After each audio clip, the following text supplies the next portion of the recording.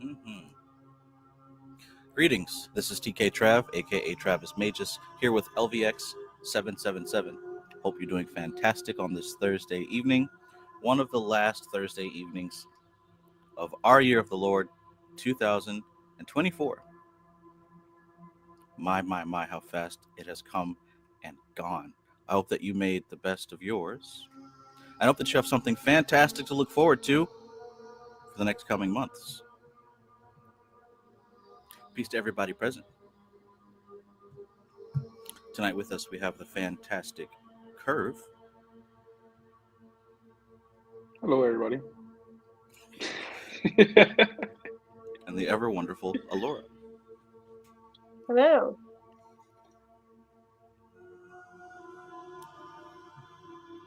Yummy, yummy. Laura's wonderful, but she'll beat some ass. Sorry, I just had to say that. It's wonderful at Dude, that right? has been such a weird theme in my life recently. Uh-oh. Weird. Somebody require an ass kicking? Well, like, yeah, it's kind of weird because, like, I'm a student, right? So, like, or I see myself as that. So, I see what I need to work on to improve, but now they want a women's Muay Thai class, so they're really pushing and like advertising for me as like one of their great amateur fighters and all this kind of stuff. And like I feel like I'm lovingly being thrown into the fire. And I'm kind of like, whoa, hold on. But I mean, at the same time, I'm welcoming it. But it's been a really crazy experience, like dealing with that change in reputation, like all of a sudden. Okay. Could we say a change in archetypes, or is this more of a similar archetype for you? I would say it's a similar archetype because it's just like an upgraded one, right?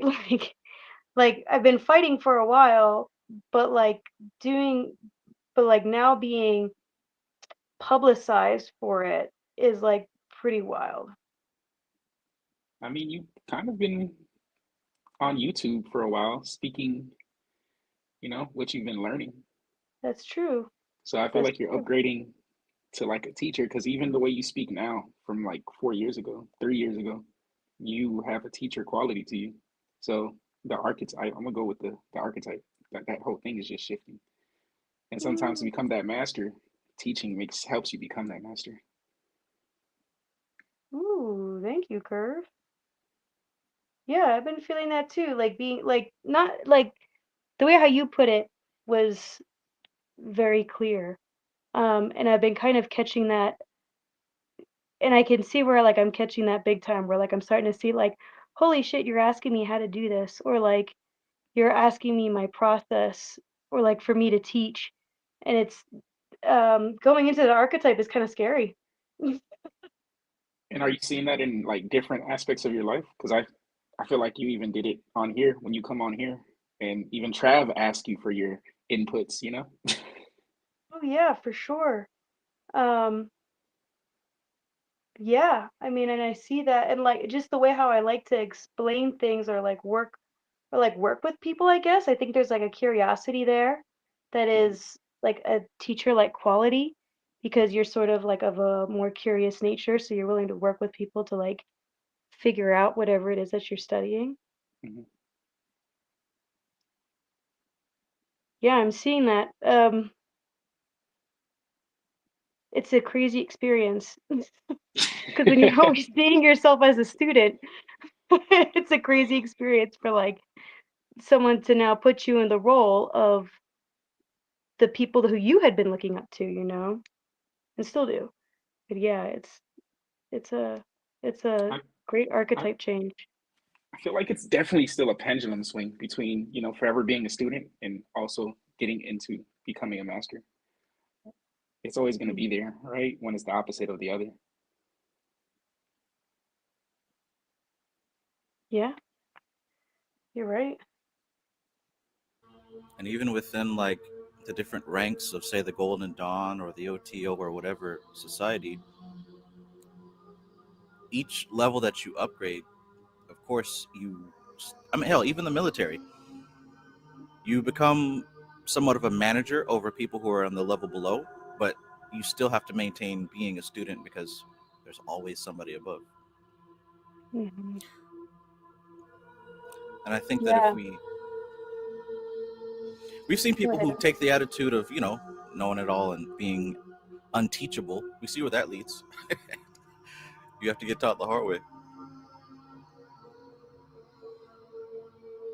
But yeah, I also agree with what Curve said, like that quote unquote master level in comparison to beginner level, a major part of it is teaching, because there's when you teach other people over time, you start to realize that you're really teaching your younger self. Yes. So even on that note, Trav, wow, you just rung something like another theme that's been playing out. So I've been trying to, so from this past like week or two, they've been really advertising, right? And they're like, "Oh, you want a women's class on Thursday at noon? Okay, you're getting it, right?" So like this this change has been happening really fast.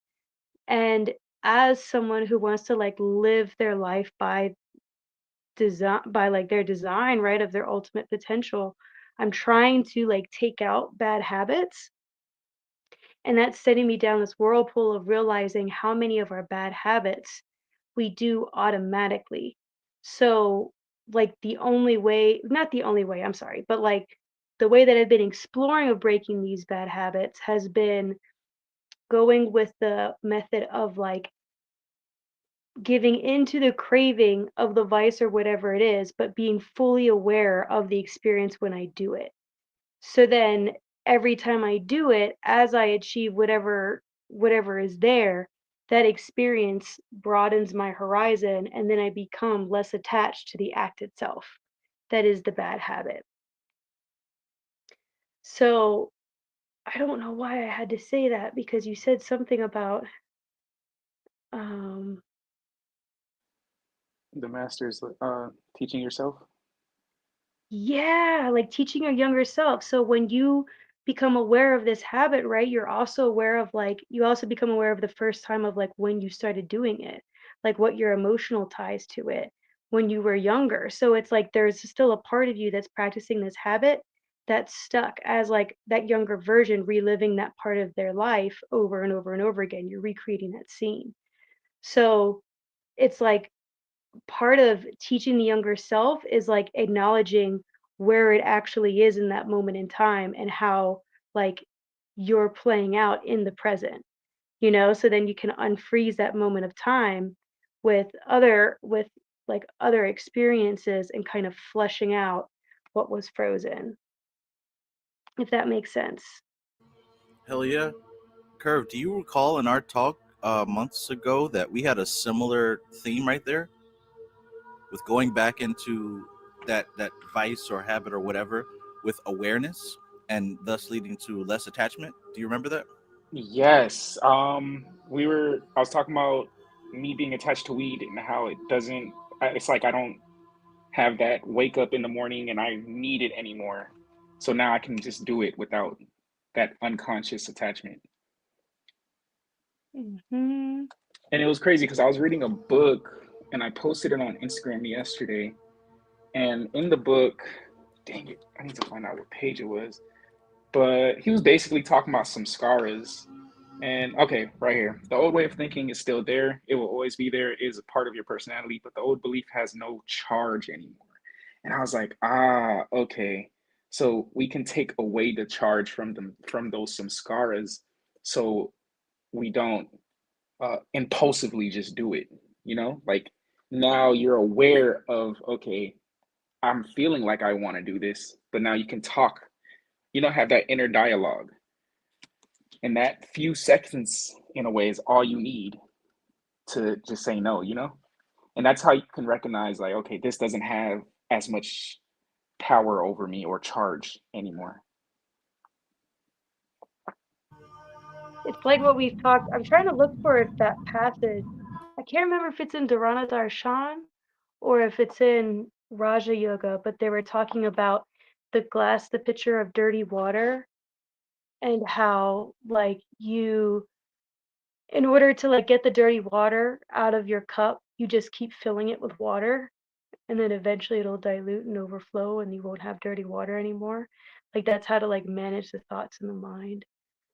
Oh, I can't remember that passage. Yeah, that was Jhana Yoga. Okay. I'll say this to what Ace said, where he says, "No more fiending. Either give it up altogether or make it a purposeful flow in your day." Another ritual. I would say if you still have that unconscious attachment, you would want to get rid of that first, and then you can make it something purposeful. Because it's Yeah, 'cause still like a. Go ahead, Laura. no, go ahead, Vera, finish. Nah, because I can't lie. I got tongue twisted. So please, you came at the perfect time. The way how the way how I was thinking was like to along what you were saying, where it's like you want to give up the subconscious or the attachment to it first because your attachment to it in the first place, whether it's unconscious or not, has already made it a daily ritual for you. So it already has meaning. You haven't discovered what that meaning is to you yet, though.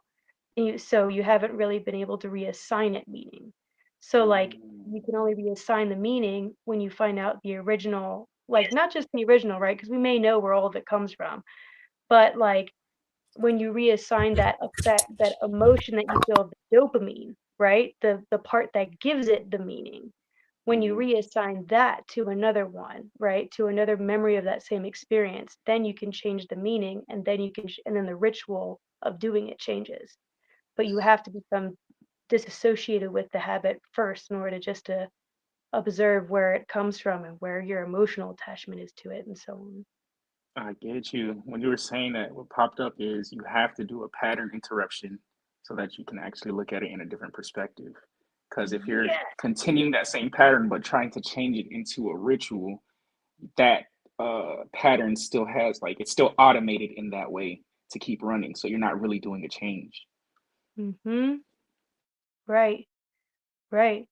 Like if okay, so one of my rituals for a long time, right? Rituals was every time I would do tarot, right? I would smoke a cigarette. But the problem is that I was such a social smoker that unconsciously I was already performing the ritual of every time I was in a social setting or anytime anyone had nicotine around me at all. The meaning of that social activity would then be smoking.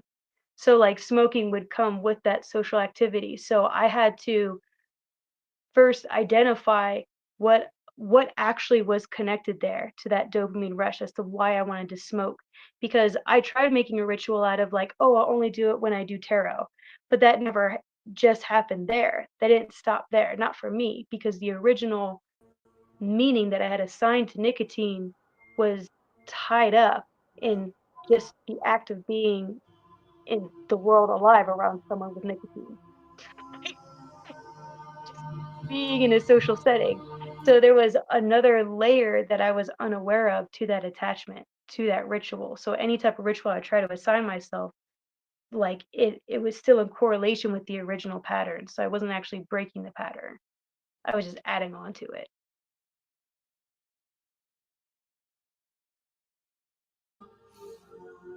That's one of the things to pay attention to when we're attempting to redesign our inner ecology, right? There's a lot of habits that we have that still have attachments to other things. So it's like when we want to go in and repurpose and redefine and reassign, we have to also go back and detach, cleanse, right? Sterilize. I think that's a part of doing this whole vice with awareness.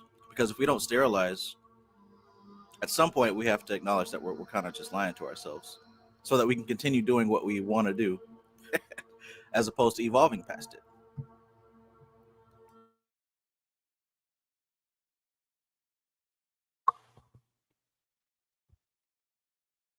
Can y'all hear me? Peace, my noses. Yep. Peace. Lord, Peace, Curve, bro. Peace. Trav. What's happening? I guess my internet started tripping on the last one. I'm enjoying this though. I've been listening for the past however long y'all been on. Been listening though. I think a real good example is I think for a little while many years ago, like I would smoke to be spiritual. Like when I'm doing my rituals or whatever, you know what I'm saying, I'd hit the blunt or whatever, then start having these visions and thinking that that's how I had to kind of get into the zone. But I mean, you quickly start to realize that you Get can't do that attached. every single time Yeah. because the attachment. Hmm. You see, and that's a lot of things like with folks doing mushrooms. You know what I'm saying? Like the same thing with that. Like, because I introduced a lot of people to them, and and they got attached to the fact that like that's when like their visions or breakthroughs can only come through. I'm like, no, like that's a part of your mind that already exists that you can tap into. You know what I'm saying? There's methods to get to those states. You know what I'm saying? You need to analyze self to see how you get into that trance state. You know what I'm saying? To be able to receive this information or whatever the case may be, whatever it's information. So whatever it is that you're receiving during that time, you can tap into those things as well. Like back then, I just remember one time I did have a trip, and this certain name came to me, and I just felt inspired to draw. It's a whole bunch of just a whole bunch of what I thought was shit, but I didn't think it was shit. I knew it was gonna be something, so I still have it. This was like 5 years ago, so I still got it. So now it's become a sigil because I figured out what the name was and what it's connected to, and here we go again. And I don't do like the whole gematria shit, but I did do it on this. And in Hebrew, I know Kabbalistically it comes out to the number fucking 17, bro. And like that's what I've been talking about a lot on my channel, like this number 17. Like literally today, I know I seen it at least, I got it 65 times. 65 times today. So I didn't count it up. It's gonna be another 24 days. Well, was 14 days tomorrow, and I see what I done had in the past 2 weeks. And now we on for 17 minutes. I can't make this shit up. It Like, was 17 minutes and 17 seconds while you were saying that. for real? Let You me see it put right that. Let me add that. So 67 times. That's 67 times today.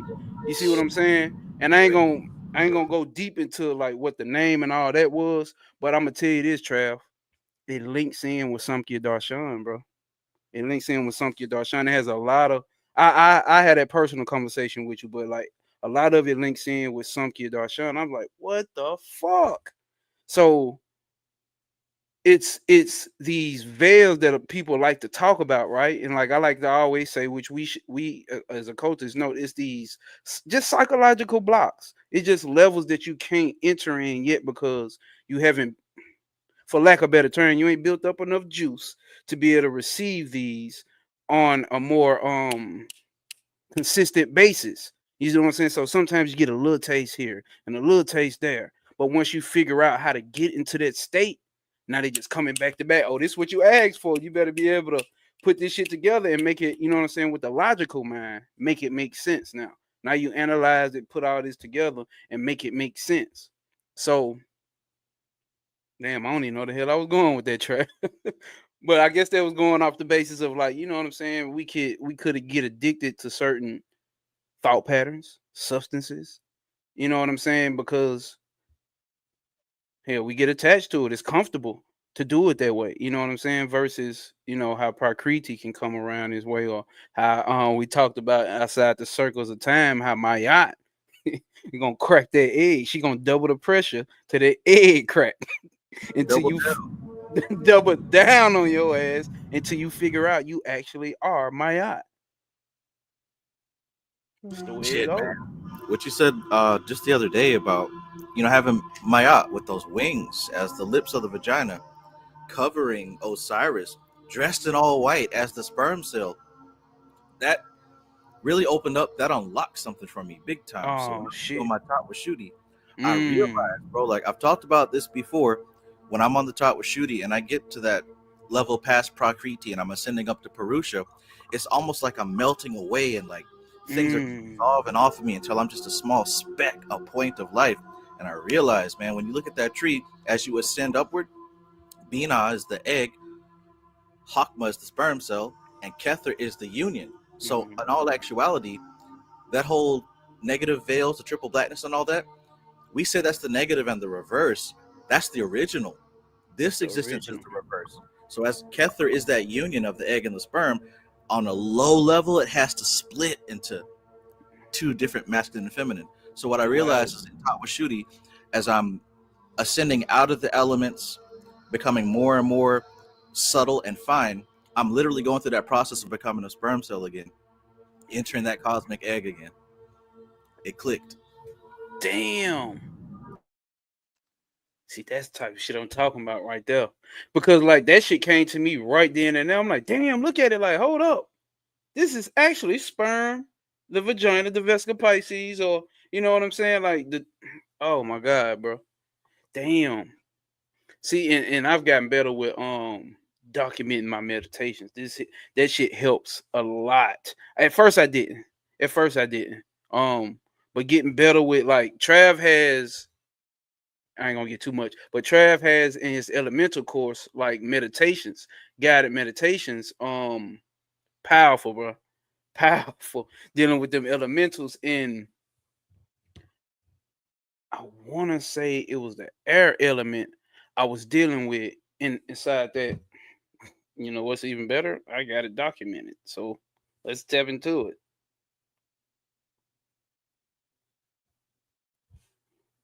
So in the air element, damn, I get too much. But you need to take that class. I'm gonna keep on telling y'all that, man. You gotta take this elemental class, man. I'm dead ass serious, and in the realization that Milo gave in the review that Milo gave and what he's been going through and how he's been having breakthroughs. Like this shit is crazy.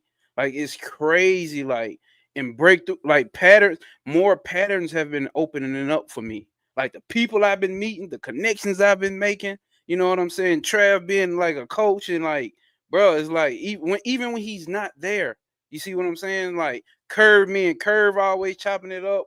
Like the patterns have been patterning like a motherfucker. The patterns have been patterning like a motherfucker. And I'm just saying that because now I'm taking like I remember when I first hopped on Trav's Live, me and Milo, him, me, Milo, Alora, I forgot who else was on, but we was talking about documenting. Like damn it, I forgot what the hell we was talking about. We was talking about documenting, and I'm like, oh Notes, no, he taking said notes. he took notes. What'd you say, Yeah. Alora?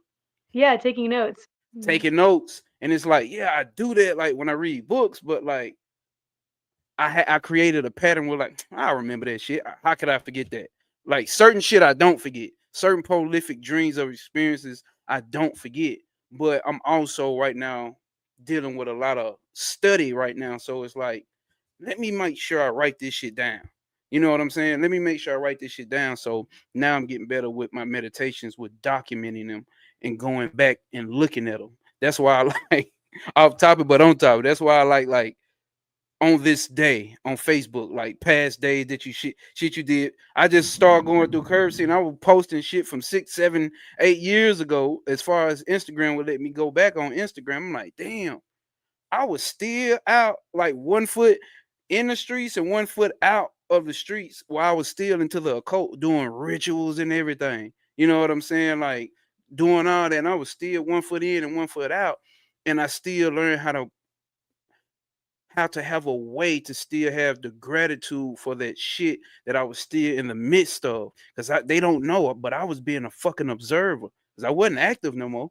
I was just being an observer and peeping out the patterns that created my psyche to the way that I thought and the way that I right pattern recognitions and the way that I process things, how useful and appropriate it was. I wasn't using that word back then, nowhere near. But now that I go back and look at it, it's like, damn, look at this pattern.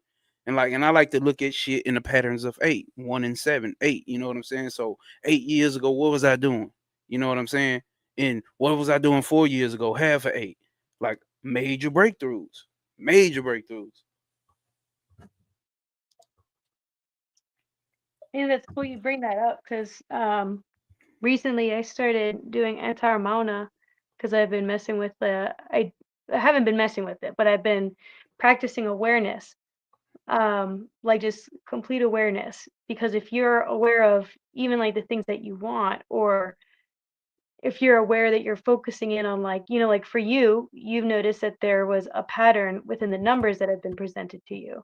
So all of a sudden you're seeing that window open 67 times throughout the day, like of what this number means, right? Yeah. like like pattern after pattern after pattern, but that only happened after you became aware Yeah. of this particular number, of this Mm-hmm. particular pattern.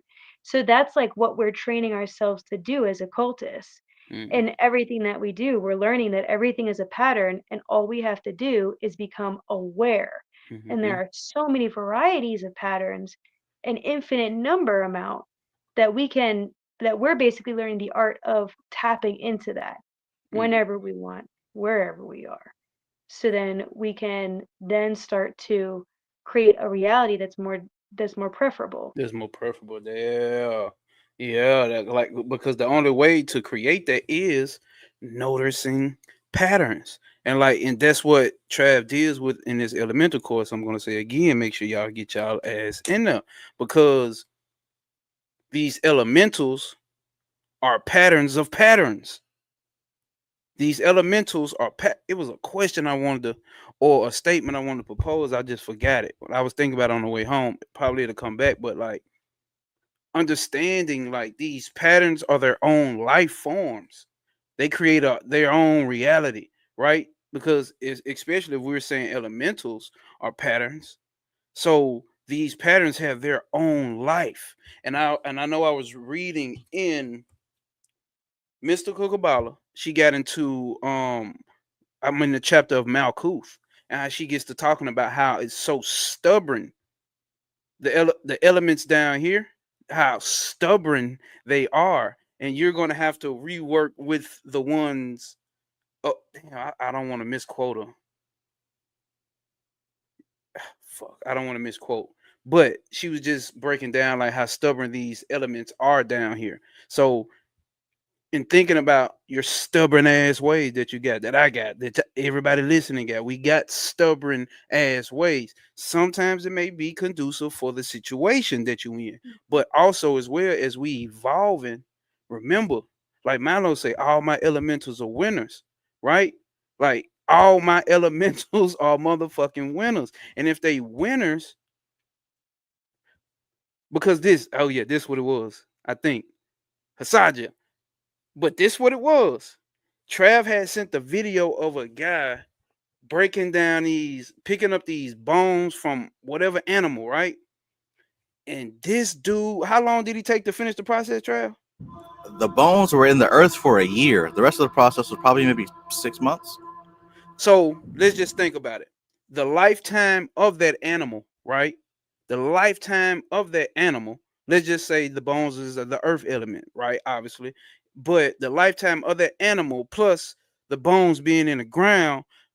Now these bones are in the ground in the earth, intermingling with these elements in the earth, picking up information. Because remember, everything has a consciousness on this plane. Everything just may not be able to exert control over its environment as much as a human being.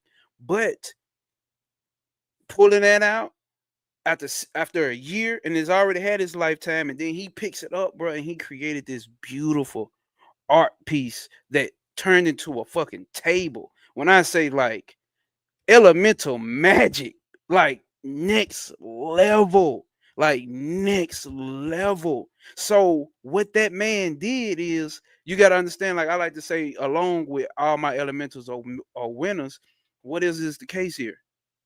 Everything around me evolves. As I evolve, everything around me, everything in my sphere of influence evolves. It has to, if I'm evolving. So what does that mean? The elementals also have to evolve as well, as Trav teaches.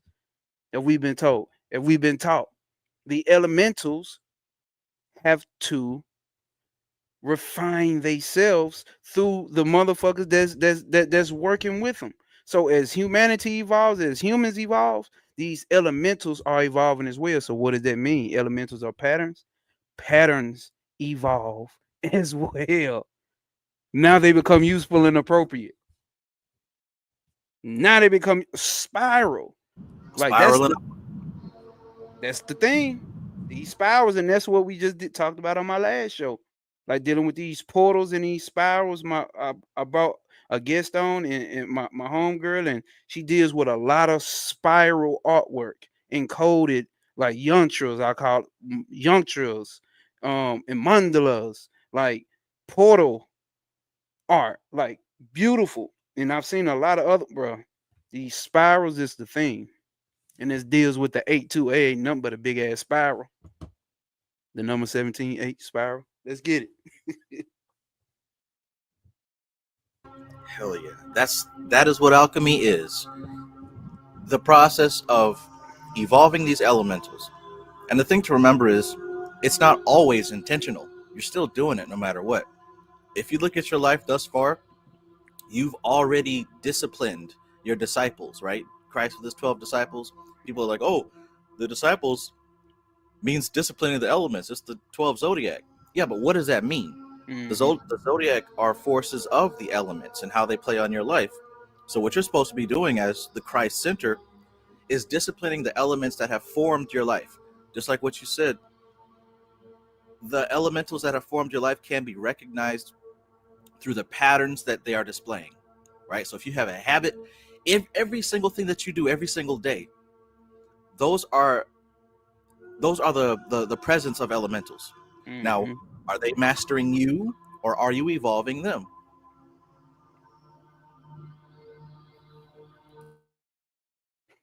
That's facts. Because like, hold up. Anybody else want to speak? I feel like I didn't talk. Go ahead, Kurt. You like you Nah, want to I was say gonna something? tell you keep going.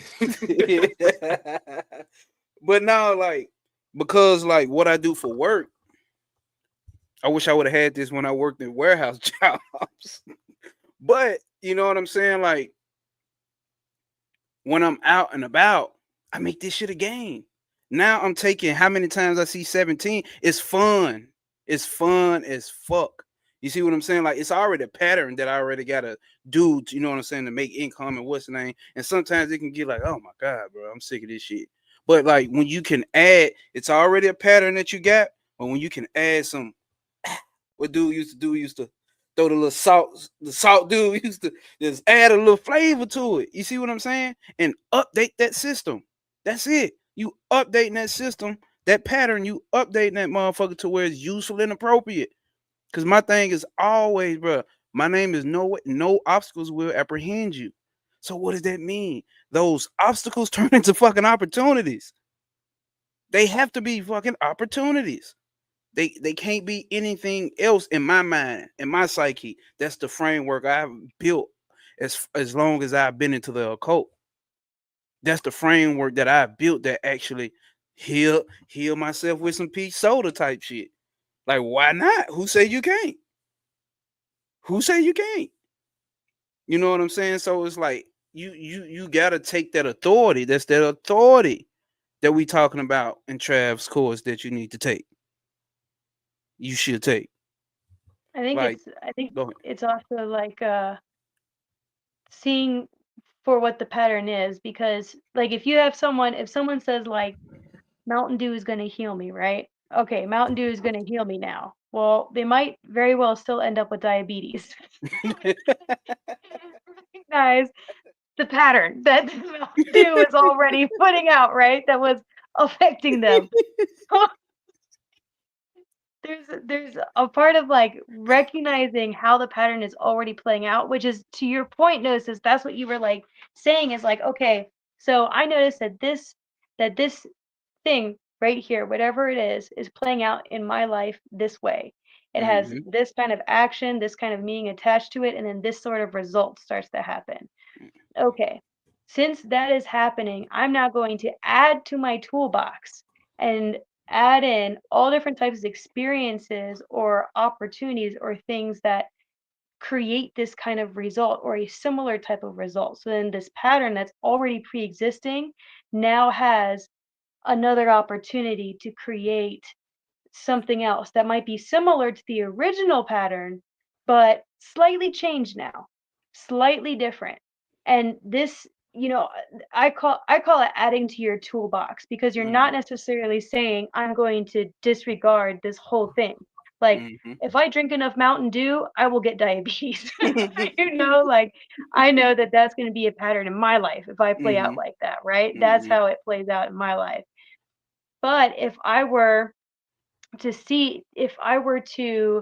like look at Mountain Dew and become totally aware in that experience of the Mountain Dew, right? And then like not only recognize its pattern, but also recognize like my very essence of like my attachment to it. That's what I can start to manipulate. And then opportunity from there starts coming in. It's the other ways I can use that Mountain Dew for my healing. So it may not be through ingesting it. It might be through another form that it takes. See, and that's because we get more in detail with it. That's because the mind Allure got, though. You see what I'm saying? Like, because like, and that's the type of mind that I may have, because you can't tell anybody that. They're not, you know what I'm saying? Like, it's like, what the hell? It's like something has to, some framework has to be built up for you to be able to even think in that manner. You know what I'm saying? So you definitely want to watch it, because you could definitely end up with fucking diabetes. Like, you could definitely end up with diabetes. Like, I seen this guy pushing his stroller thing today, and he had like 12 cases of the cheapest soda you can have. Like, he can barely walk, and he's like, I'm like, bro, you need jugs of water. You know what I'm saying? But like, shit, he living past a lot of people that live, so you never know. But I'm not saying he's not living in the most comfortable position. Oh, You know what I'm well, and saying? that's But the like, other part, right? Maybe for him, but that's the other part, right? You just mentioned that. That's the other part. What is his perception of it? there you You go. know, maybe That's it it. is healing him because he's been able to live longer than most of the people in his life. To us, no way, right? To us, we're like, God, that seems terrible. But for him, he's like, well, shit, I've outlived everyone who I would think would outlive me in my life. Therefore, this thing, the way how I'm living, this pattern serves me. Man, oh my God. That's it. Because like, what are human beings but walking patterns? You know what I'm saying? We ain't Walking, nothing but walking and talking. What'd you say, Laura? we're walking dreams. Even And then what? Then get even deeper with that. A dream ain't nothing but a pattern. It's some form some form that was built that comes from patterns that we understand down here in Malkuth. And we take that shit on up there to the astro. It's like, damn, we ain't nothing but That's why I said, like, everything around me evolves. I evolve. Everything around me evolves.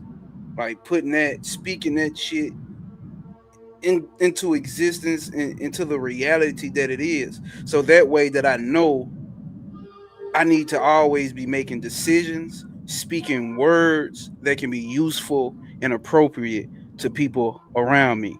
And now, if I gotta reshape it to deal with whatever type, if I can pick up on what type of frame of mind they have, I can speak to them at where they at. You know what I'm saying? I'm getting better with that, Trav, especially since I done started YouTube. Like, different people that I may run into that may DM me and hit me up. It's like, okay, I see where they at. So no reason to go all the way up here on some Kethra shit. You know what I'm saying? When they just understand like Malkuth and Venus shit. But over time they'll get it. You know what I'm saying? Yeah. So it's like speaking to them in the patterns that they already recognize. Sometimes Yes. that, you know what I'm saying? So Trav gave a lot of goddamn helpful tips with that, with the books that he's referenced. I tell you that right now. Definitely gave a lot of that. One thing I say often is that Prakriti is a pattern replicating machine. Pattern replicating machine. That's what she is. Just like you said, all the elements that we deal with, we as individual human beings, the animals, literally everything that we can be aware of and that we're not aware of exists because of a pattern. And remember the cosmic doctrine, when she talked about what is consciousness, she talked Action. about how it's memory, right? And what is memory but the pattern? What is the springboard of the triple blackness but patterns that have existed for time immemorial? For time immemorial. Like, So we're breaking this down. We're looking at this with the ones and the zeros. You know, it's hard when you think about a devil waiting to punish you and demons flying around causing bad things to happen. It's hard to live like that, and a God waiting on you to get your shit together, or else he's going to punish you. It's hard to live like that. But it's a lot easier to see the truth, which is literally everything is a pattern. So that gives you hope, because now if you want better, change the pattern. change the pattern. What do they say in Narcotics Anonymous or AA? Hey. Like the first thing you have to do is, hey, my name is blah blah blah. I'm an alcoholic. Yeah. Right? You have to acknowledge the problem first, and then you'll be able to change it. Yeah. You gotta acknowledge that shit, and that's it. Because that's why, bro. It's like, bro. Once I start picking up the pattern, that's why I love this occult shit. Because oh my god, because bro, when you start identifying patterns and you break out of the way that the ego, right, the your identification systems, that where it's safe and confined in and it feels comfortable in, once you break out of that shit and knowing it's no longer conducive for you to grow, once you break out of that shit and start picking up on the patterns, it's like, oh shit, I got the power to change this shit and do this shit, or whatever the case may be. It's like, bro, life is not hard no more. I'm not saying you won't go through adversity. That's part of Prakriti. But what I'm saying is, like, life is It's like not you'll have a neutral look of it, because now it's like restoring. It's like, you know how you restore a computer to how you got it when it first started. That's what you're doing with the ego. So like, it's not, the labels aren't, oh, this is not, nah, it's just neutral now. So now you can look at it for what it is. Yeah, I get what you're saying. That's that middle pill. Remember when we read the Gareth Knight mystical Kabbalah symbolism, practical guide to Kabbalic symbolism. And the first chapter we read was the 30-second path. They said, how do you, a lot of people get stuck in the 30-second path because they trying to take, remember, and he said the 30-second path is rooted in Bina, right? We already know what Bina is. That's Saturn, and everybody who knows astrology know what Saturn deals with, right? But the way that you get through that 30-second path, it was a bold front words: acceptance. You gotta accept this is what the fuck this shit it is. You gotta accept it. You gotta accept that everybody don't agree with what you saying. The world is fucked up. This is happening. That's happening. This is happening. That's outside shit. And then you have to accept the fact that who you are and the path that it takes to get to the next level, per se. You know what I'm saying? It's like you have to come into acceptance just what this place is. So now that I understand what this place is, I see it from the observer standpoint instead of the knower standpoint, the drashta, right? The drashta standpoint versus being the known, because you got a knower and then you have what is to be known. Your ass around here being known, that mean you complaining about monitoring spirits. It's like, duh, you being monitored? Like, what the fuck? What the fuck is that supposed to do, though? You know what I'm saying? It's not useful. Bro, and somebody hit me appropriate. with that in the inbox the other day. The first thought that came up, he's like, hey man, those random followers that you're getting that you don't know, they're monitoring spirits. I'm like, okay, mind your business. So why do you care about them? Like, let them monitor. Wait. Is this like a new thing that people are scared of? Yes, bro. Man? Yes. Yeah, Monitoring spirits? I just heard about it like a week ago, honestly. When I heard that, the person told me, and I was like, can you explain what that is to me in your definition? And it was just like, all right, Here's the I didn't go further. It's the cool new words to say for the online new age spiritual community. These monitoring spirits, basically just people who just watch and don't say nothing. They don't engage, or they taking it to that level. They try to go further with it, but it's like, y'all don't. I get it. So I Oh, if you allow them to watch you, sorry about that. If you allow them to watch you and they're exerting negative energy onto you, you know, it's gonna affect you. Keep your blessings to yourself. If you got a weak psyche, motherfucker, that's when that's it's gonna it. affect you. Like That's it. you're worried Cause about the wrong things. And if you got a weak psyche, that's the least of your that's problems. the least of your shit. Because like really, like if you doing like a ritual or a spell or a hex on a motherfucker, like the first way you gotta get them is you gotta break their psyche. You know what I'm saying? You gotta influence their psyche for them to be susceptible, GMs, but for them to be susceptible to that. But let me put that out there. But it's like, bro, like that's why I'm saying, like, that's why I give big ups to Trav, bro. Cause like he's not dropping videos every day about, ooh, get this candle. What candle do I use? What color candle do I use? Type shit. Like, no, bro. Everything that's going on over there, he's talking about dealing with the psyche, dealing with the mind. If you're paying attention, because that's what I'm fascinated with, the mind. Since a kid, I've been fascinated with the mind. And that's why, like, that's why this occult shit works out for me. Because I've always been fascinated with the mind. It's like, bro, once you get to tapping in and getting to understand the factions of the mind, talk with Shooty, Sumkir Darshan, the Runner Darshan, you know what I'm saying?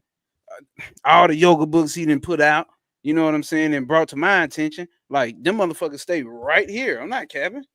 Motherfuckers stay right here. You got to keep this motherfucker around real close. Thanks. Like real talk, bro. Like you got to do that because it's especially in that system, they break it down so much easier than the occult fluff that you get in books. You see what I'm saying? Like you may have to ponder a little bit more, which nothing's wrong with pondering because it's encoded, but at the same time, it's like they direct straight to the point. I'm like, But oh, you know what I really appreciate about the Vedas?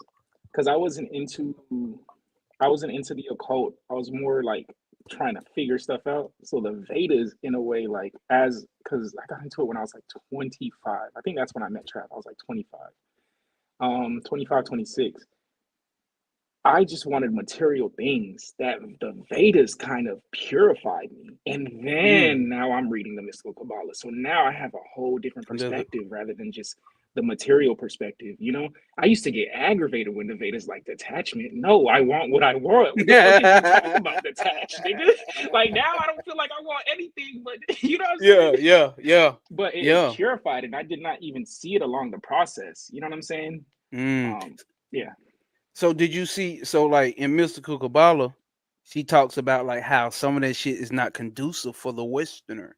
You see what I'm saying? Like a lot of it's not conducive for the Westerner, and it could cause certain problems because now even though you know what I'm saying, we're melanated people. We, you know what I'm saying, we got to understand we've taken on the mind of the person of the The people that have West. yeah, Yeah. that have dominated the world. You see what I'm saying? So we have that same mind. A lot of people don't want to accept that, but you have that same mind. But you also got to look at it as a useful and appropriate way. That's alchemy as well. Yeah. You don't understand the old ways that we had. Nigga, you becoming something new. You have to become something new. There's something new on the planet, and it been around your environment, and it's adapted and created this new way. So the way that we may do it may be different. I won't say holistically, but like in general ways that you do when you practice on your own, like it may not be conducive to have those certain standards that they use. But you'll be able to pick up. I think you'll be able to pick up and know what needs to be and what not needs to be adjusted type shit. Yeah. Like that's why I fuck with the unfortunate, bro. I fuck with the unfortunate, bro. I can't lie. I had did you know how you like you figure out your blood type? I ain't did it yet, but I want to. Yeah, So yeah. I learned it and then I have B positive. So my blood type actually originates from Mongolia. So I'm like, oh, that's why it probably You look a this little stuff kind of You're Mongolian too. even. You look a little Mongolian too, Hey, brother. chill. Genghis Yeah, the Khan. cheekbones, yeah, I can see it. Strong cheekbones, but That's pure Haitian right it. now. That This what's body's up pure though. Haitian. You said it was pure Haitian, yeah. But see, you know what I'm saying? We was all connected. It was the whole planet. You never know. Yeah.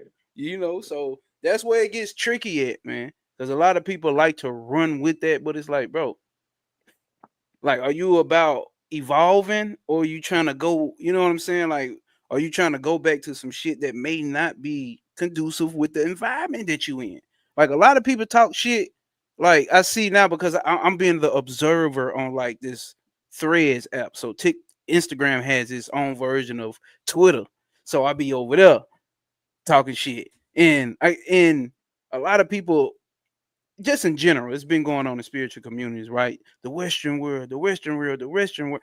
I'm like, bro, I bet you, listen, off the backs of our phones, the materials used to make our phones, people die, blood, sweat, and tears to get these phones, to get the materials we need for this Wi-Fi, for these computers, for that central AC that you got in your home that makes you feel so goddamn comfortable. Y'all lying. Y'all don't want to give that up. You just want a system that you so-called hate to fall, but you benefit from it every day. That shit changes you, nigga. You motherfuckers would turn to animals because that's the nature. You would literally turn to animals. Yes. It's only because you got the right living conditions that you see. Now you don't even know. You looking at other motherfuckers like they savages, like they once looked at you. You see what I'm saying? Now you got all this beneficial ass shit. And you sit and talk. I'm neutral with it. I'm not saying go Western world and patriarchy and what's the shit with all the money. What's the economic system that we got? God damn it, I'm 1%? huh? Oh, Like capitalism Capital. or Capitalism, monopoly. yeah. Oh, Like gold capitalism. capitalism. Like, how the fuck did I forget that? But like, I'm middle pillar this shit. I'm neutral. I'm gonna get a little money. I'm gonna get a little shit that I like. You know what I'm saying? I just know now I'm not as attached to the material shit I was, but I'm not attached to that shit like that, bro. You know what I'm saying? You gotta understand this shit. You know this shit ain't going with you. It's like it's cool, bro, but I'm gonna enjoy the amenities of Malkuth, though. I tell you that I'm gonna enjoy the amenities that come along with it while I'm here and evolving myself and everything around me. Why the fuck would I not? That's the point of being here. But people don't hear that shit. I ain't never coming back. I ain't never coming back. Okay, buddy. Where you gonna go then? Where the fuck is you going? I'm gonna start asking that. I ain't never coming back. Where you going?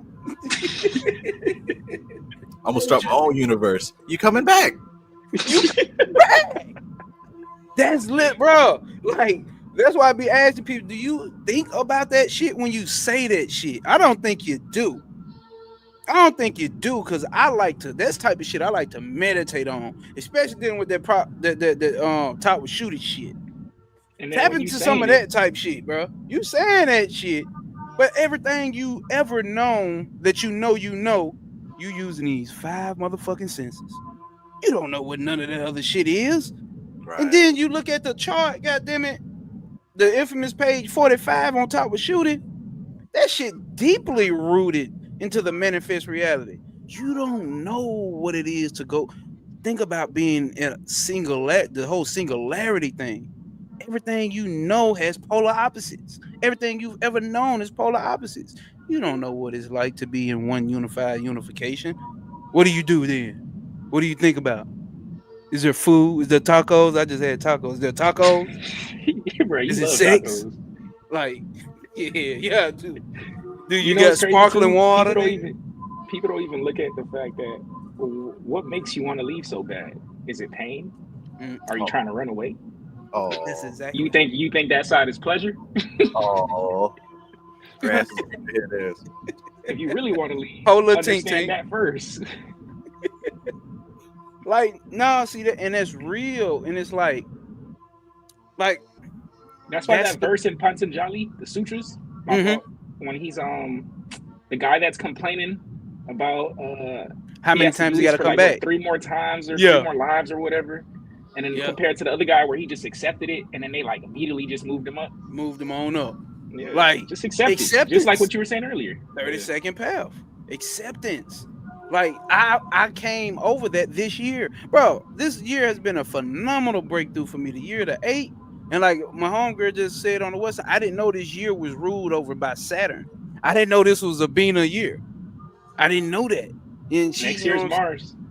See, and like, see, being a still in full effect, huh? Just on a lower emanation. And it's Uh, like, damn, once you look at it, like this year I had a whole bunch of those breakthroughs, bro, where I swear to God, I just woke up one morning and my heavy, let me say this, my heavy attachments to the things that I wanted and had to do in a certain time frame just left. And I'm gonna tell you, that's all I'm gonna tell you. Like higher levels of understanding just came through. Like it just came through. It's like, what the fuck?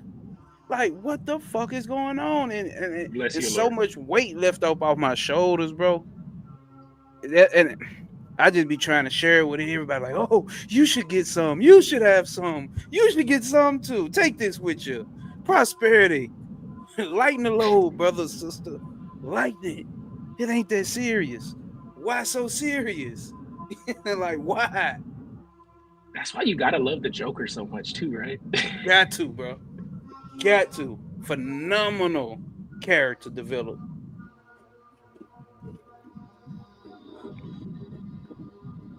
Laura, somebody wanted to hear your I forgot who said it. They wanted to hear what you had to say about that topic. Which topic? Yeah, I was about to say, hold on, we stop it. There was a lot. Because I forgot. it's been a while. Let me give another shout out to Laura because that's who is the voiceover over that top with shooting meditation that I listen to when I do my top one. They- I'm about a month out though, but still, hell yeah, Laura. Got that shit yeah, downloaded damn. on the phone. Sweet.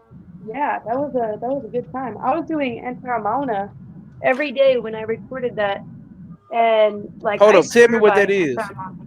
I'm sorry. Enteramona is a Vedic meditation where you observe your own thoughts.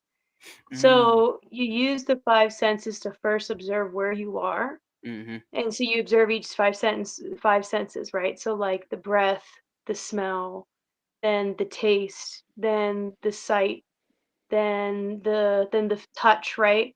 That kind of thing.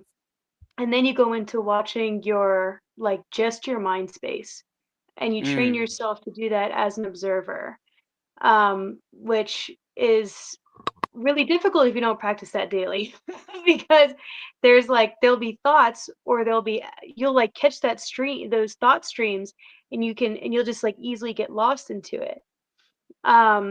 So it's training yourself to not get attached to any of it. Even if you get lost in it, you come back and you're not attached to the fact that you were just lost in it. You just come back to observing them again. And by doing that and not suppressing any of it, you're practicing self-awareness. Um, and that's when you get like, magic powers. damn. Now she said Magic Power. Now that you say that, a couple years ago, it's a meditation that I use from Phil Hines' book Condensed Chaos Magic, and he gets to dealing with these certain attachments. I think I just used it for certain emotions or at that time, and that's dealing with these elementals, right? And coming to Lord Ganesh sits over the elementals, right? So dealing with, and he has a meditation where you deal with Ganesh. And let's see here. Oh no, this is my Ganesh book. I end up getting this motherfucker right here. Fire book. Fire book. Um, I don't have it over here, but it's a certain meditation, and you end up going in and experienced you experience all of these emotions that you're feeling, whatever petrifying moment that you can think of. At that time, I was with an ex, and like, the worst thing I think of her doing is cheating on me. Like, I meditate and imagine her doing it and everything, and I just had to observe. I kept doing this meditation for like weeks, bro. You know what I'm saying? To the point, like, it's like, oh, you know what I'm saying? Like, it don't like that, those emotions, those attachments of feeling like I own this person. Like, if a person wants to go out and do what they do, it's like, bro, you know you don't own them. Like, you don't own your body, motherfucker. It's a rental. Like, you don't own this shit. And those, like, that shit made it so much easier for me. So I used to always tell a lot of people about that meditation. Like, bro, this what I used it for. Like, use it for whatever, you know what I'm saying, conducive for whatever you got going on. But I was saying all that to say he made you run through like the five senses as well, then and observing those thoughts, being inside of that thought and then outside of that thought, observing that thought. Yeah, because you can only really, because you can only come from, when you're looking at things, you're looking through your current view of the world, right? So Mm-hmm. all of the thoughts that come in, they're not all of your own, but the ones that you focus on are, right? Like those are the aspects of self. Mm-hmm. And we attach a moral code to all of those. So that's how we start to categorize stuff. Mm-hmm. And that's how it starts to affect us negatively or positively. But if you train yourself to really take that part out and just say, okay, this is just the aspect of me that I've grown attached to, let's just watch it play out, Mm-hmm. you get to see the whole picture of the map of which you are actually living by. So when life events happen, you're able to recognize, okay, this is my trained perceptive, or when this thought comes in, I recognize that it has this attachment to it. And you're able to detach from the emotion that's attached to the thought itself, right? To the Mm. meaning, to all Yeah. of that kind of I thing. was just Because about to say that. Yeah. See, yeah, because that's the you've type of trained meditation I've yourself been now, doing since the right? beginning. Like the mindfulness meditation at first, like you just get lost in it. But then after, I realized like throughout years, I'm like, oh wow, now I know which belief has the most charge. Mm-hmm. Because why am I unconsciously? There's some thoughts I can just watch go by, and there's some of them that just drags me in. I'm Drag like, you okay, in. that one has a lot of charge to it. After meditation, write it down, and then start working on it. You know? No, Yeah, because facts. what you believe most is what gets reflected back to you. It's what you believe the most, though. So, like, if you're trying to get a certain result or manifest a thing and it's not manifesting the way how you want it, or something like that, or something else starts happening, there's a part of you that is saying that you want this, but there's a strong belief beneath that that's playing through, because no matter what situation is, if it's meant for you, if you've actually opened the channel for that to come through, it will come through, right? The Mm-hmm. result, you'll be able to see the result as happening as like a natural thing, regardless of the circumstance. Mm-hmm. So when you start breaking down, how am I seeing this circumstance? That's when you start kind of checking out, oh shit, the actual strongest belief I have is that I'm going to be poor forever, or Yeah. I'm going to have, or everybody's going to leave me, or Mm-hmm. whatever, right? Because it's how you are perceiving the circumstance. Like, your strongest belief is what gets reflected back to you in the external reality. That's the blessing that we have being in Malkuth, is that we're Mm-hmm. seeing these things, including our perceptions of ourselves, we get to experience like in manifest form. Like, I wonder what that would look like if that were real. Oh, that's what it would look That's like. what. Now, see that, damn, because I had a breakthrough in Trav course. Like I told you, like I done talked about 3-4 times, but like my perspective that I didn't even know. Like I tell people when you're doing shadow work, or like I talk to people and they were like, yeah, but I did the shadow work on that already. Yeah, but I did that on already. I'm already here for. I'm like, how do you think shadow work works? Do you think it's like, you know what I'm saying? one punch, one punch knockout or some shit. Like, bro, that thing you gonna hit you gonna hit that bag and that shit gonna come back to you straight up. Mhm. Like this is what it does, but you know what I'm saying. You get better in certain aspects, but like I always tell people, like, bro, shadow work is like you scaping the land, right? You looking out over the land and you see everything like, oh, this is perfect. But you didn't look right there. Up under there is something sitting under a blade of grass, like a Mhm. small blade of grass that you don't know. That's it's so charged up though. It's so charged up in your reality and in your psyche, but it's just so small and hidden because it goes far back. So you don't know that that shit is sitting there and existing. I had a very unuseful, inappropriate pattern that I had with money. And when I taking Trav's course, and he has us writing these things out, like, okay, so what do you feel about that? Okay, so what do you feel about that feeling about that feeling? So what do you feel about that feeling about that feeling about that feeling? I'm like, bro, I bust out in tears. Like, what the fuck? Like, this shit goes back to at least 1998. Like, what the fuck? I didn't know my extent in unuseful and appropriate relationship with money went back that far.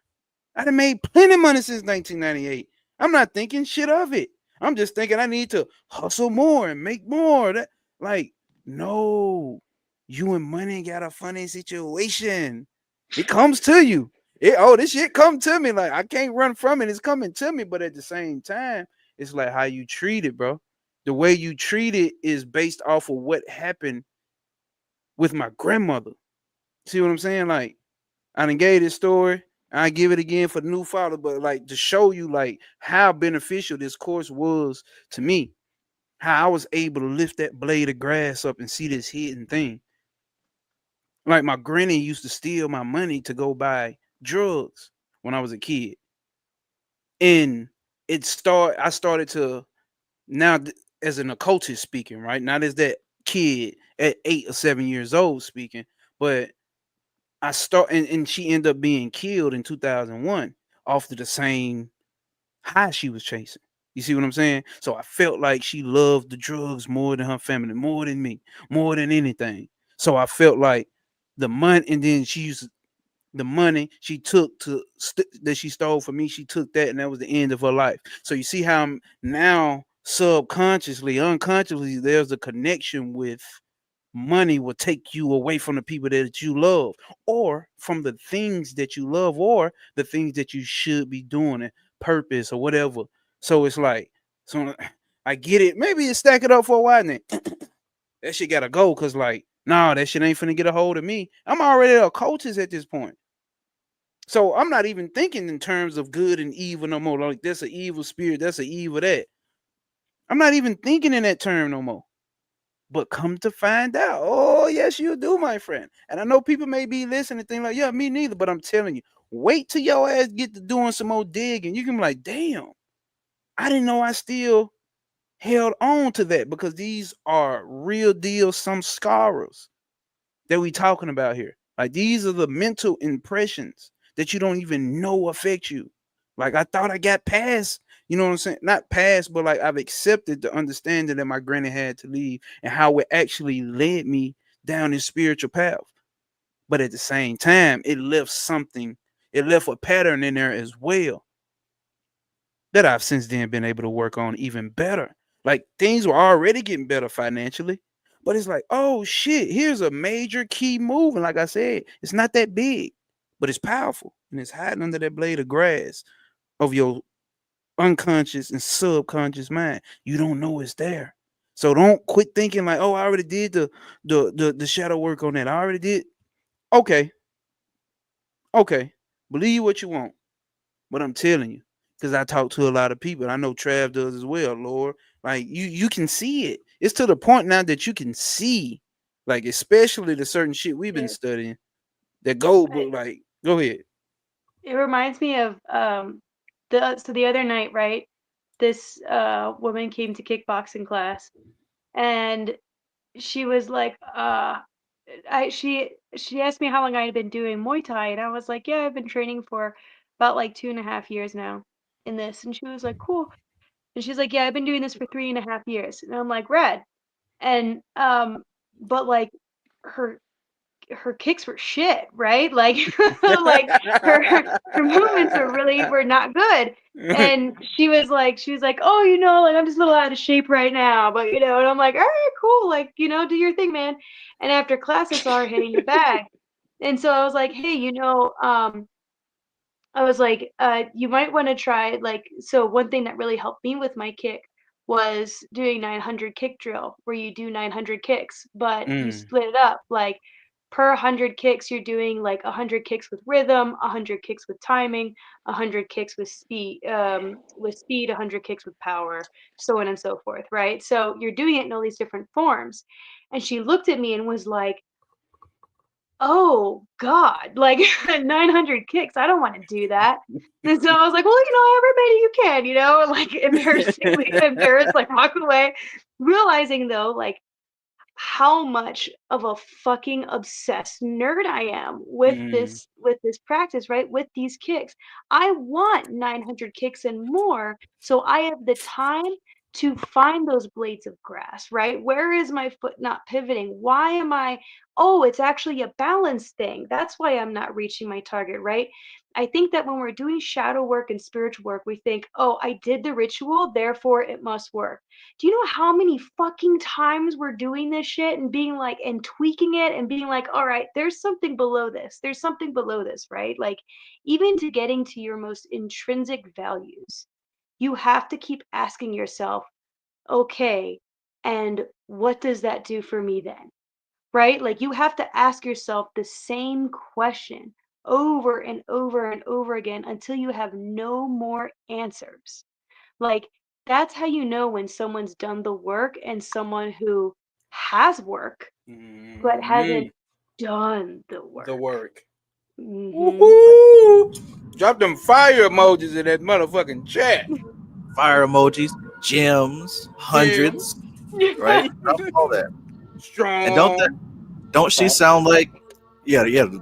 Don't she sound like the person that Curve mentioned? How many more lifetimes before I have to experience heaven? About 900. What? 900? I've been doing my prayers. I've been doing tithes at church, right? I've been lighting green candles. 900. You know what I'm saying? But the nerd, right? Oh, cool. mhm. Now I know. Now I know. Yeah. Thanks. Now I Okay, know. great. Thank you. Thank you for giving me all this time to explore this in so many different ways. Gratitude. Like I wouldn't have asked for any less, or else I would feel unfulfilled.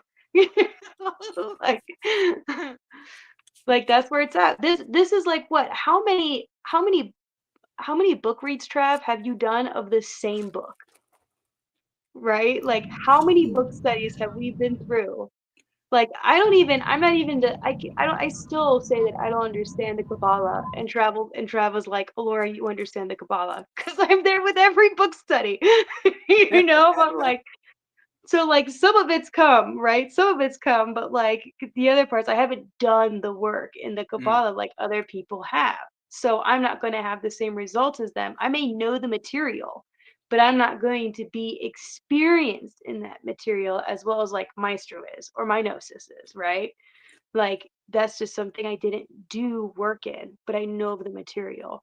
So this is a lot of like people's spiritual journey too. It's like the stuff, you have your routine, but you haven't experienced it yet. Mm-hmm. You haven't experienced it yet. That's something important I think that everybody listening should take just a second to reflect on. It's not a one-time ritual that solves everything. It's a lifestyle. Have you ever heard that before? Some people, they do magic and then they go back to life, go back to the real world. No, right? It's not like a game you cut on, play for a couple minutes, then go back. If you're serious about this and if what you're actually looking for is change, growth, expansion of consciousness, evolution, you're Mm-hmm. gonna have to integrate this thing into a consistent pattern. Can't treat it like Mhm. church, where you only go on Sundays and you do whatever you do You to see what I'm six. saying? Real shit. Real Damn, shit. That's why damn. I'm like, because the thing is like, especially to me, is a lot of shit is visual. So it's like, bro, keep useful patterns around you. Like that's what I've understood as I watch Trav. He keeps very useful. Everybody else may not understand why he has this and why he does that and why he uses this. Oh, but that motherfucker up there, oh yeah, it's magical to him. It's powerful to him. See, that's the thing about it, y'all. You gotta keep shit. That's what I'm saying. Keep shit around you. Like this may Joker may mean something totally different to me. A Beetlejuice may mean something total. Santa Muerte may mean something totally different to you than it means to me. But like the energy that's charged this shit, like I got Dragon Ball Z shit all around me and shit. Like bro, I keep my shit lit up. Ninja Turtles and shit. Like they all represent something. So subconsciously, even if I'm not thinking about it, see what I'm saying? Even if I'm not thinking about it, same thing with the Lord. Like, even though, because like, what did she say in the mystical Kabbalah? Learning is done subconsciously. So that shit is getting loaded up into your unconscious, regardless. You know what I'm saying? Like maybe not playing out in a conscious analytical world, like, oh, that's a Geber experience. Oh, this is, you know what I'm saying? Maybe not to that extent. Oh, but unconsciously, that shit is downloaded into you. It is like nothing you can do about, like, you know how the subconscious mind, the unconscious mind work. It takes all that shit in. You're receiving all the downloads that come with it. Like sometimes I've noticed, like, even with this spiritual shit, I've noticed it's like a lot of people may not get into the level. I hate using that word, but a lot of people may not get into the depth that we get into with the occult and spiritual shit. You know what I'm saying? But they may run in shit. Somebody may run into Trav at the corner store. Somebody may run into Curve at, you know what I'm saying, at the grocery store. Or Laura, you know what I'm saying, dealing with what is it, kickboxing you do, Laura? Let me not fuck Kickboxing it. and Muay Thai. And Muay Thai. Muay Mm, Thai. yeah. So that little spark that Allure carries around her, everything around her is going to fucking evolve. You see what I'm saying? Like something is passed upon on a particle and wave level. Something a part of all us, though, y'all in the comments. Like that's literally how it works. It's done subconsciously. Like it's just Man, by hazard passed on. Go ahead, Laura. I was just thinking too, like when we say evolve, the cool part or the part that, like you start to understand, right, is that you're the one that can choose which direction it evolves in. Right. So like it's never like we evolve and then it's like, "Oh, I'm Super Saiyan," right? Like no, like if you're going to be like if I'm going to be a fighter, but my whole perspective is going to be on being aggressive, then anyone who comes to me, who hangs around me is going to be admitting that and we're going to evolve aggressively, Aggressive. right?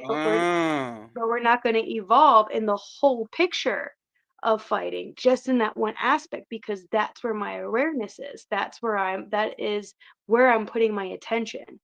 So because of that, I'm creating a different picture and a different perspective and therefore a different evolution.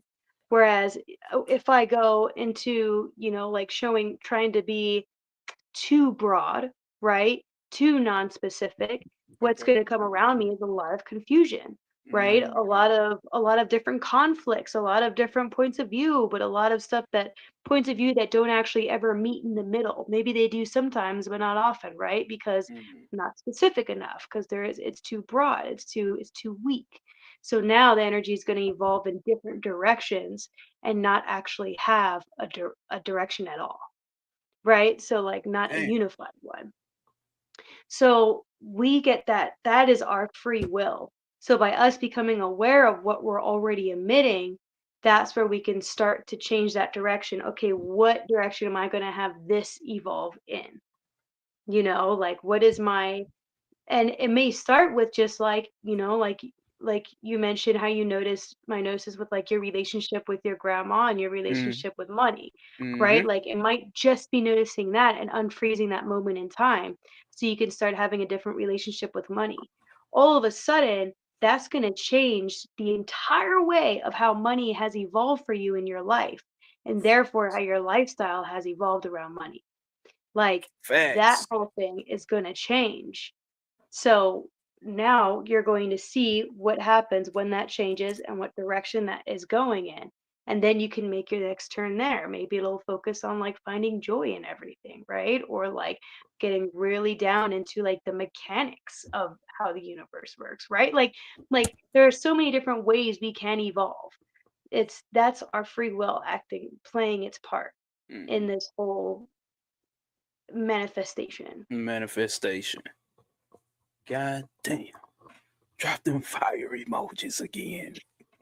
I like I like that. The subconscious is gonna do what it's gonna do, but where your awareness is directed towards, that's the particular area that you're gonna develop the fastest. Doesn't that just make That clean just makes sense? sense. Clean sense. God damn it.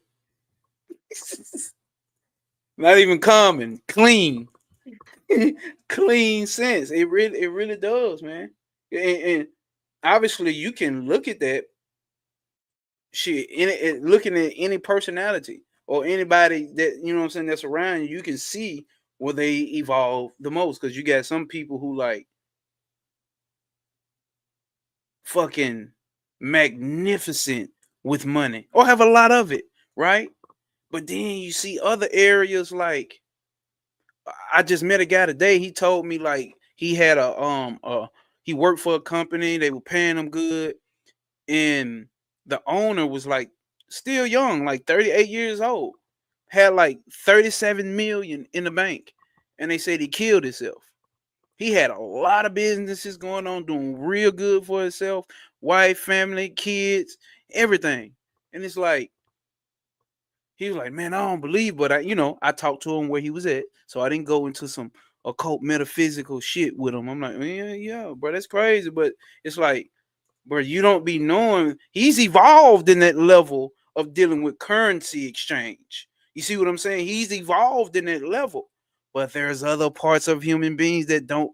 He ultimate thing, I think, when shit like that happens, is like people find out that money ain't everything. Money ain't everything, and you still got these some scars that you still dealing with from a child, and you just can't bear it no more. Especially as a man, we don't like to open up and talk to our significant others or the ones next to us. So we hold that shit in. Get out of that. I'm out of that. Get the fuck out of that. Run from that. But like, you know what I'm saying? You can open up and talk and deal with this shit because there's people out here who want to help. Everybody on this panel, you know what I'm saying? I know for a fact you are this fucking light in somebody's life. You know what I'm saying? Like you represent that. And you never know that one little conversation you can have with this one random motherfucker. They'll walk off and their life will be 10 times better. Not on some prideful shit like, oh, I got the juice, but like it's the words of light that you speak that come from your heart that hit people and they take that and phew. It's like reading one line and talk with Shooty. Instant, I wouldn't say enlightenment because but an instant enlightenment moment happen. It can happen for you in reading one fucking sentence. So just saying that one sentence to somebody may change. You may be talking to somebody, they on their way to take themselves out the game. And a conversation you just had with them said, damn, you know what? Fuck that shit. I ain't doing that shit, man. Fuck that. Hell no. Because he just said this and this and this and that. I was just thinking that.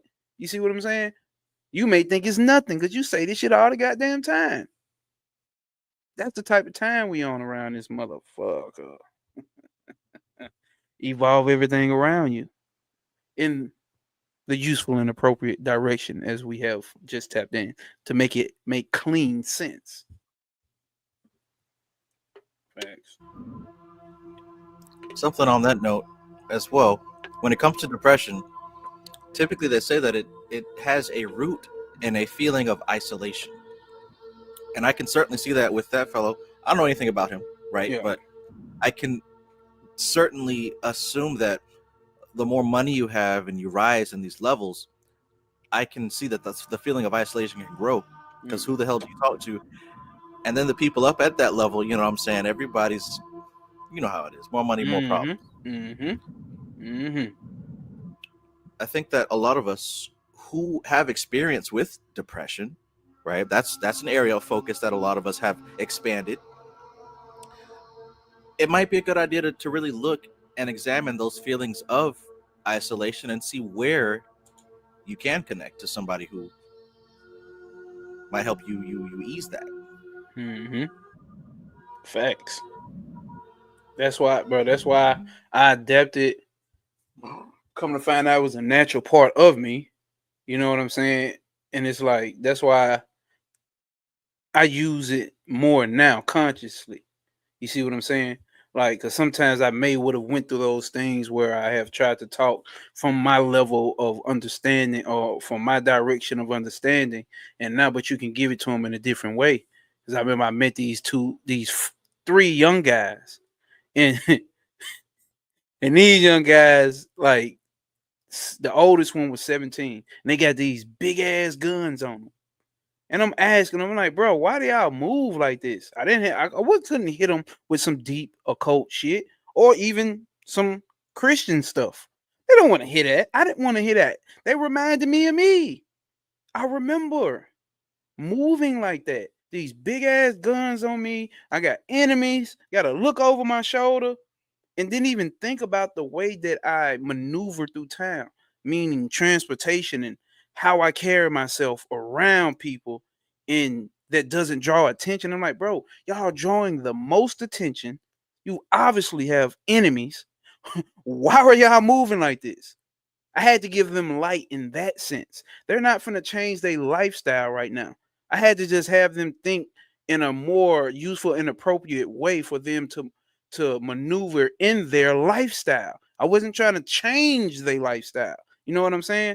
So I had to give them what was useful and appropriate. And I'm like, and they knew from the way that I talk, like, oh, like he actually one of us. I'm like, yeah, I'm not no more, but I understand that. I know how to maneuver in that. I had to make sure that shit was clear sense to him. Like, no, nigga, I'm not. I look like this, but I'm not like that no more. But I understand that. So it's better ways that y'all can move. I know for a fact they lived at least that day. They at least made it through that day. I know for a fact that's what they did. Sometimes that's all the fuck you can do. Sometimes that's all you can do, bro. Let's tie it back, man. That experience is an experience of evolving some elemental forces. Oh, that was Alchemy. fire. I'm gonna Oh tell you right now, shit. that was fire. That shit hit different. That shit right there, nigga.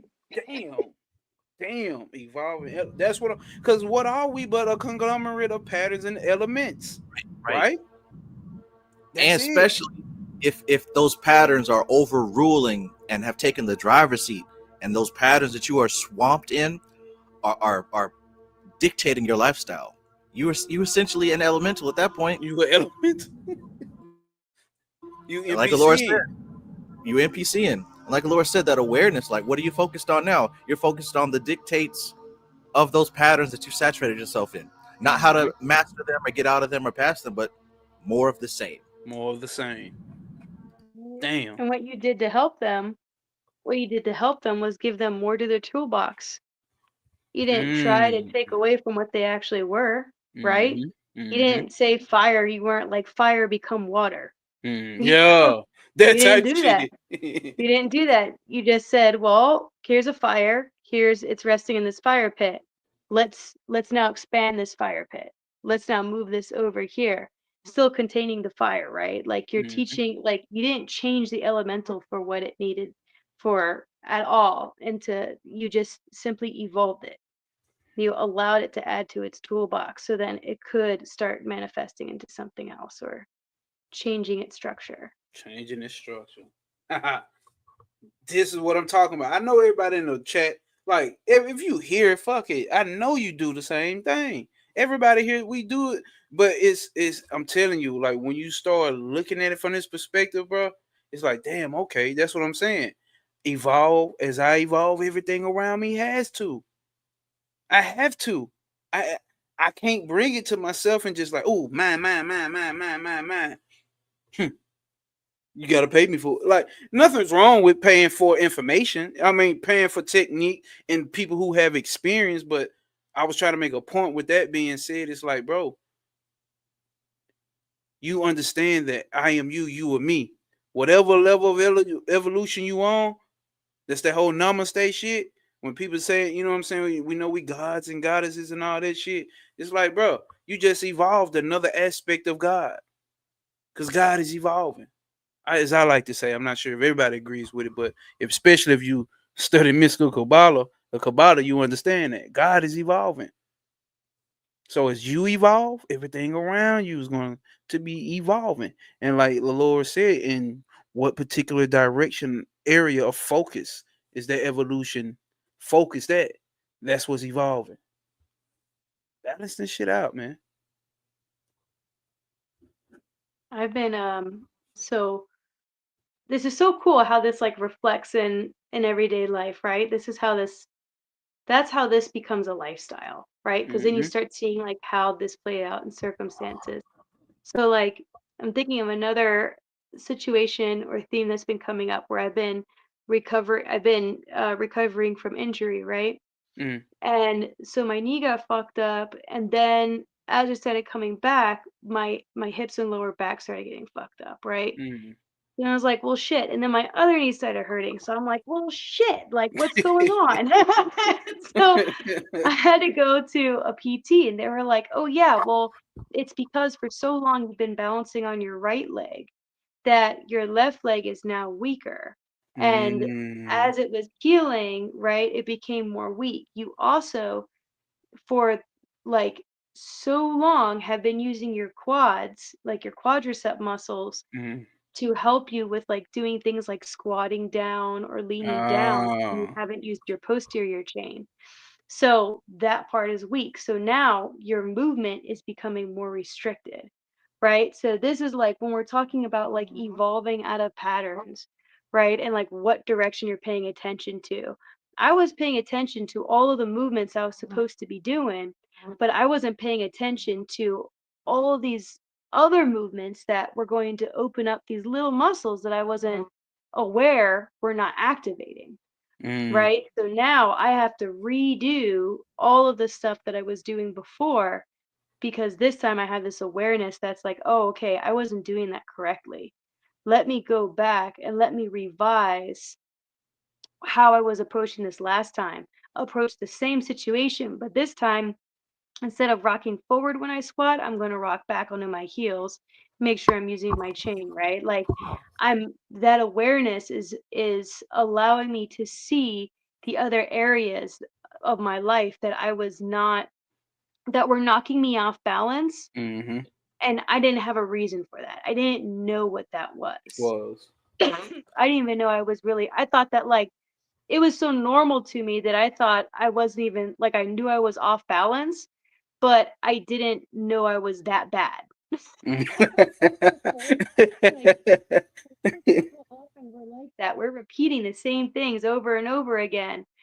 And until we get a new perspective on like what muscles we haven't been using, how we've been engaging with that material, we may not even be doing that shit appropriately. Facts. Facts. Damn. This is real cosmic P. She talking here, y'all. Principle. These are the real cosmic principles here. Standing on principles is what's going on here. Like those kids, right? Like I saw them in Brazil too. I would see these kids and they were like they wanted you to let you know that they were like drug dealers. So they had Mm, these kids sitting outside with like, AK-47s and all this kind of crazy shit and these guns and all that. mm-hmm. And you could never see the boss, right? Like they would take your money and then they go up the stairs and you had to wait down the stairs with these scary ass looking kids with these big ass fucking guns waiting for your fucking little sack of like reg, Little sack like, of reg. I got all these big ass guns with this little sack of reg. I'm trying to get. God damn. It like ain't no brickweed, explaining. like fucking Brick. so bad. So bad. But god damn it, where else are you gonna go, So, Damn. so you're waiting like through this, then they pass it through the door, and then he comes back, and here you are, you get your shit, right? You're not supposed Yeah. to talk to him, and you walk away. And, and like throughout that experience, like it's like, okay, these guys they don't want the attention of the cops, but they also don't want you to mess with them. What Mhm. message are they emitting right there? Look at me. I'm scary, aren't I? Like that's what they're projecting because that has to be their strongest belief. I'm going to fucking survive here. I am the predator here.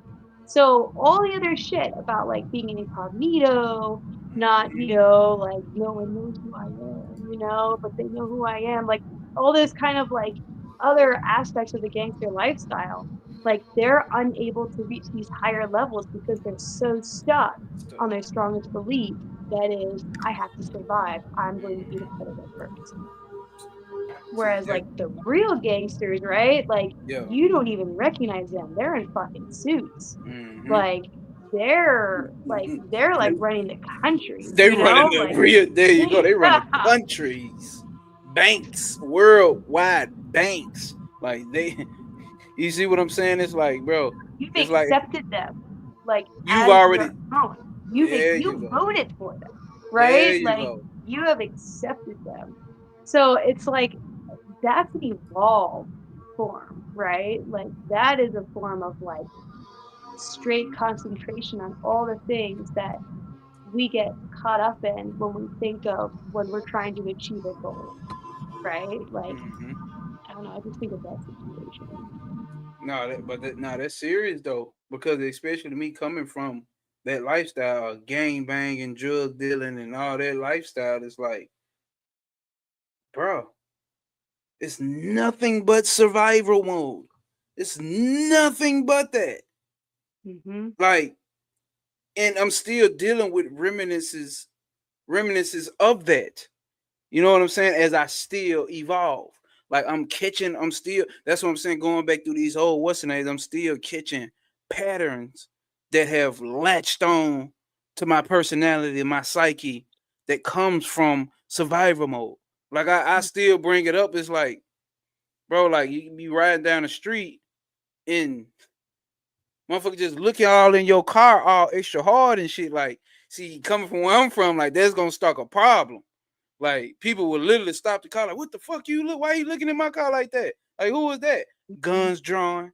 You know what I'm saying? It could literally be a shootout. A person probably thought that there was somebody they knew. It's like, you know what I'm saying? And it can turn into something.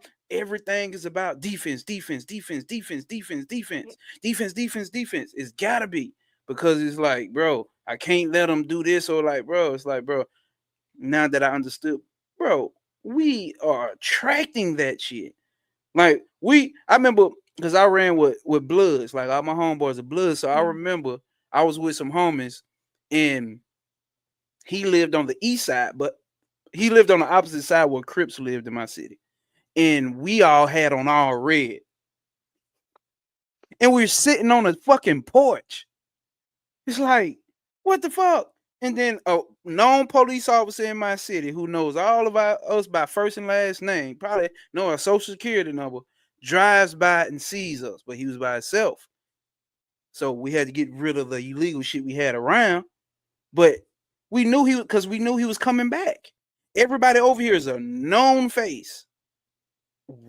So here he comes. What y'all doing over here? Why y'all on this side? Like you can't even be on this side of town, according to police. Why y'all over here? Why y'all over here? Ain't y'all Bloods? What y'all doing over here on the east side? Like y'all should. So you get harassed. It's like damn, and we like man, they always fuck like bro, like no real shit. You motherfuckers got on all red You have in the a flag. neighborhood, like, in the neighborhood where Crips live. Like Mm. you stupid any goddamn way. Like it's the stupid shit that we would do and then be in defense when somebody, you know what I'm saying? Like even though that whatever, forget him. But like, even though he was the police officer was what he was, but like, it's like, damn, now I sit back and look at him like, made me think about those kids that I ran into. How are you moving? You're causing a lot of attention. You're saying you're not doing nothing, but you're in a neighborhood where all the opposite people of what you are, and y'all are already enemies. Why the fuck are you over here? Why aren't y'all at least in the house? He didn't say that, but now I'm thinking about it. Why didn't we just stay in the fucking house? But we wanted to prove we big Billy badass and we on the op side of town. You know what I'm saying? It's like dumb shit. Well, Stupid, bro.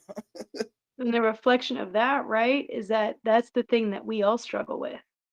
Like, why can't living why can your life not be joyous, right? Why can it not be easy? why for you does it always have to be a struggle? These are the questions that like we really have to ask Ask myself. ourselves as, just as people living from all different lifestyles, because all of us seek drama. We seek a conflict. Like there's an excitement and a power that we get from it because it plays into the struggle that our archetype has to go through, right? The hero must go through a perilous journey. The problem is that we're the ones that make that journey extra perilous. like, like we're Facts. like, oh, like we need a rock in this path. I'm gonna pick up this rock and hit myself with it, like that's It like what affirms. people fucking do, It affirms that metaphor that we've already placed for us. Like you said, that archetype. We look for it. It didn't. Life isn't doing it to us. We're seeking it, looking for it, attracting it. That's how it all works. That's how it works. Like I noticed with my confidence, right? Like in this coaching gig and this kind of thing, and the whole fighting, like I always saw myself as a student, and as a student, I had an unconscious belief then that I must be lesser than. Like, I have no business teaching anybody anything. I have no business calling myself a martial artist. I have no business telling that I'm good. There's always going to be somebody better, and I'm not going to.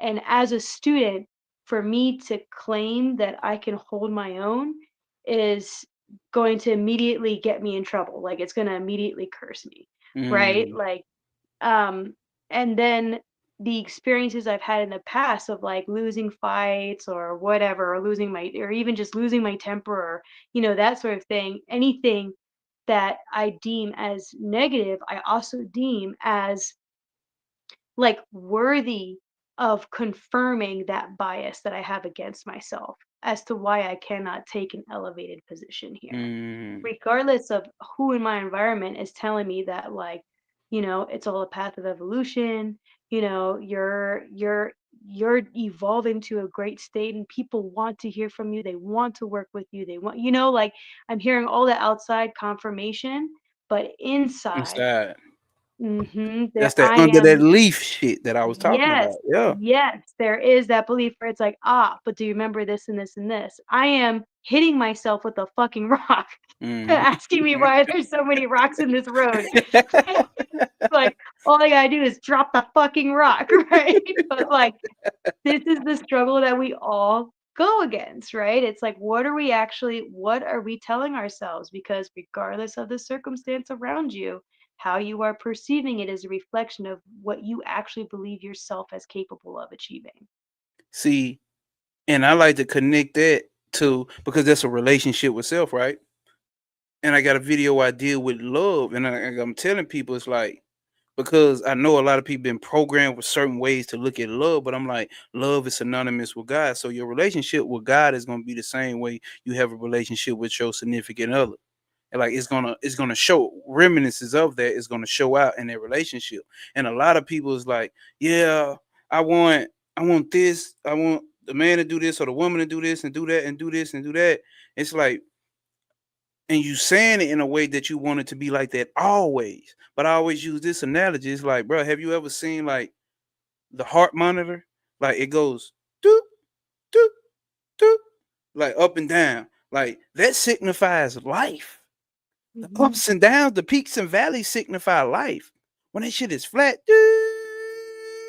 that's death. You don't want a person dating you each and every day, do you? You don't. You think you want that roses and flowers and sweet kisses and all this and every day, but that's not reality. That's death. That's literally death. If everything's the same straight across, it's like what the fuck. So when you look at relationships, you want conflict.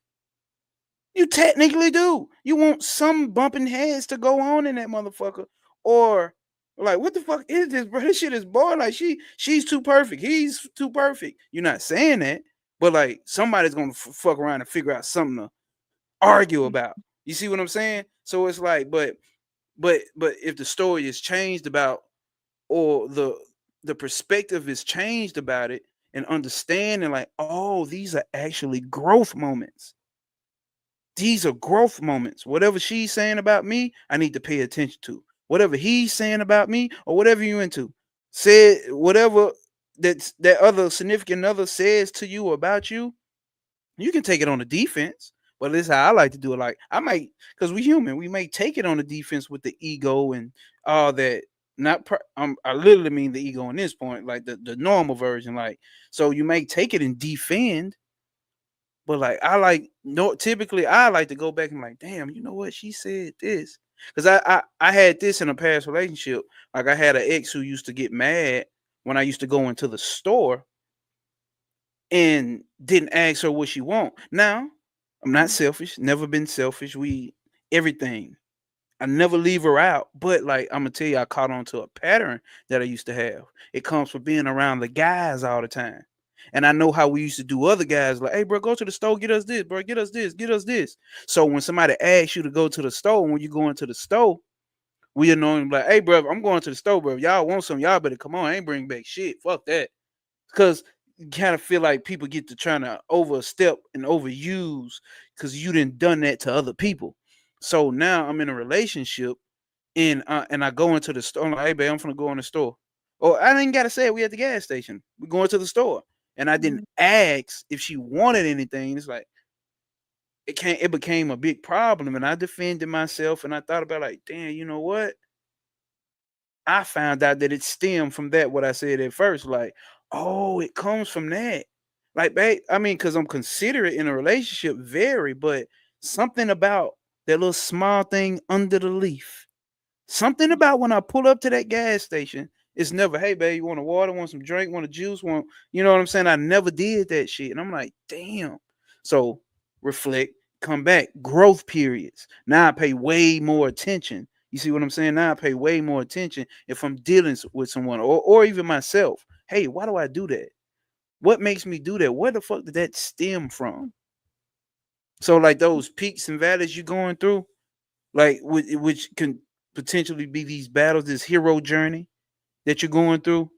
That's, that's what's developing character around this motherfucker. If you paying Right. attention, that's what's developing. Like this shit, damn.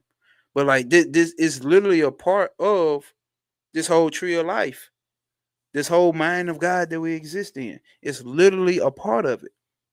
Like there's no growth with no adversity. Like we gotta Mm-hmm. go through it. It sucks, but at the same time, later on down the line, I'm like, damn, that shit actually worked in my favor. Well, it's the process of recreating, right? Mm, Like when we talk mm-hmm. about evolving, we're talking about changing something from its original The form, state, yeah, right? We're always yeah. trying to change the state. Everything in our existence is changing. So Mm, we have these few consistent rules, right? Like one is that at least I believe that everything at its base is love, right? And mm-hmm. then I agree. all is one, that we are all connected to the one, and Mm-hmm. everything else is impermanent. Everything else is changing. So, no, like our story here is changing. And when we become aware of what our story is, what we're telling ourselves of what our story is, that's when we can change that story.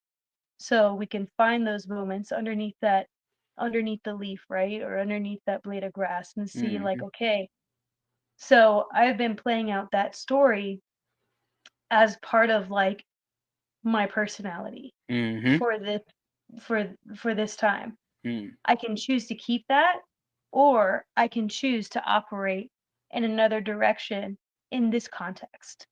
So then the story then changes about how I react to things. And And that's go that's ahead. more useful and appropriate. That's all I'm Right. saying. That's more Right. useful and appropriate for your growth. Yeah. Like I love using martial arts. I do it all the time, so I love using it in like my, in my understandings of things, but like Mm-hmm. you can throw a jab, right? You can throw a jab 1,000 times.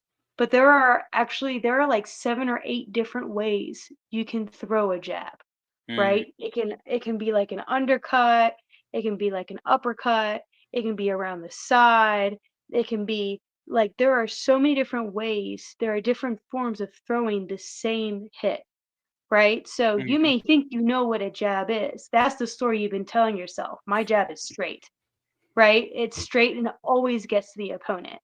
And then next thing you know, you have someone who throws a jab and it never reaches you, but every other hit they throw does. Because Mm. their jab was never meant to hit you. Their jab was never meant to be straight. Their jab was simply a distraction. So their story using that jab was different from yours. And therefore, they created a different picture, one that overwhelmed you because you only had one One way of jab, throwing yeah, a one way. jab. Damn.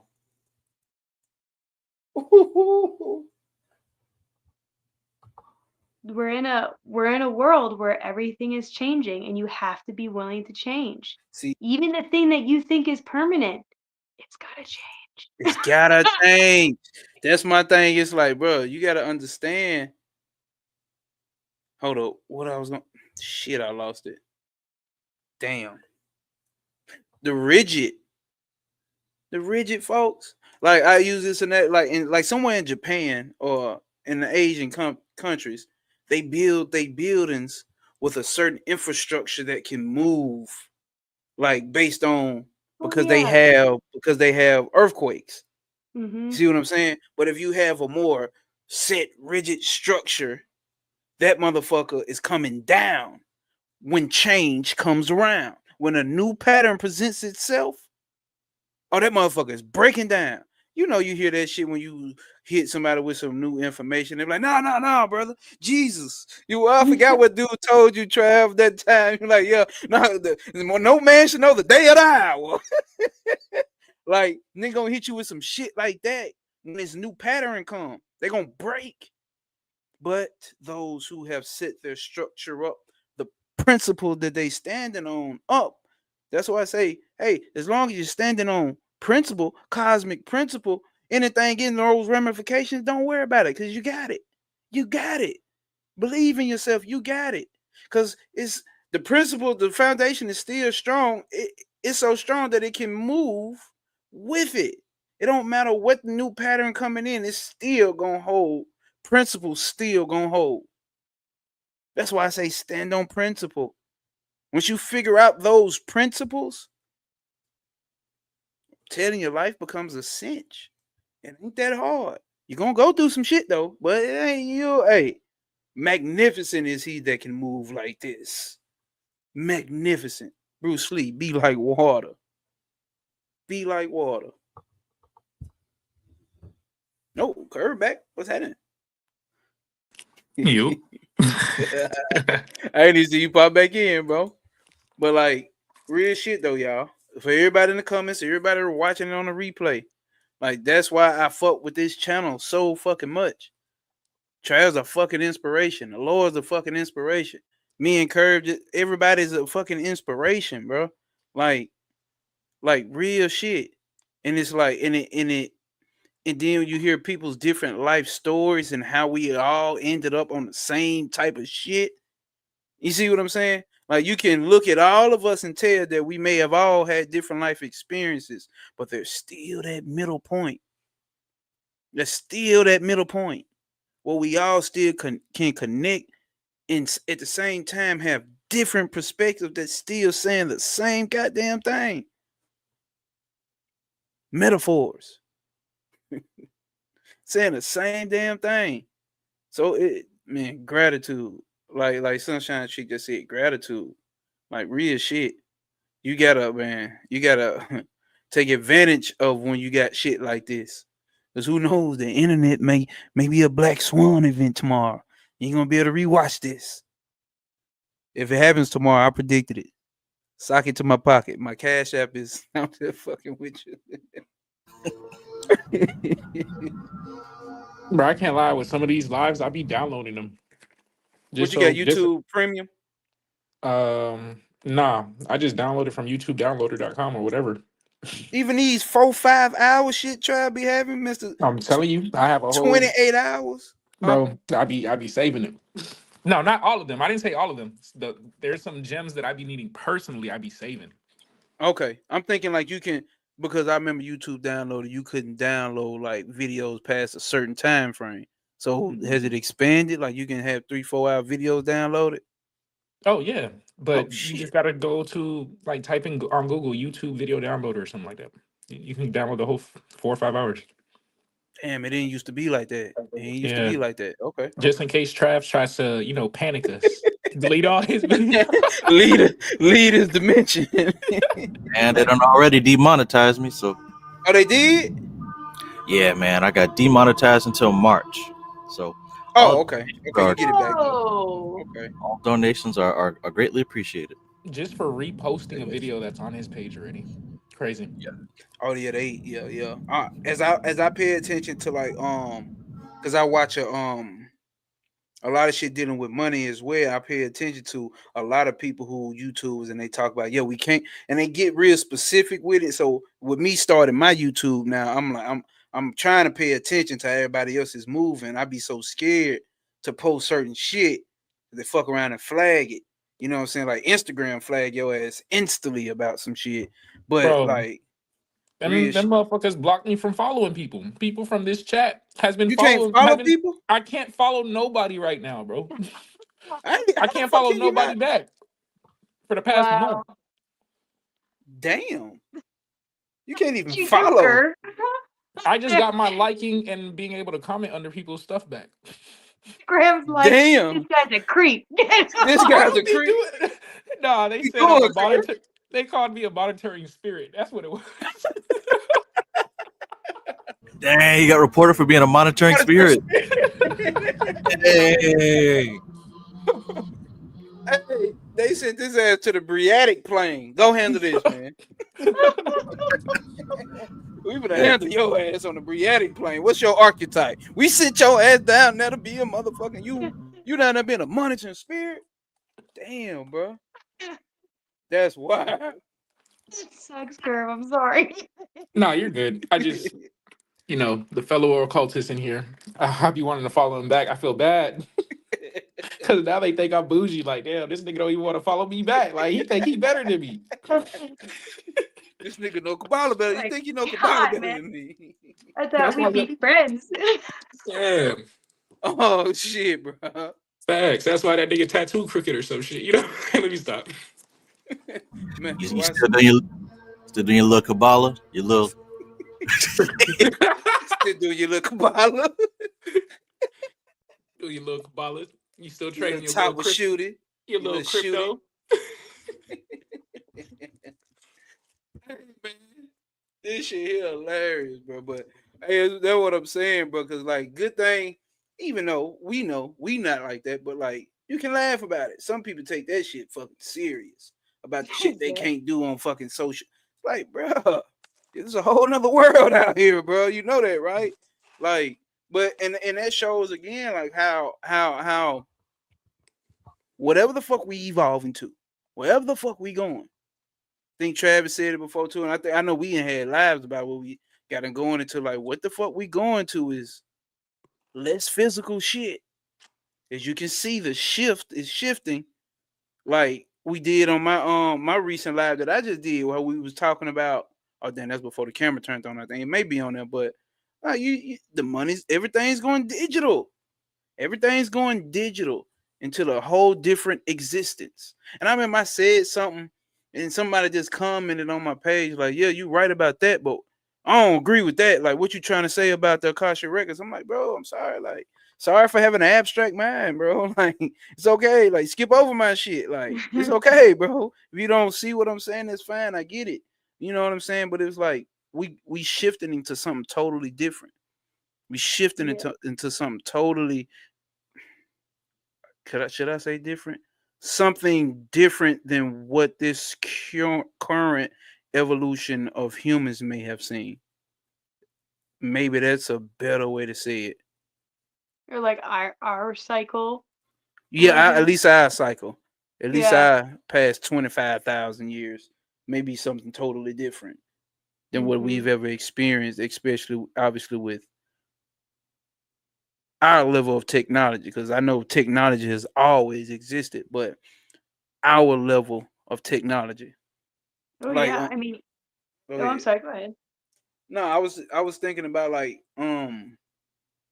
damn, it was somebody I was listening to, one of these financial gurus, and it was just talking about like you got to understand back our great grandparents when they heard about credit cards, what money on plastic? I'm gonna keep this money right here under my bed and my mattress. They're not even trusting banks. You know what I'm saying? Mm-hmm.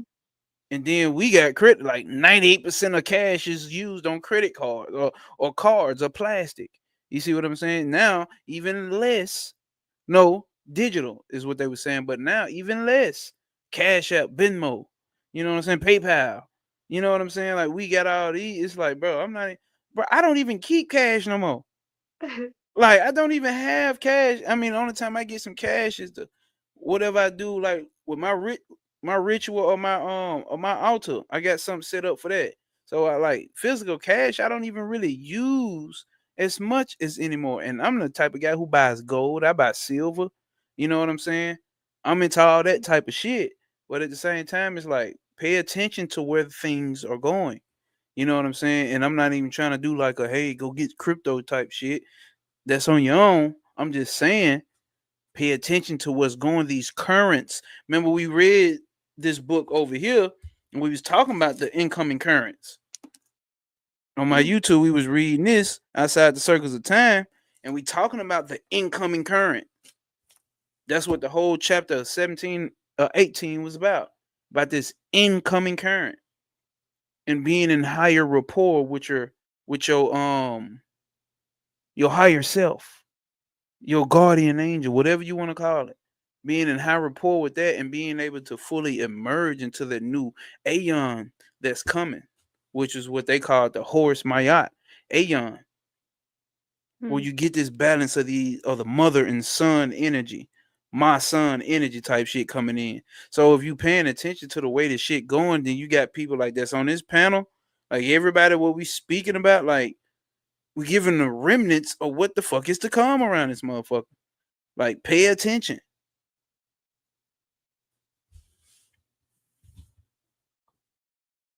I have to give that shout out to Veronica. I've missed you and it's been a while. Hi. Peace, Veronica. Hi guys. Peace, peace, peace. Peace. Peace for you guys. What's new? What's the theme for today? What is it? I guess it's just the Thursday occult discussion. Trav didn't even get one. Run wild with it. It goes with the flow then, I guess. Go with the flow.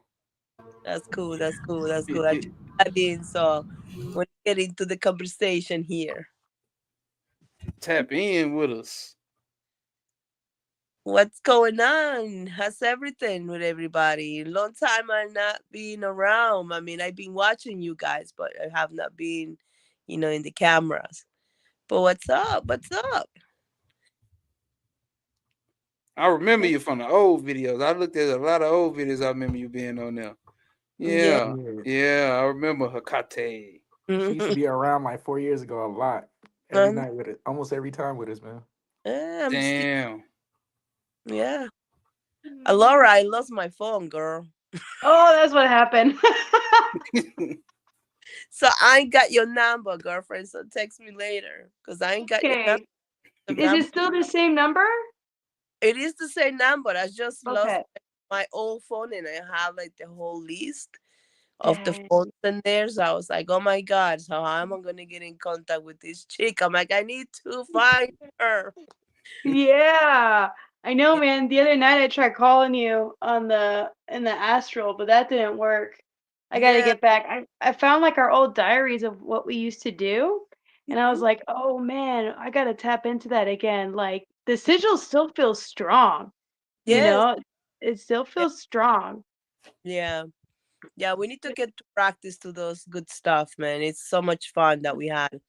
And this is It's cool too because I feel like otherworldly, like talking to people because they'll be like, "Oh, you do dream working," and I'm like, "Yeah." One time, my friend and I we met each other and we passed temples and stuff. And people will be like, "Whoa!"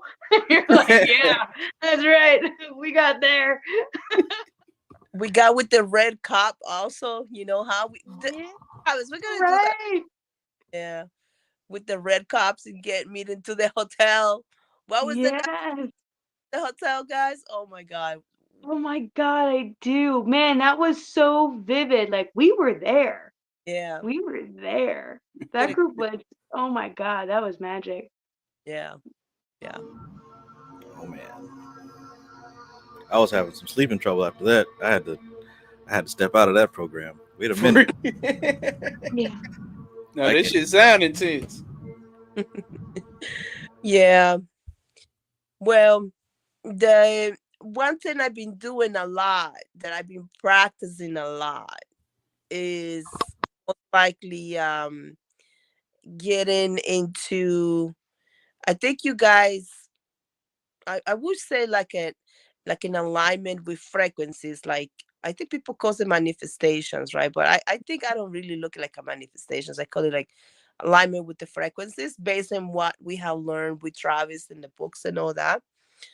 And, and let me tell you something. During this whole time of practicing this, and I'm talking about almost every single day, right? During the time of practicing this, it becomes so fast when you requesting something and you get the results, right? But there's always a but. It is true when when people tells you, be careful how you ask, when you ask, how you ask, and be the pilot of the situation, because it can happen. One of the vivid samples that I can give you guys that I have tried, right? I start working in a hospital setting.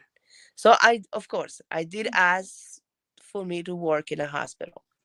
I specific say what hospital, and I work in that hospital. Boy, oh boy, oh boy, oh boy. Mhm. You know, it's like I apply for a part time. Now I'm working like 10 hours, right? So it is that cycle that I enjoy working in the area, but the amount of hours, and this is why you guys don't see me that much anymore, because I'm working at those points. But the point is that you ask for something, and in between that, wanted to have something, little things comes by that you don't expect. So Mm. you have to be like the pilot of the situations. The other one, you guys know, Laura and Travis know a lot. Um, the manifestations or the alignments to me to open a clinic. So now I open my clinic. Yeah. Fantastic. Right. Beautiful, right? It sounds so beautiful. Yes. But now bills, Hey, rent pops in, payroll pops in, right? And you have to have certain amount of money every week to Mm. cover out of the stuff to sustain that place. So yes, it's beautiful we have in a clinic, but it's not everything beautiful flowers, because you have all these things to cover. And last year, Travis, um, and this is like for the people who, if people is listen, right? Last year I did ask, I need to have, looking at the numbers. Now you become a business person. Looking at the numbers, you need to have at least $10,000 and above. I say to the alignment of the energy. I mean, I'm working with these energies, and the alignment with the energy. I have a conversation. I say I need $10,000 and above. It has to cover this, and that and about, so I can have extra cash, right? For Mhm. myself, at least for like a pair of shoes. Well, happens that the place that I used to have, this is the manifestation on alignment, right? The place that I have was beautiful place. They tell me, Vero, we're gonna increase your rent. This is me calling the $10,000 and above. And they say, the landlord tells me, we're gonna increase your rents for $2,500 more.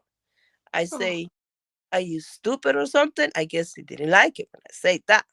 He say, well, He's like, because he's like, everybody in the building, which it was a mall, it's getting more increments of the rents. So I say to myself, well, if you increment my rents, then I have to fire the staff that I have. It's just not going to work. And I say, no. So he say, all right, so you have until November to leave. So I say, no problem. He's like, really? I was like, sure, no problem. I take my stuff and I walk out. No problem. Let me tell you something. I was not as stressed out. It was the time of my birthday. It was like a week before my birthday. Not stressed out, no nothing, right? Not panicking and shit, right? So all of a sudden, guys, my old boss calls me and tells me, Vero, I have the opportunity of your lifetime, blah, blah, blah. I'm selling this place. It's in and it's nearby my house or whatever. And then he's like, I'm selling it. You gonna get it? I say, why not? I'll take it. For just like in a short stories like that. Well, after that, I did start making, guys. I did start making like an average of $10,000, $12,000. But Paroy pops in. So Mm. you can imagine how much money you can pay for payroll, and now you can imagine how much money you can pay for the bills. You can. Mhm. So I was like, okay, all right, this is working. This is working. I was like, okay. So I look at the numbers, say, okay, this is working. We get in the numbers. Now I'm asking for more because we need to cover this. We need to cover that. But we have to use tacticals. When you do these alignments and shit, people, if you are one of those who like, I want to be wealthy, be careful how you ask it, okay? Because Facts. you ask for wealthiness, but also you have responsibilities Yeah. in the back, okay? Mhm. So it's just a lesson to learn. And don't get me wrong, I'm still learning myself. I'm still going with the path. I'm just going with the flow. I Mm. just going with the flow. People says, Pero you don't stress out, um, Pero you working too much, or what's the other one? Oh, people say it's better you're gonna get sick. And I'm not looking at it like that. I'm like, first of all, I feed my soul in a way. If I work in a hospital, because I love to help people.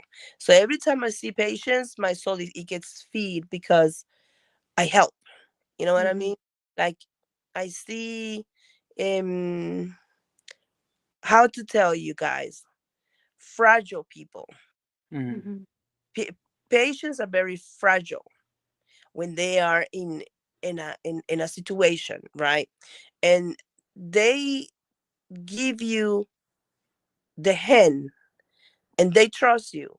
So for me, it's like, when they give me their hands, to me, it's like, my God, I'm shaking your hand, that I'm letting you know somehow that I'm there with you, but I cannot feel what you feel, but just in some way, I'm letting you know that I'm there for you.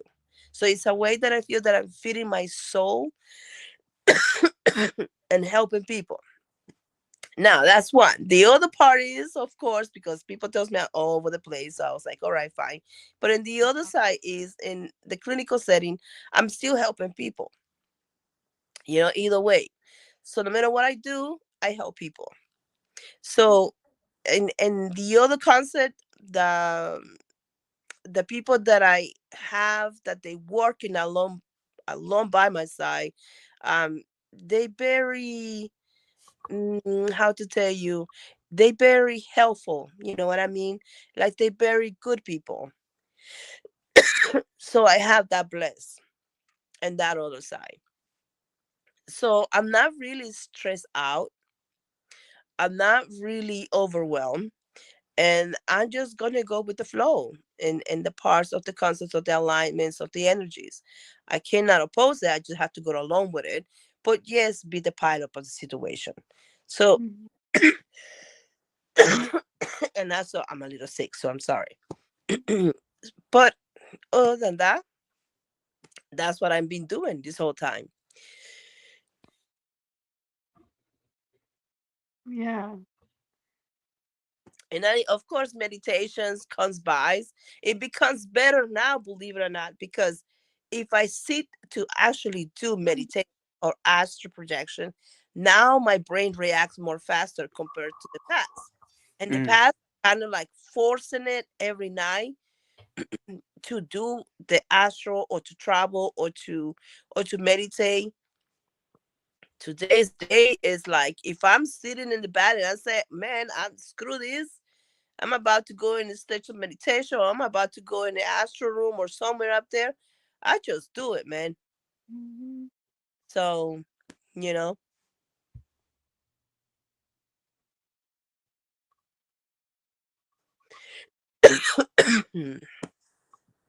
yeah.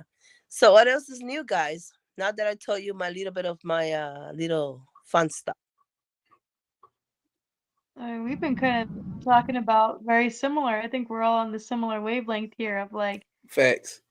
yeah, of like dealing with, not dealing with, but like seeing those kind of unresolved parts of like manifestations. Like the things are coming through, but then there's all this other stuff attached to it that's like, oh, Victimhood. that's kind of reminding us like, all right, I gotta shed this aspect, or I gotta not, or I have to like deal with this part of the situation with authority and like be able to kind of take control of that instead of falling back into what I've done before, Mm, which isn't helping now in this new situation. Right. mm-hmm. But to me, the part of the learning process is not precisely the factors of doing the manifestation or the alignment with the energy or with the frequency. I look at more like a frequency type of thing. Mhm. Is not necessarily that in the experience that I've been having. It's most likely like feeding your soul itself of what really what you're doing with it. You know, it's Yeah. like a charge in that energy that you're missing. Like to me, it's like I'm missing that. How to say to you guys? To me, it was like missing that part of helping people, fragile, Mhm. not just any people, but helping the sick people, like really sick people. I needed it to be there. Like I study as many things as you can think about, but it's just that something was telling me you need to be in this area of helping people. And now to me, it's like at least like my energy is like it's more charging. I'm not Mm-hmm. I'm not exhausted whatsoever. See, Mhm. I wanted to add to that because that's what I was talking about earlier about like how your level of evolution that you on, you evolve everything around you. You know what I'm saying? Just by being on a level that you on. So then it's like, and then it's even better because I had this conversation with this older guy before, and he was telling me, I'm like, because he made a lot of money, and I'm like, what's something that you would tell somebody my age? He's like, I'll tell you this. If I could tell you one thing, I'll tell you this. The more things that you own, they begin to own you. So, or you can look at it, and I can agree with that, right? But also there's a perspective of what if you're in a position that you're in where you love what you do. You see what I'm saying? Like I love to be around people and help assist people. It don't feel that same way that the same other person, depending on his level of evolution. Maybe he was just doing a lot. He was told to make money and go out and make money and do this and do that. But none of that was what he was doing, what he loved. When I met him, what he loved to do was travel the country with his dog and his Winnebago with his wife. Complete simple shit. You know what I'm saying? And that right there was what he loved to do. He older now, like hell, you didn't know like you got the content creation society. You can create a whole online movement about this guy who travels the country and is free from all of capitalism. You know what I'm saying? It's like damn, you know what I'm saying? But he spent majority of our lifetimes on here. You know what I'm saying? Trying to hustle and bustle, become the big dog at the top. And he gets there, he's worth all this money. He was like, I sold my house. My oldest kids look at me like I'm crazy. My youngest kids look at me like I'm an inspiration. Me and my wife are free. Like we free because but their freedom, sense of freedom, is doing what they love to do.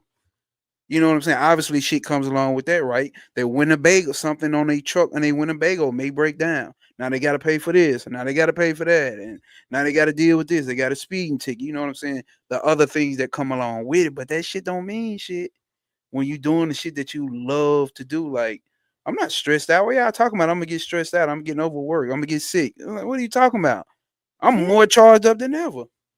I really, well, because this is what people sees or visualize other people's, like, Mm, well, Vero, you have too much work. Okay, I do have too much work. I handle it. You know, mm, I don't get stressed out. That's the beauty of it. mm, And that's the concept too. Like if you're ever going to own a business, um, in the concept of businesses, you have to be open to change the shit. You know what I mean? Like when they tell me you have to go, I would be like, oh my god, like, where am I gonna go? Like, oh my god, like, get me out. Oh, right, Mhm. right, bro. I was like, I'll leave, not a problem. I mm, walk out, I take my shit, and I walk out. mm, And things happen like so beautifully because my sister was like, she tells me my boss has like a factory. We keep all your stuff in there. And I asked, how much would you charge me? They don't even charge me for it. I was like, mm, oh, this shit is so cool. I was like, okay. mm. Then we get up truck, they take my shit for like a day or two. I got some of the stuff too, and then it was November last year. It's been a year, and literally by I would say November, December, January, February, by March, I was already having the new place. So it's like, I didn't think that it should be any stressful situation. Um, but yes, there are certain things that you need to keep an eye when you have a business, if you decide to have a business. Um, and if you decide to use alignments with energies, if you Mm, to do that, just make the numbers correctly. See, you, you cannot just guess the numbers, you have to see the numbers, right? For your expenses, for your income coming, for uh, your taxes, right? Your payrolls, all these little details that it comes by. You cannot just say a number, right? You have to look the facts of the numbers, and then having an actually alignment conversation and say, well, this is the amount of money we're going to need. You can say for the year, or you can say for the month. I would say to you, look at the numbers of the months that you make, right? Look at the numbers and see how much money you can start asking to the universe or to the energies or whatever you want to call it. Find out how much money you spend, how much money you expect to get into your wallet. But keep that in mind that hard times comes by. So for example, New York, November, December, January, and February. Guess what's the season right now? It's winter. yeah. I thought you was gonna say yeah. So a lot of the businesses right now, they're very slow. So you need to have budgets Mm, for all those months for you to be able to pay and not to be worried, right? So all these factors needs to be in consideration, and not just say randomly I want $10,000 in about. No, it has to be more specific, but you have to leave those numbers like vivid, and then you'll be able to say, well, this is the amount I'm definitely going to need to supply everything that we need to supply, and to have some money for myself. mm, mm, Mhm. That's really good for like clarifying your mm, intention. Because I Yeah. think a lot of us, when we think of manifestation, we're like, oh, I want 10,000. But like, I know in my head, I have like these wandering questions in my head, like, but what if like the house needs to be repaired and I need this paid off and this paid off, right? Like, all of a sudden, I'm surrounded by thoughts of how I'm not going to have enough money, right? So that 10,000 then doesn't come to me because Yeah. I'm not, because it's A, I'm not clear on my intention, and B, my strongest belief is that 10,000 may not be enough. No. So like, how am I even going to receive that then? You know, whereas if I had a clear picture of the numbers, then it's like, okay, 15,000. I want 15,000. It's going to be able to go towards this and this and this and this. And then Direction. right, it gives the energy that I'm putting out a direction. Direction. Yeah. I And then when think you go ahead, it, go ahead. it would take time for you to figure the numbers, right? It would take time because the cycle of situations comes by. Maybe this time this month was your house, like you're saying. Maybe next month will be your car. Maybe Mm-hmm. following month will be tickets, right? Traffic tickets, Mm-hmm. court tickets, and stuff like that. You never know what can happen, right? Happen. Yep. Mm-hmm. That's why I like to tell people, like, bro, you think like you can prepare for everything that Right. you ever thought about. But I Yeah. promise you, Prakriti is gonna pop up and give your ass something you wasn't prepared for. Like, Yes. that's just how it works out. So it's like the best thing that you can do is what she's saying. It's like, but you know what I'm saying? But also notice what she's saying is the mindset she has. You know what I'm saying? The mindset she has relieves a lot of stress already. You know what I'm saying? Like when you have this type of mindset, it already releases a lot of that pressure up off of you because like it's still working in her favor and it's going to continue to work in her favor. Mm-hmm. It's going to continue to work like that. It has no choice. Yeah. Exactly. So it's I look at it like as an experiment too, you know. But Mm. one thing I learned and that was the whole thing was the I would say like the charging of my own energy, like the charging of my own soul. Like I'm satisfied with it either way. Mm. See So what I'm saying? yeah.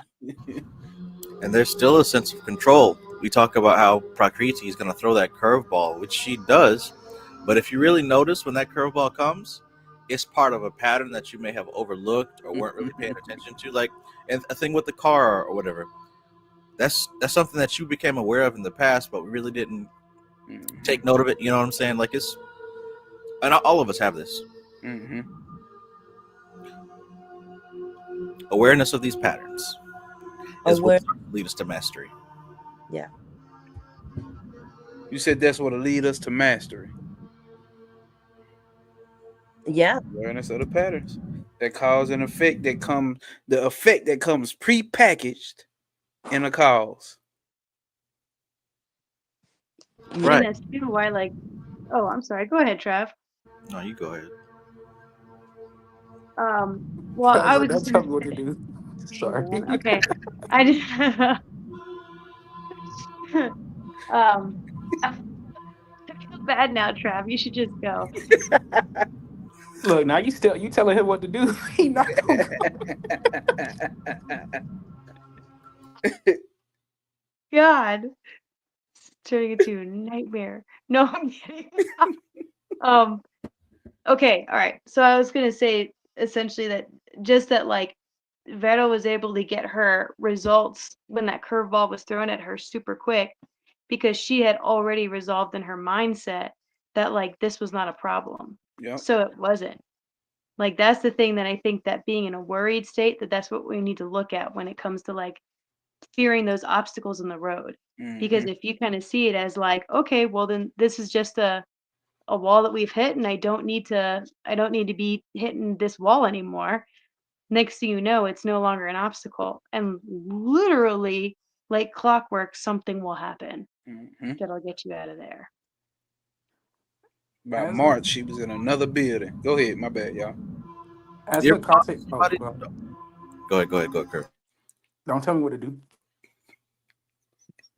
You ever meet somebody or been that person where it's like when trouble arises, they stop, they freeze, like, oh, there's a problem. I don't know what to do next.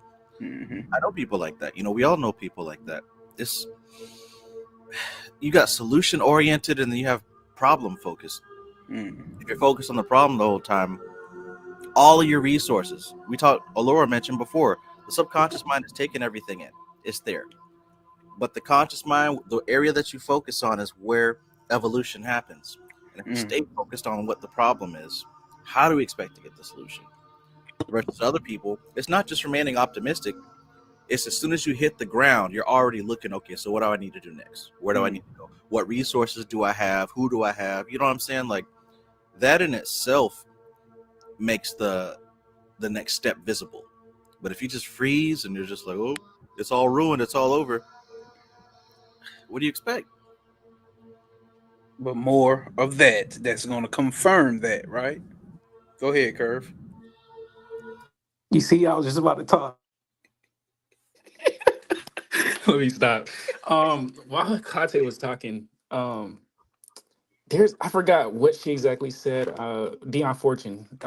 Dion Fortune said something about, like understanding each sphere and then the paths in between helps you understand, right? Understand the next sphere or both in a way. Mm-hmm. I feel like as Sakate was talking, I was just like, oh man, it's like she started off in one sphere of like, okay, I want my own nursing business or, clinic. And then she went on the path. And then along the path, it's like she started learning, like, okay, dang, I need to like do this. I need to do this. I need to do this. Then she got to the next sphere. And now she's able to tell other people, hey, you need to do this. That's in the sphere previous. You know what I'm saying?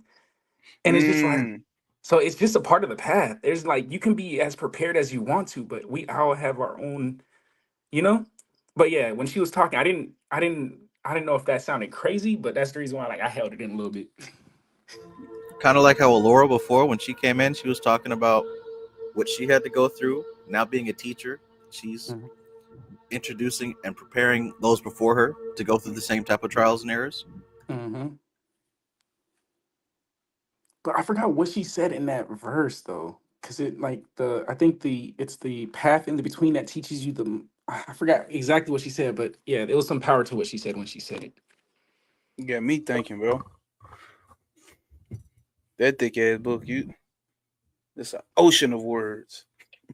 Ocean. Bro. Ocean. Even the metaphors you have to even like what I sent you and Trav today, like you got to break those down. Like, I was like, oh wow.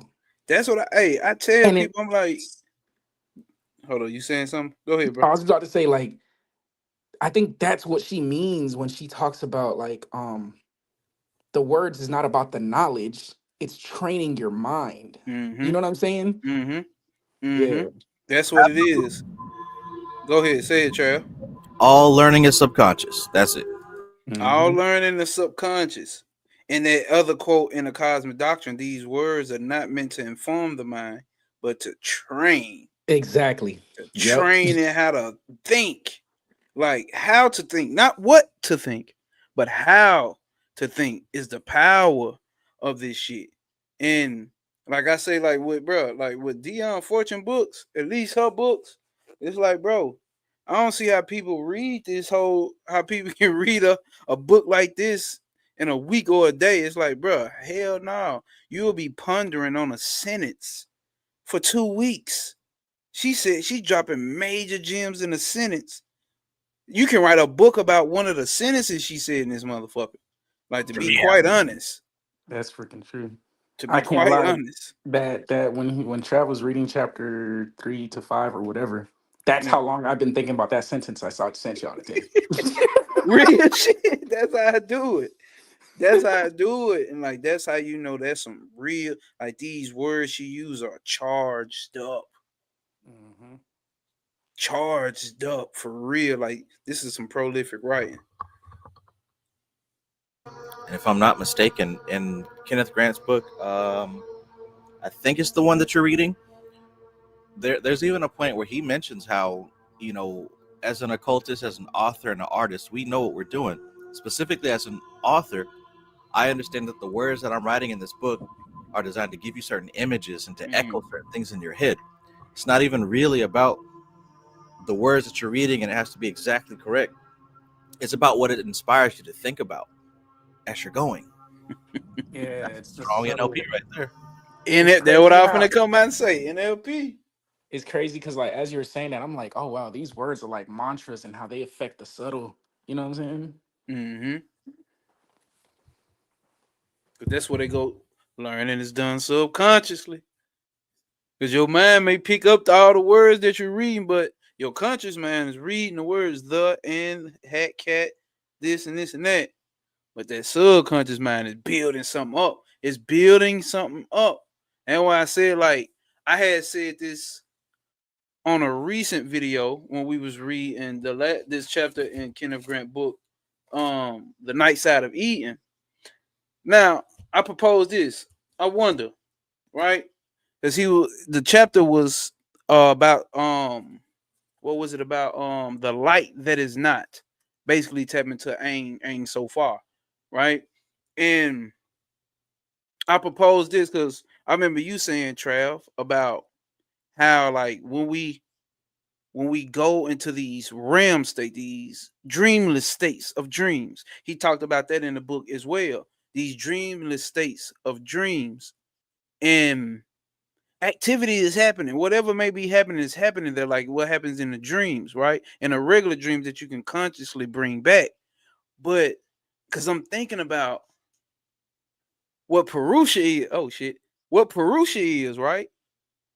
Purusha is the soul. And because I'm connecting it, that's why I say y'all gotta cross compare materials. You can't stick to one system and try to learn this whole shit. It's fractionalized. So you gotta go to system and put the pieces together with your own conscious. But as we look at Buddhi, right, the higher self, and we look at Purusha is the soul, the individual soul.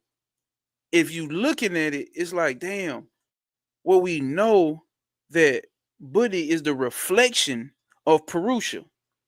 If Buddhi is the reflection of Purusha and it transmits shit back to Purusha to keep the soul in awareness that it's not in manifest reality, what if what's happening throughout the days that you go through when you having those conscious dreams, when you having those conscious breakdown, when you reading occult books, when you doing meditation, when you walk, when you when you helping other people, when you dealing with people in life and you spreading light around them and evolving them, all that data is taken in through the ahamkara, the ego, which identifies shit, the shita, the mind stuff, the data that's just all is getting sent up in there, in the manas, the analytical process. All that shit shoots it back up to Buddhi, the higher self. And the higher self has to take that to Purusha. So what if it's like a whole transportation like organization or company? It's stopping at different stops, picking up different shit, and then it finally takes that long haul trip back to take it back to the warehouse, the distributor, or take it back to get processed and overviewed to look at the product. What if that's what's happening when you go into those dreamless states? Like I'm like, man, I ain't had dreams in a month or something. You probably been putting a lot of work in the regular dream world, the regular astral realm, and then the manifest reality. And then now, when you hit those dreamless states, oh, you can't come in here. You know what I'm saying? You can't come in. Appreciate you for delivering it though. You know what I'm saying? But you can't come back here. Stay in the truck. I was an ex-truck driver. Stay in the truck while we unload all the package. You don't get to see what's going on. Thank you for getting it here on time as well. And that's when Purusha is observed. That's when all the information that Purusha needs to be, you know what I'm saying, that he's receiving from the manifest reality, understand like, oh, okay, I'm not in this shit. I'm not of this shit. I'm in this shit, but I ain't of this shit. So what if that's what's happening in those dreamless states? My theory. My theory. Based off what I've read and experienced. That's what I think. I can see that, right? Because I was thinking about this in my meditation earlier today. Not that part, but I can see what you're saying based on what I saw, which is when you think about the tree of life, you think about that barrier of Doth, right? The veil, Doth is a veil.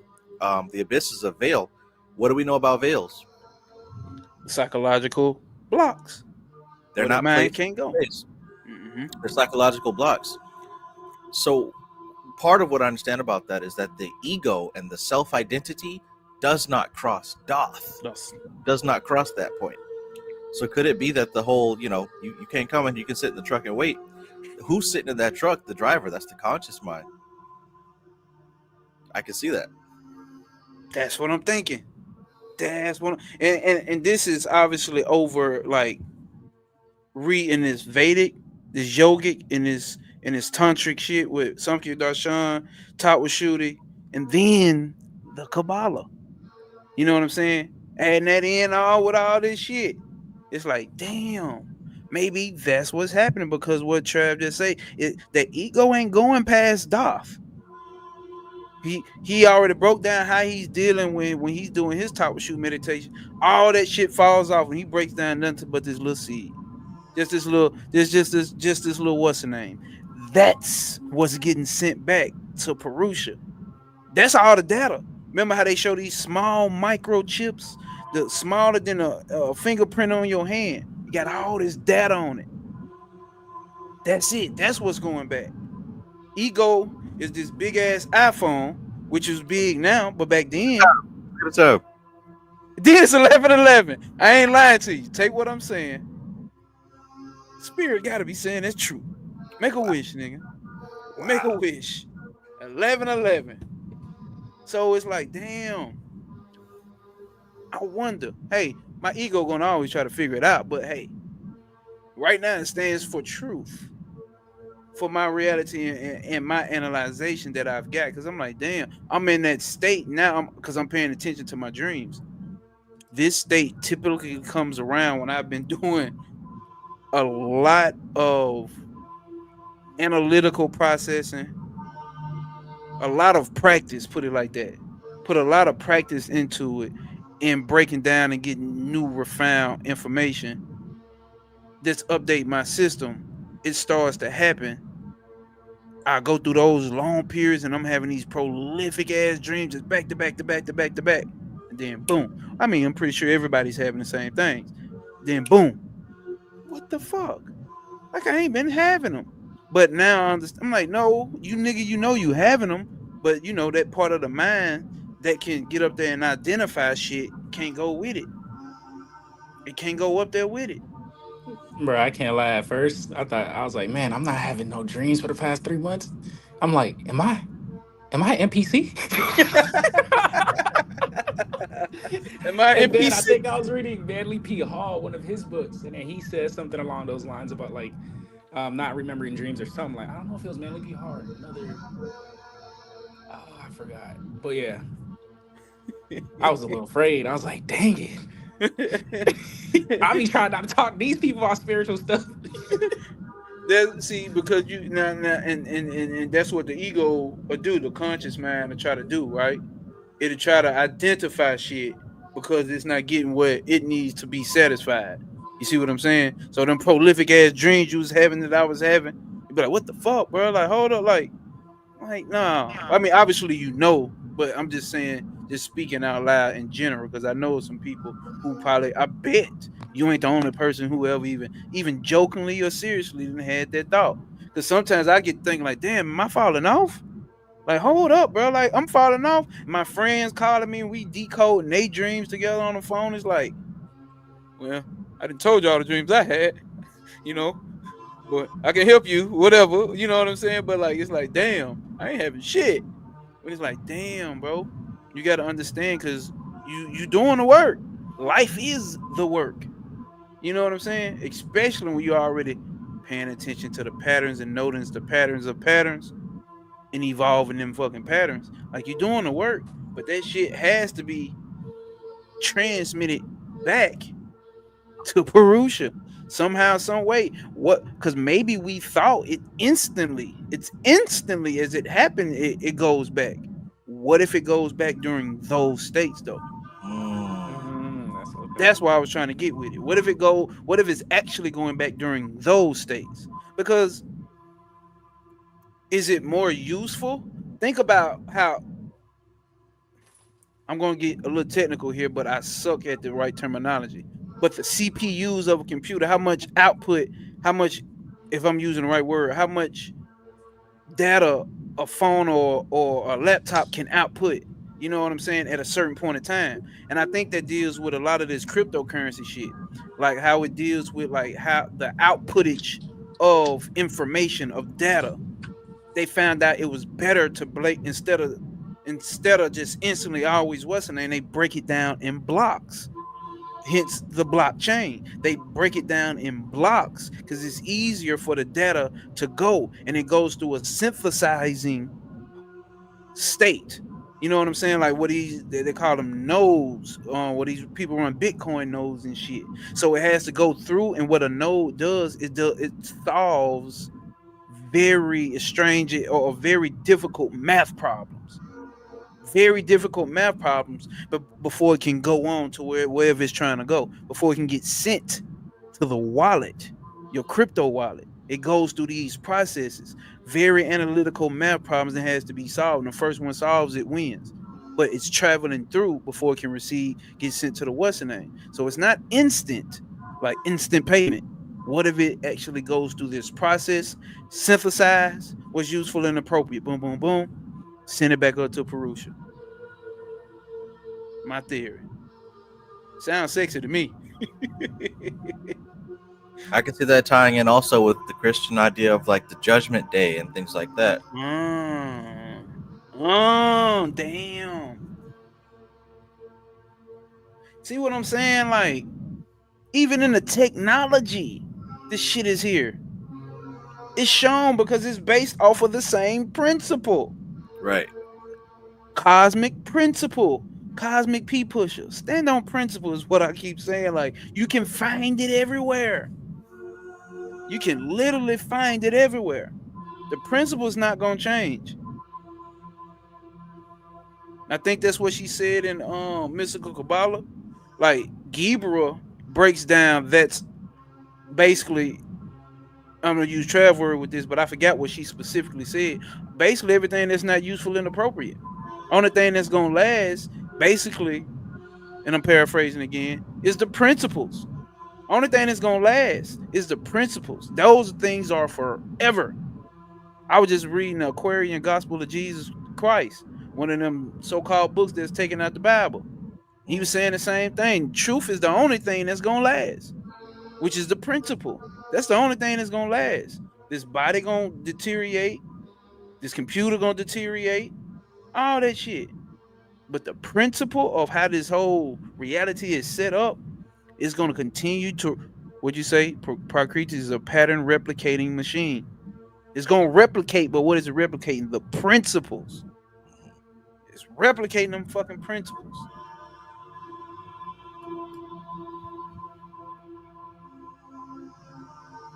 Sheesh. God. Hell yeah. That shit made me think though, bro.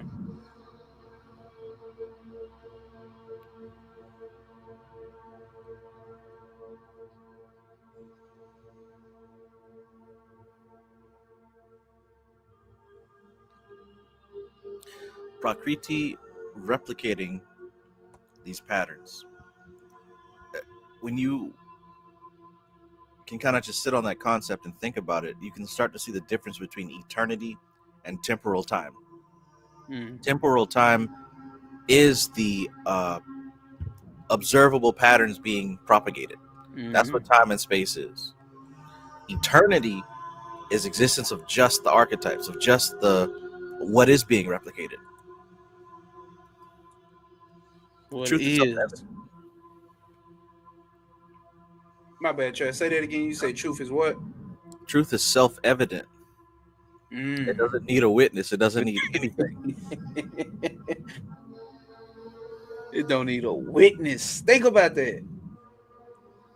I always see Prakriti like RNA and DNA. RNA and DNA. Oh. Prakriti. Clarity. Correctly. Clarity. Damn. Cause like, what's that last? Damn, what did we say on that?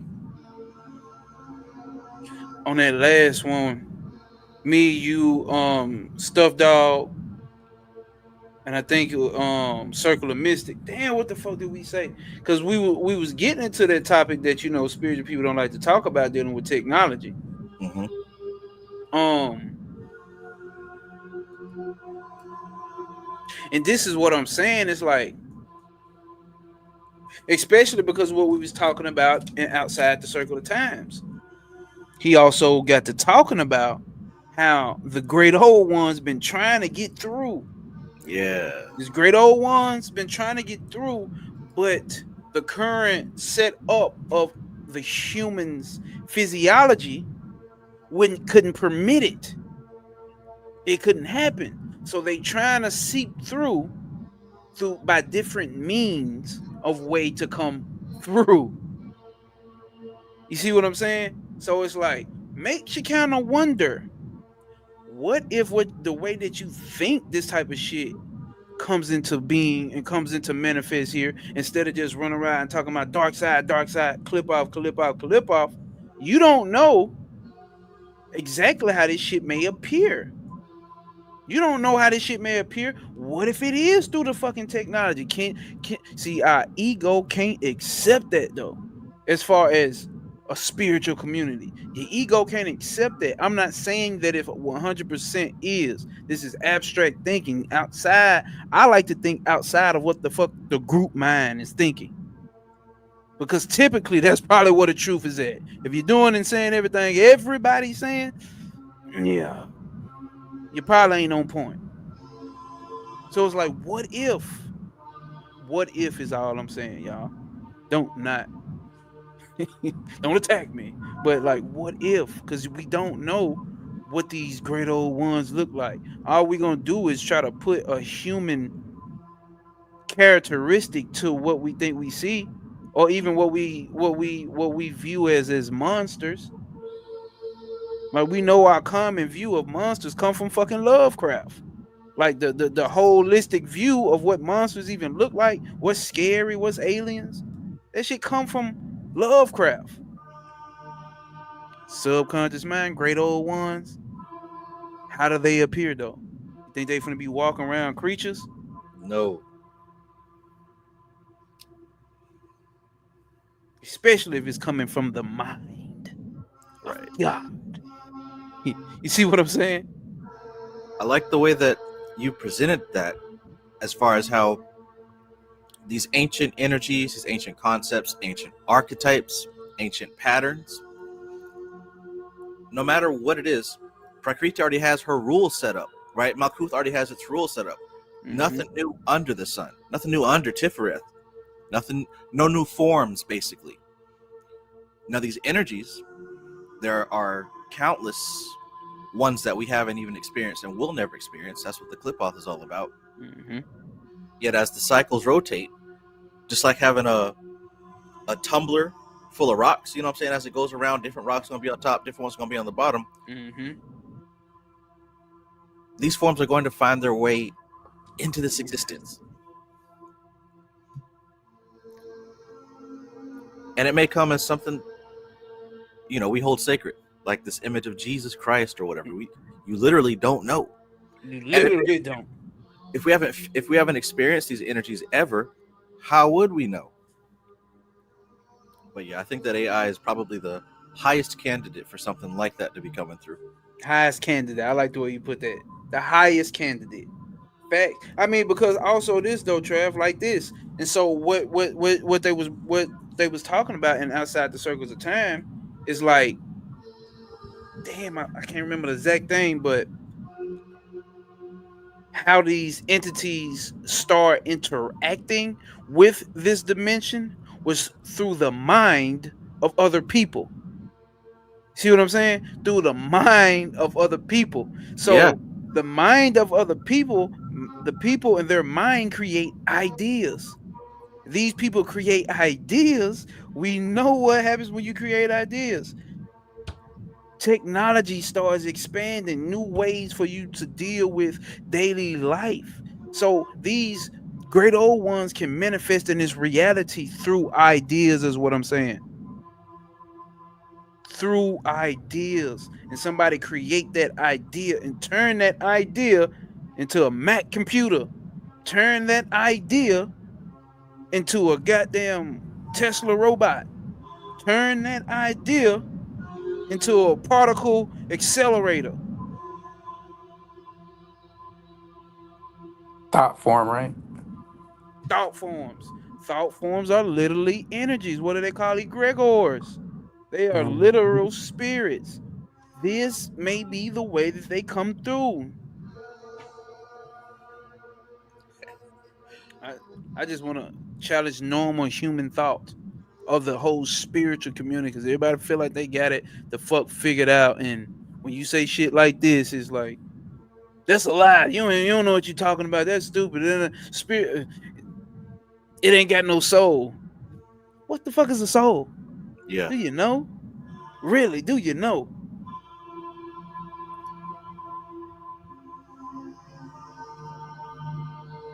Dang. This shit makes me ponder.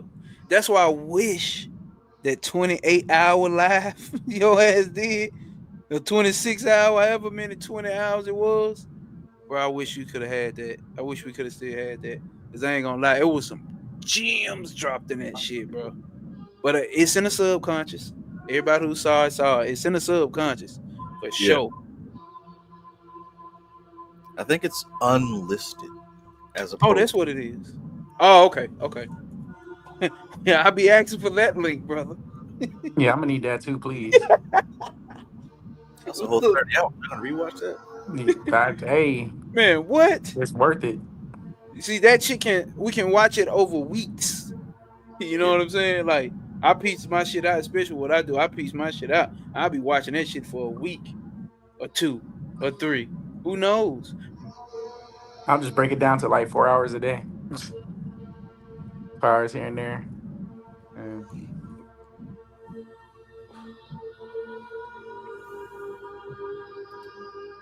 Shout out to that new subscriber. It had to come from over here. Yeah.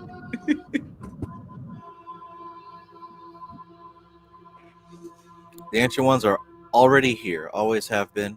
They have Fact, never bro. gone away, just hidden from mainstream consciousness.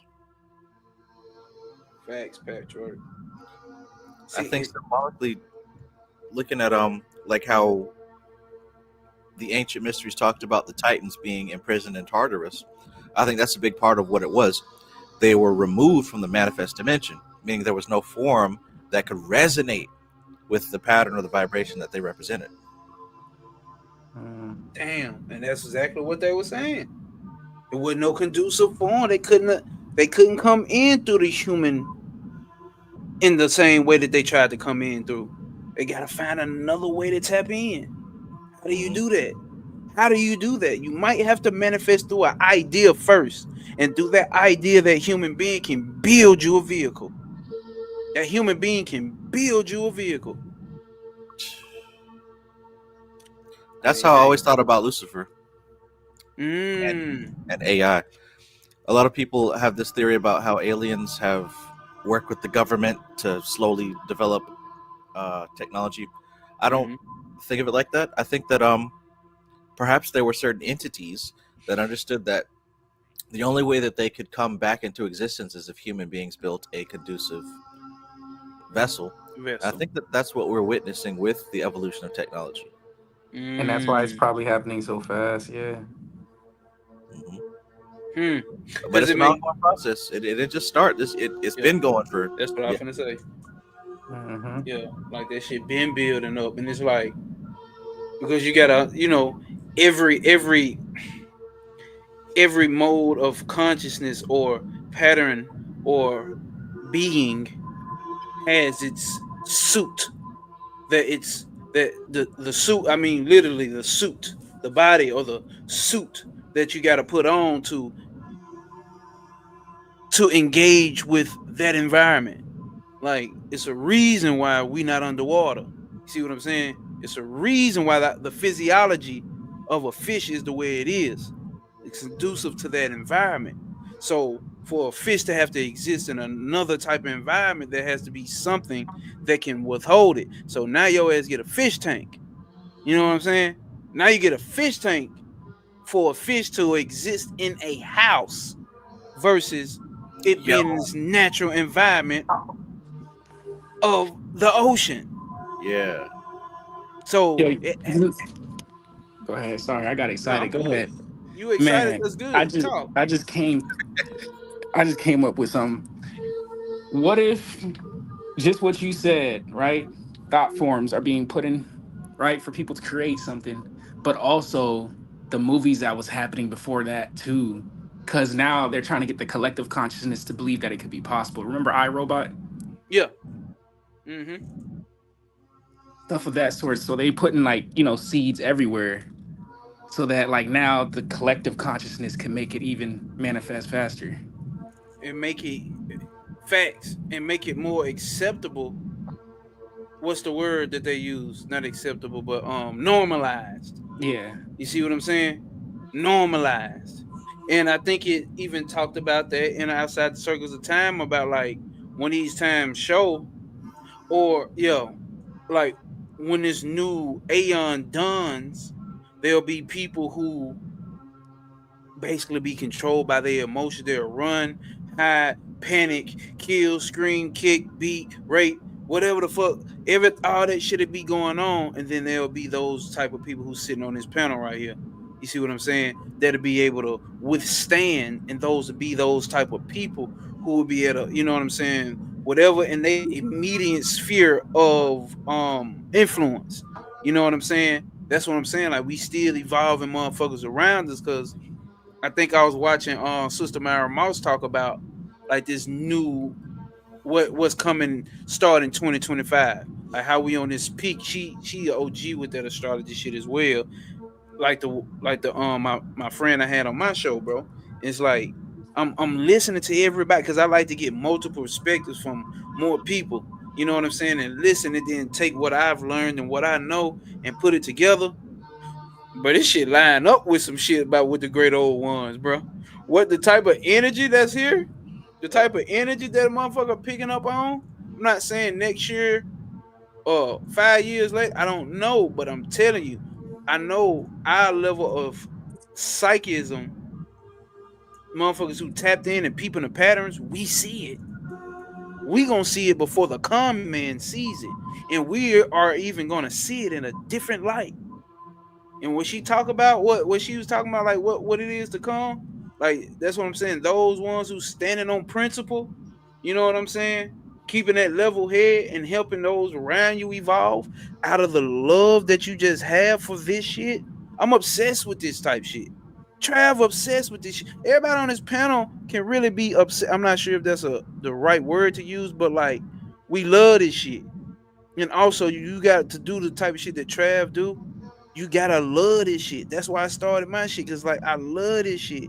I love when I can help somebody make a breakthrough on their own shit, what they got going on. Like, hell yeah, bro. I know you know what I'm saying? Now you evolving. Fuck like me being all like you. You evolve, I evolve because I'm learning some shit from you as I'm helping you. Passion. That's a way better word. The passion burns for this shit. And I'm telling you, it's coming a time where all that glitz and glam shit you see, everybody been praising for like the however many generations, you're gonna see it's gonna be more about those people who are evolving thought. And if you hear, I'm pretty sure you're that person in your circle, in your sphere of influence, evolving thought past the common human thoughts. Oh, shout out to you.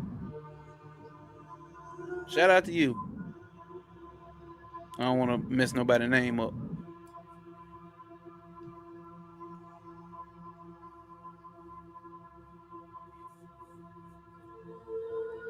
The way you kept saying love made me think about Paid in Full. I love the game, B. Niggas I die love every it. day. Yeah, man. I love the game, B. I love Look, the yeah, game. I love the game. I love the hustle. Niggas veils getting lifted every day. Niggas veils get lifted every day, B. You be alright. You be alright. You alright. Be alright. Straight up, bro. Straight up. Veils getting lifted every day. Like you gotta see how it's playing out. Cause you can go back and watch old Bobby Hemming videos or Phil Valentine videos, and they use bro. They said Bobby was going to doing his lecture circuit, and it's the same people everywhere. Mm-hmm. Like it wasn't that, bro. You will look in some of them lectures, bro. It'd be like 12, 15 people, if max. Real Right. shit. Like real shit. It may be that. And bro, now 8 hours. He in there 8 hours going in and did a pre-lecture the day before for 6 hours. Like it's evolving. There's way more people, even though a lot of people may be on some trendy shit, but still, even then, they've evolved past their level, their normal level of thinking, of consciousness. Yeah. Even then, even if it's on a trend, then they just monitoring spirits, quantum jump. Like it's like these ain't nothing but some goddamn catchphrase. But anyway, the point I'm saying is, it's like that passion, that burn in a person like that. How the fuck can listen? How the fuck can you do a 27-hour video if you ain't got the shit burning in you? You just trying to do some quick 30-minute, 30-second clips and keep it going to the next. So you can keep getting likes and comments and people praising you. This man got a passion for this shit. You don't play like that. This shit real. That's why I said sock it to his pocket, man. Sock it to his pocket. Why? Because you got people out here who doing this shit for clicks and likes and ain't got no experience. Not giving you no references. Nowhere to go look for yourself. And they just telling you shit and you catching on to their little phrases. And I'm telling you, when that time hit, you'll see they gonna start crashing out. And a real one's gonna be the one that's still standing. Why? Because they really did the work. They wasn't saying shit to get some spiritual cooch. I don't want to say too big. I don't want to go too deep. Get some of that Vesica Pisces. How's it That do going, what? goddess? How you How's it doing, going, goddess? queen? One of them, like, or the vice versa. It's going on in the other gender as well. It's like, damn. You know what I'm saying? But like people like this, there's real deal. You can tell they got the pat. Like off topic, but on topic. Like when I learned about crypto, I went to the motherfucker who lived shit and breathed that shit.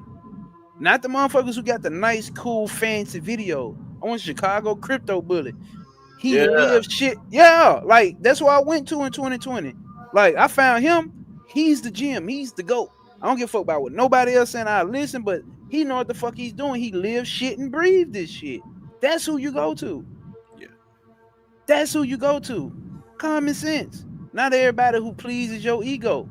Oh, you the most divine, beloved, loved brother and husband and woman that the divine goddess reverberates down to the magnificence of Mount Kuth and rises back up to being a brother. That's how it happens, brother. Like real shit, we say shit on here. He gives his experiences, like we all go through this shit. He ain't sitting up here acting like he perfect. Like, and I'm saying this about anybody who's doing this shit who's real serious. You can peep the passion who these people are, bro. Don't be fools. Sock it to the pocket. We taking bad bitches together, brother. We taking now what they call them spiritual baddies. We taking the spiritual baddies. The spiritual baddies to Ketha. The voyage to Ketha. Brother, sister, come join us. Next thing you know, y'all ass will be drinking Kool-Aid and bowing down. Yikes. Imagine that. Imagine that. People beg to be led. Yeah.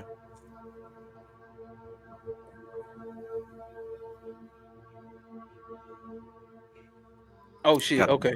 My bad. I'm finna say this. My bad, Trav. I gotta go. It's that time for me. You ain't gonna get me tonight because this fuck around and be a 28-hour. But Uh, man, as always, bro, I appreciate you. As always, bro, for standing on the principles you stand on, bro. Straight up, bro. Say that shit 1,000,001 times if I gotta. Curve, Fakate, who was that? Artemis, everybody that was on the panel, Allura, peace and love as always. No obstacles will apprehend you, and we prosper over the pain. Shout out to the Order of the Phoenix.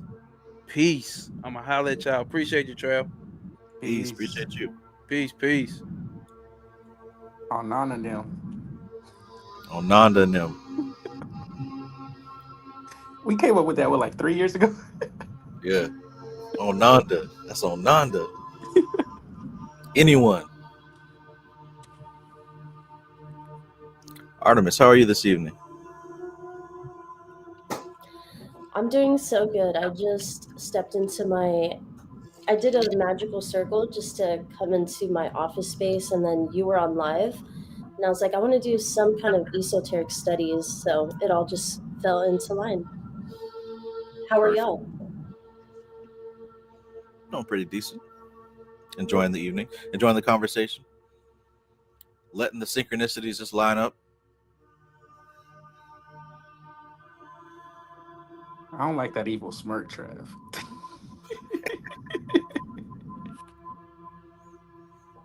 I don't spit it. That's the Hey, Holy Trav, Spirit. I have a random question. I put it in the chat, but I was wondering if you're down for a random question. Uh-oh. Yeah. Always.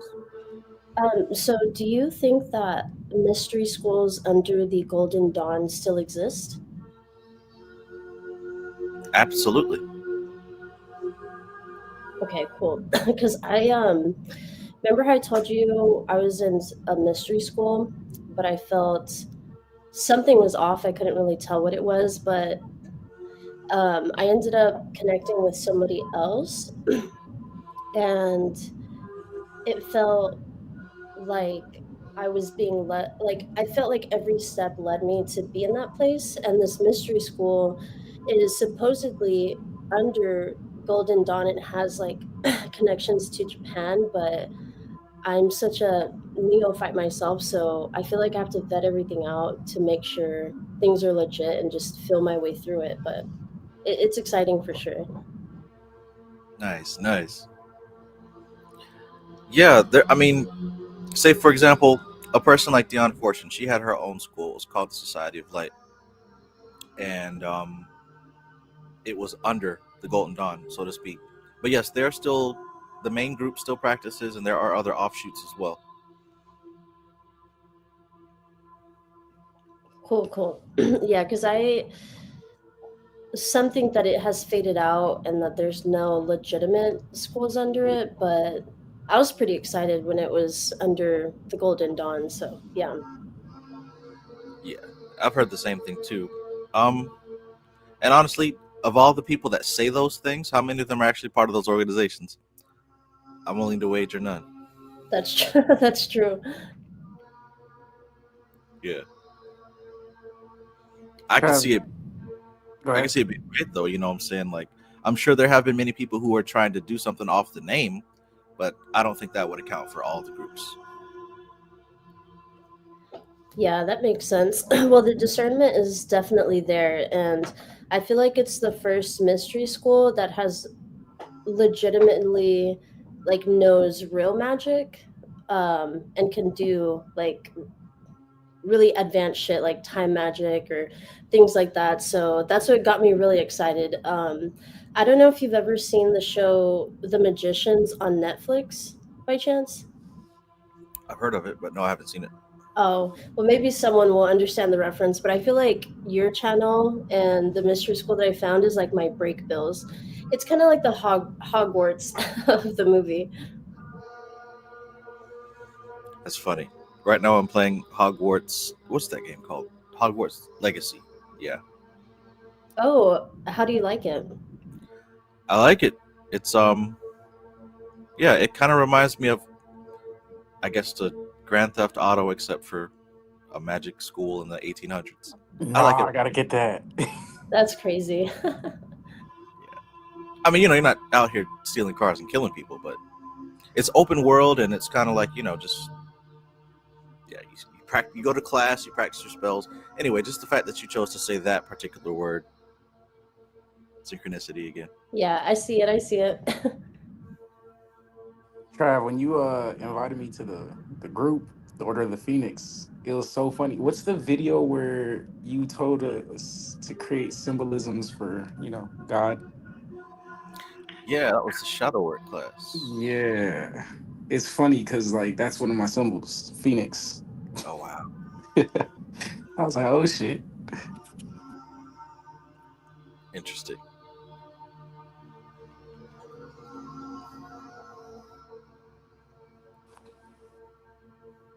Here's the Phoenix.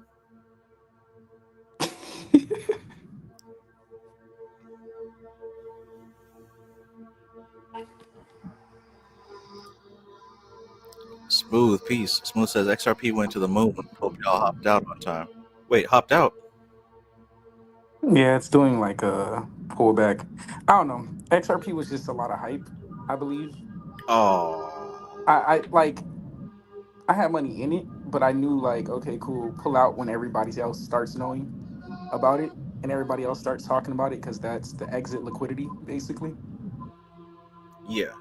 Um, but on top of that, just the way they formulated everything with XRP wasn't the best. Like I don't see it going to 10,000 or whatever people say, is because they've created so many how do you say supply around it, and then the market cap is at like 100 and something billion. Whereas if you compare the market caps of other cryptos, they're at a higher price. You know what I'm saying? So it's really diluted. And then also the company that made XRP is withdrawing money like almost every month to pay for their stuff. So yeah, it's not the best coin to hold for the longest term, but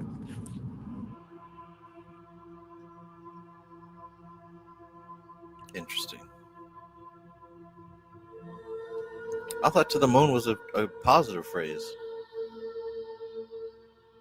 to the moon, yeah. But what goes up gotta come back down sometimes, you know. That's true. That's true. Wait, did you put some money into it? I did. Oh, okay. I just checked it. I mean, it don't look too different. So, hey. I'll say like, man, if $5, $10, then like hop out, you know. Dang. I wish I didn't sell my ETH. I had a whole ETH a couple years ago. If ETH I is still had not it. going as strong as it used to because a lot of people's realizing that the technology, like just to do stuff, you have to pay a lot, something called gas fees, and the gas Yeah. fees on ETH is very high. So unless they change something about it, it's not going to be worth a lot. But there's a lot of other little coins to put your money into, like Jasmy. Um, the crypto bull run should go for like another 200 something days. JASMY. It's at 4 cents right now, but I believe it should go to like $1. Honestly, I will make a note. SRS is another one. Man, Trav, watch Alex Becker. I've been watching Alex Becker since 2015. Yeah, like he gives out a lot of coins too. He gives out a Okay. lot of good coins, honestly. Come on, man. He's a Gemini. I trust Geminis when they teach. I know who to go to for teachers, man. Yeah. Okay. I will check out some of his recent stuff. Yeah. He's coming out with his own coin too. Yeah, my brother told me about that. But it's a meme coin, so you have to like download a whole different platform just to get in. Wow. And he's just doing it to be funny. That's why I love him. He's just so funny. Yeah. He's doing it to say like fuck fuck the meme coin community because a lot of people create random coins and then just take everything down.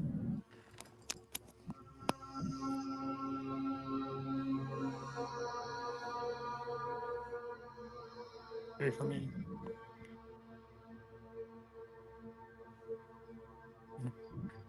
Interesting.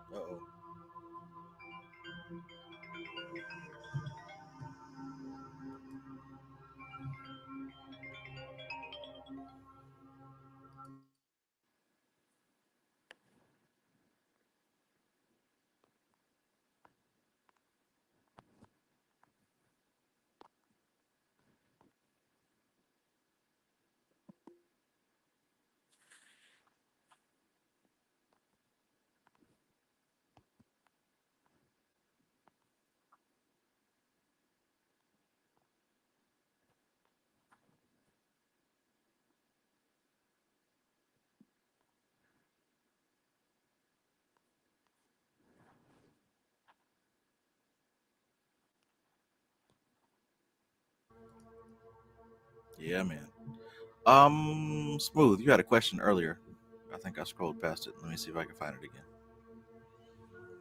You mentioned something about technology.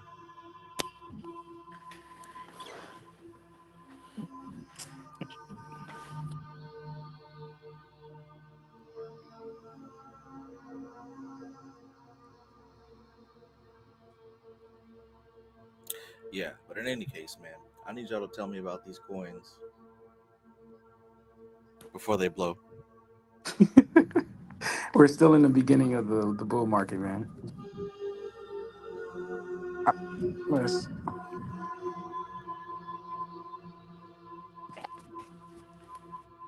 hold on, I got a list written down.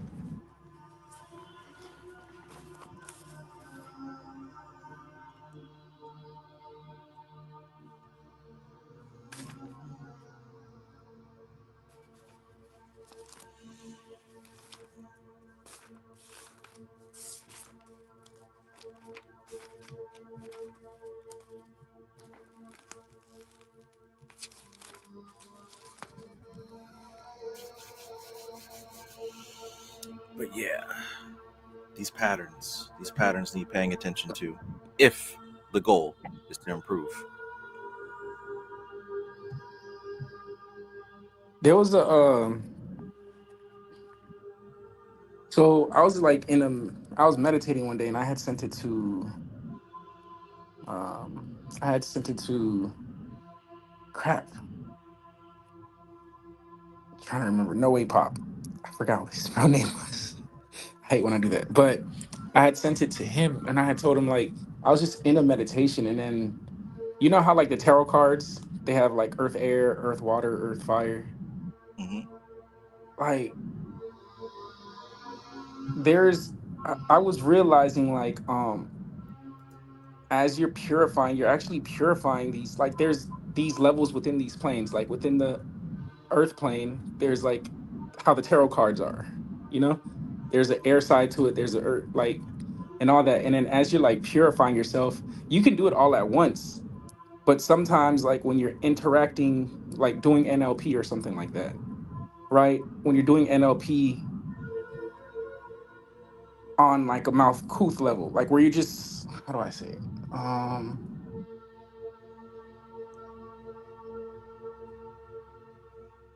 Imagine someone and they're not utilizing NLP more in a spiritual way, but they're just using it in a physical way, like changing their I don't know how to explain it. But yeah, in that meditation, I realized like within these different planes, there's also those different levels that we are purifying and going through also. That's why like in some like some beliefs, some other like religious beliefs, they might believe there's 7 planes compared to 5. Some believe there's only 3 or 4.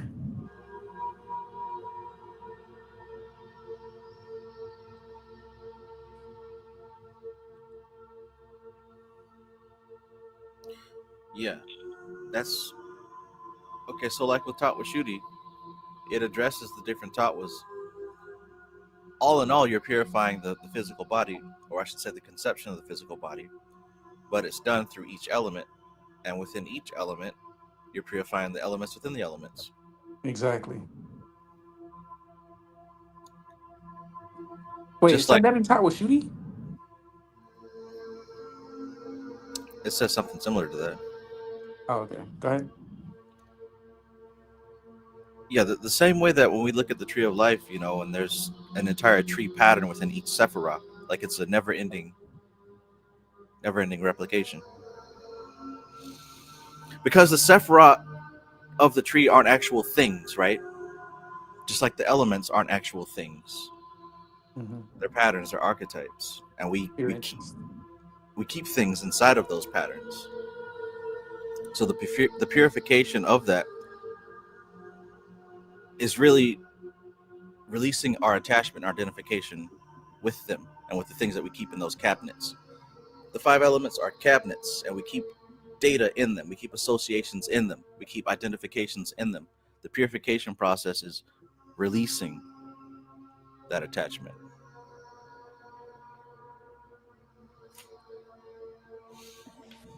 That definitely resonates. That's so crazy because one of the things that one of my teachers was talking about, um, that I'll eventually learn to do, is to organize the thoughts and different aspects of my mind into, like she said, I think 10 different compartments.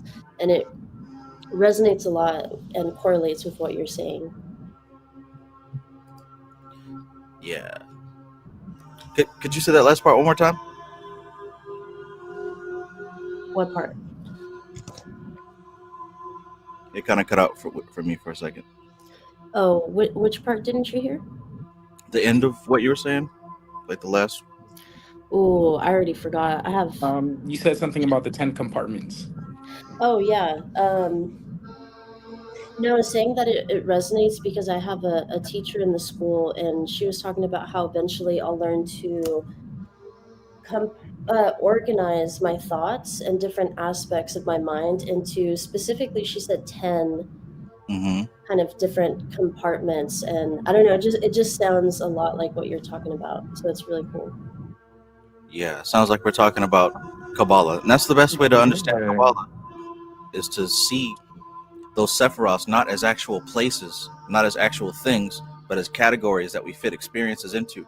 And the elements can be seen as that as well. That's why I keep saying these elemental forces, they're patterns. They're patterns. So if you look within your life and see the repeating patterns, you can attribute those to elemental forces. I don't teach anything about an actual rock or a fire or the wind pressing against your face. It's an expression of the events that are happening in your life, the type of people you always run into, the type of problems that you always have, the type of foods that you love to eat, your morning routine, your daily, nightly routine, your yearly cycles, your astrology. All of these are actually experiences. They're not things. Nothing. There's no. You don't see any rocks or water or none of that. They're classifications. They're categories. They're cabinets.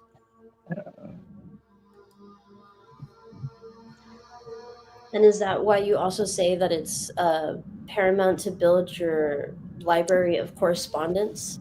Right. So you can see it more clearly, right?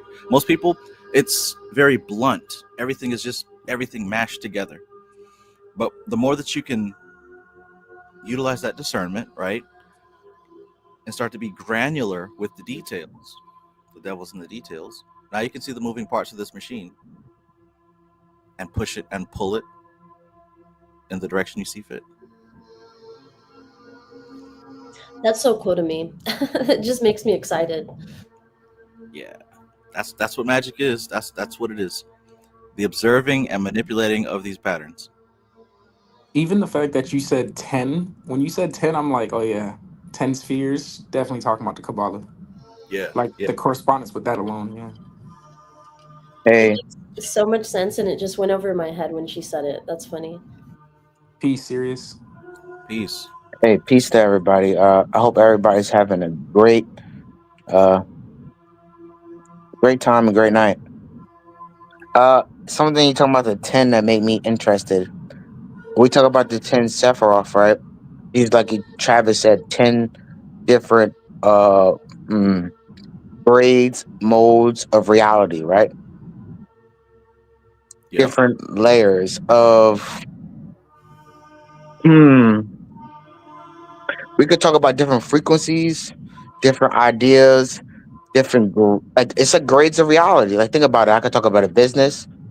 But think about chakras. It's so simple, right? Even though chakras are seven and the correspondence of 10 can still have the same, right? Just add another three onto it, right? It's a different three. So when we get to the fourth three, we're at a different level. Now, these are all different correspondence of the human. Oh, we say how we interpretate God, right? How the human complex has to have a simple, like, okay, how do I understand? Now, I understand this that is very finite. Every human is different, right? I got somebody right next to me sleeping. that loves listening. But that's a finite mind, you know? I'm listening. You're still up. We're still up. Think about how people interpretate this right now. You know, somebody's sleeping, somebody's up. I think that if we can interpretate different levels, the whole conversation is how do you interpretate it, right?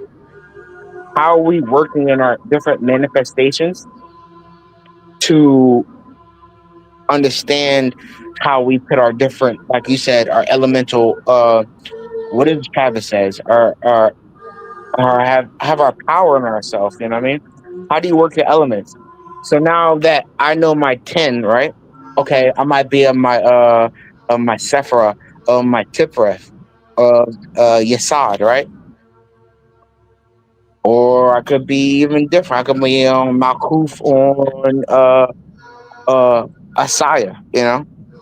Or Azaloof, I should no Asaya, right? At the lowest of lows.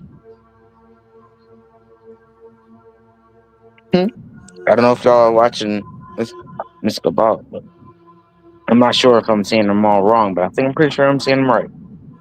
But it's gradations, I think. Right. Different levels. How do I fit myself? Okay, so if I'm feeling like if I'm at a high point of my life or a low point, okay, how do I take where I'm at this information, at this much information coming in? Oh, I could take this useful information coming in. How do I put it out and how to do it spiritually, right? Well, okay, if I gotta light a green fucking candle to deal with some health, and I have to deal with Raphael, right? And it guys goes back to even the first spiritual summon, of course, you know what I mean? Or that shit's been coming back deep, you know what I mean? Yes. I'm just telling you, I've been it all comes full circle. Like, how do we apply it? Health is wealth. How do we apply it? I land my mic. I'm ranting and uh lessons. Tueju. Yeah, man. Granular distinctions. The this is, and that's how you see the four worlds, right? Again, the 10 Sephira aren't actual places or things, but 10 categories. And now we see that those 10 categories can be seen on 4 different levels, which gives you 40 cabinet boxes. Mm. Of course, each of those 4 levels correspond with the elements, elemental forces. But fire is just a label. It has nothing to do with actual fire, right? All the way down: water, earth, air. And on top of that, then we also have the paths, which are the subjective experiences of what you've put in those cabinets. In other words, not just the experiences that you go through on a daily basis, but how it affects you internally, your beliefs, how you categorize your beliefs. We were talking earlier about how the same thing can happen to 2 or 3 different people, but they're all going to categorize it differently. The peach soda giving you diabetes or healing you of your pain.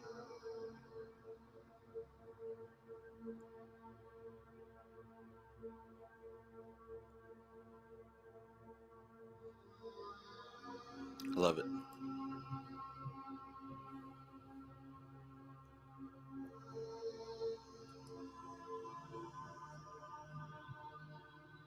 Wouldn't those all be subjective? All of it is subjective. That's what I'm trying to tell everybody. I think everything is subjective until we find a. See, I learned this from my grandfather, honestly. Everything is subjective until a collective mind. Okay. I just say something about fate. I'm going to say keywords right now, right? So I can't spell beans, right? I say fate and chase.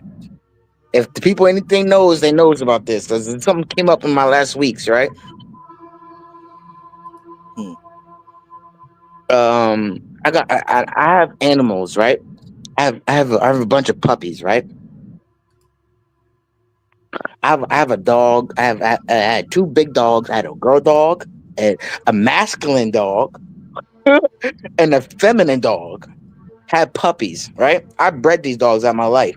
I done seen life in my hands. It ain't real life like kids, but it's damn puppies. You know what I mean, Yeah. masculine and feminine, right?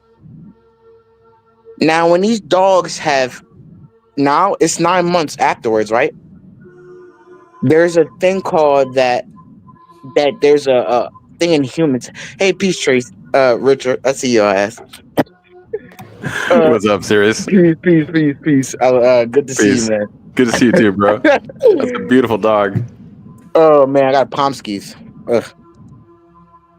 But He said dog. I had to bring him in here. oh god, let me see. Oh, don't hold on. I'm trying to not lose train of thought. But oh god, oh my god, that's a poodle.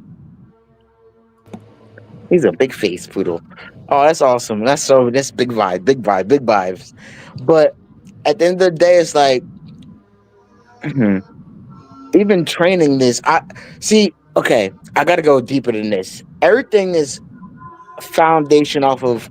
Okay, this is where Zach Ramon point. So this is like it's like a computer. Travis, okay? I've been wanting to tell you this for the last week. Has anybody have Netflix? Watch what's that TV show? Oh, my girl's sleeping right now. It is called. I just watched it. I'm gonna pull up right now. This is the greatest thing. It's called uploaded technology, right? Like this is a thing that even we talk about artificial AI, right? They talked about this in 15 years ago with this is so deep. What is the mind? Is the mind replicate off the body replicate off the this is like going back to the main conversation of psychomancy. I'm done. It all comes back to one thing. And this is what they're trying to figure out. If we could figure out this, we could figure out AI. I don't know if you're ever going to be able to figure out AI.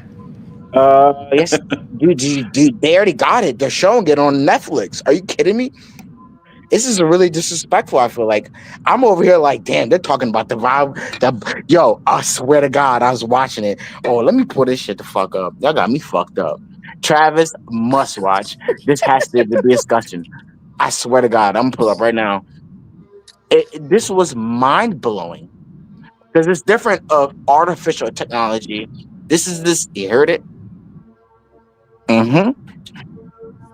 This is the difference of artificial technology. Did you ever hear of reverse?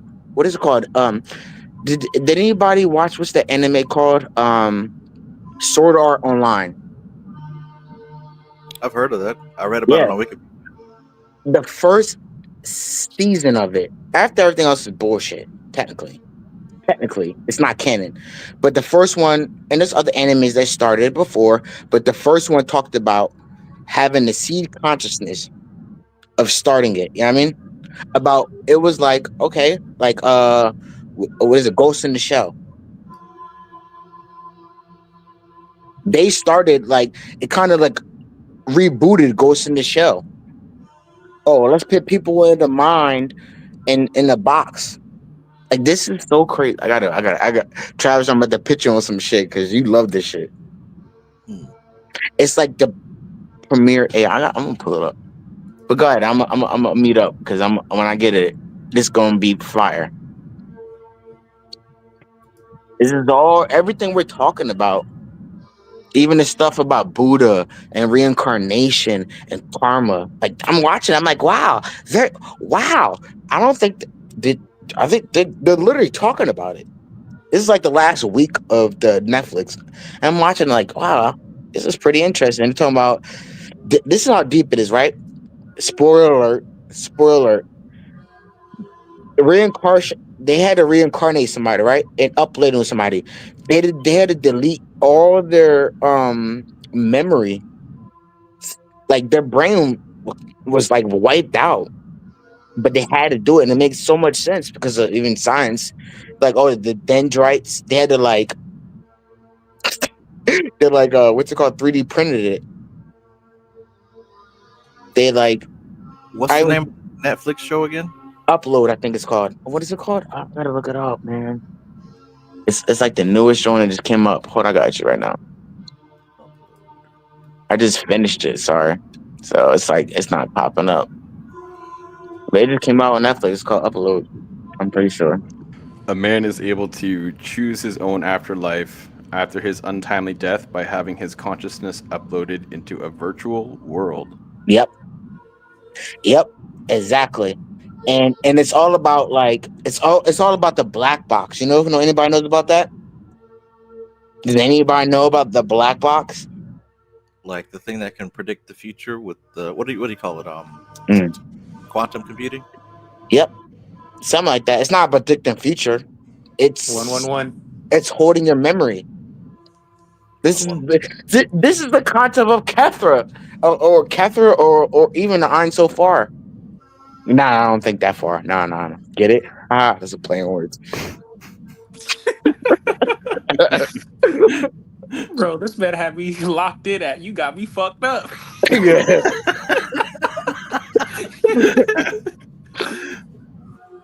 Sorry, I'm trolling right now. But dude, you gotta watch it. I promise you. Like this will be a conversation. If we watch this, everybody will be like, "Yo, is that good?" I promise you. I was like, I'm having dreams about it. Like if we go there, that's something different.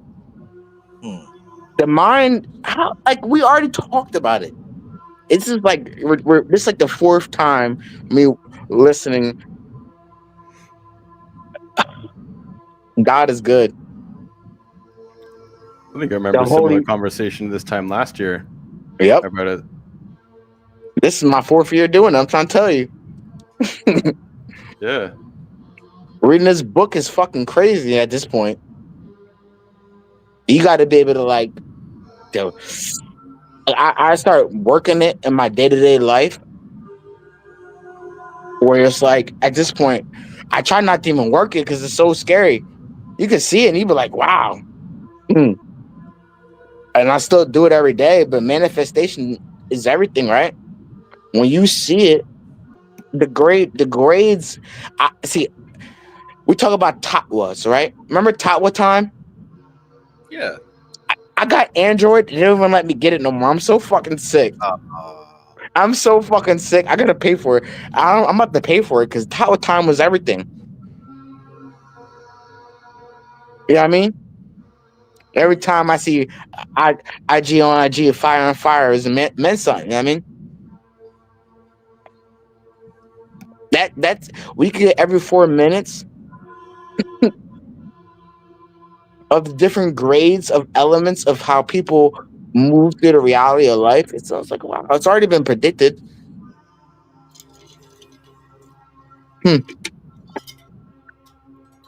Set in stone. It's like you ever seen Everything Everywhere? What is it called? Oh God, Everything Everywhere All at Once. Hell yeah. Oh, you finally watched it. Oh God. Oh yeah. I was talking to somebody about that today. Oh, come on, you first. That shit fucked me up when they took out the You dildos. first. Y'all first. Go ahead. I want to hear what y'all, because that was the greatest movie. When it comes to that movie, I cannot with the hot dog fingers. Oh yeah. Yo, that was crazy because it was like an alternate reality that was so out of your mind that you couldn't. It was like whoa. It was like tripping the shrooms. My favorite was when they were rocks, though. That's what exactly I was about to hit on to. That was cool. You're still in time. You read my mind, see? Haha. You're funny as shit. And I don't know where you from, but you read my mind because that's what I was hitting on. Because what was the rocks? They were still. They had nothing to do but sit. They had nothing to do. What? Non-attachment. Come on, man, guys. Y'all here with it.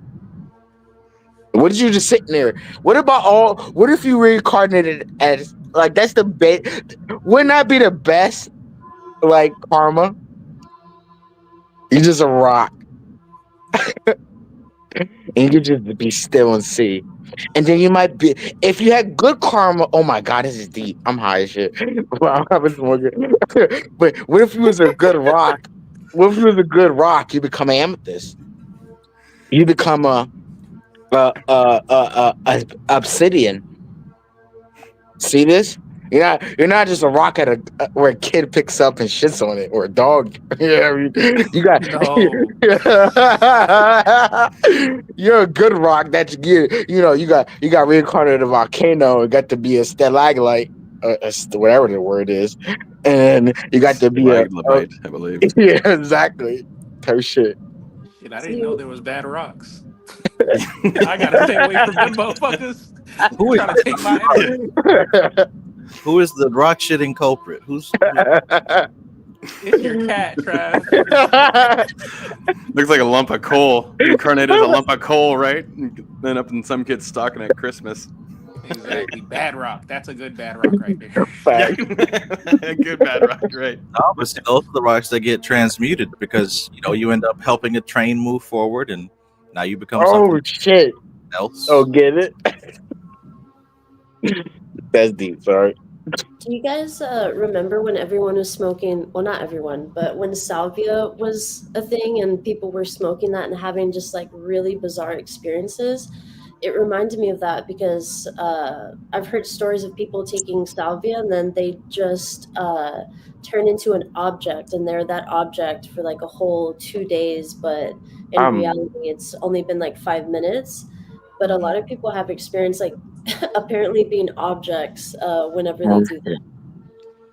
I got some salvia right now that I got from my boy. I'm about to light it up and let you know if I turn to a rock for 2 minutes. Oh shit. I got some train wreck, so we're about to find out together.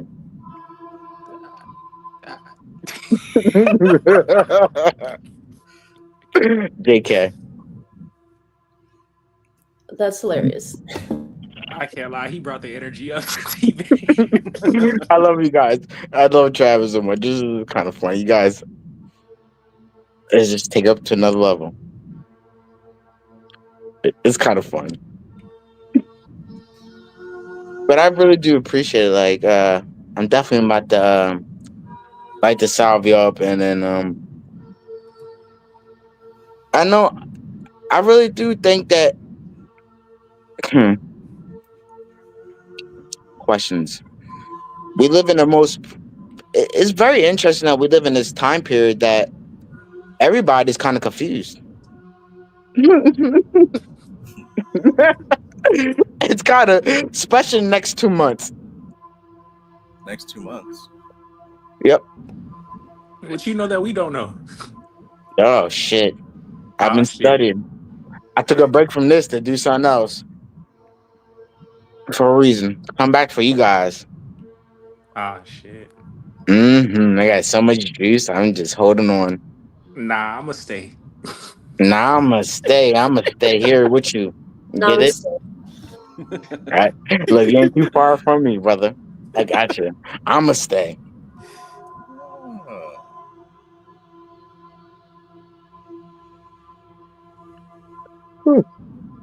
But How you? Oh. So that's that everything everywhere all at once. That's like about dream time, essentially.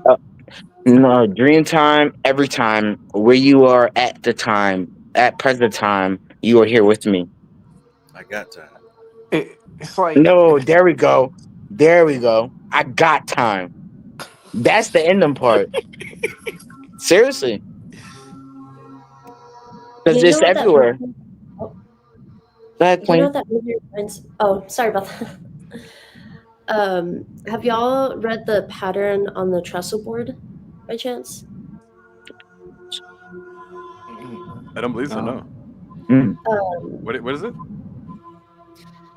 The pattern on the trestle board, that's one of the first things that we have to, I guess, memorize and write down. And it's public, so I can talk about it because it's on the website. Mm. The first number on there, it is linked with the different Sephiroths, Mm. but zero, the first number on there is 0. All the power that ever was or will be is here now. I feel like that movie kind of really embodies the essence of that phrase. What movie? Everywhere, something all at Yes. Oh, see, can I say one thing? Don't forget about that movie. There's 3 parts to that movie.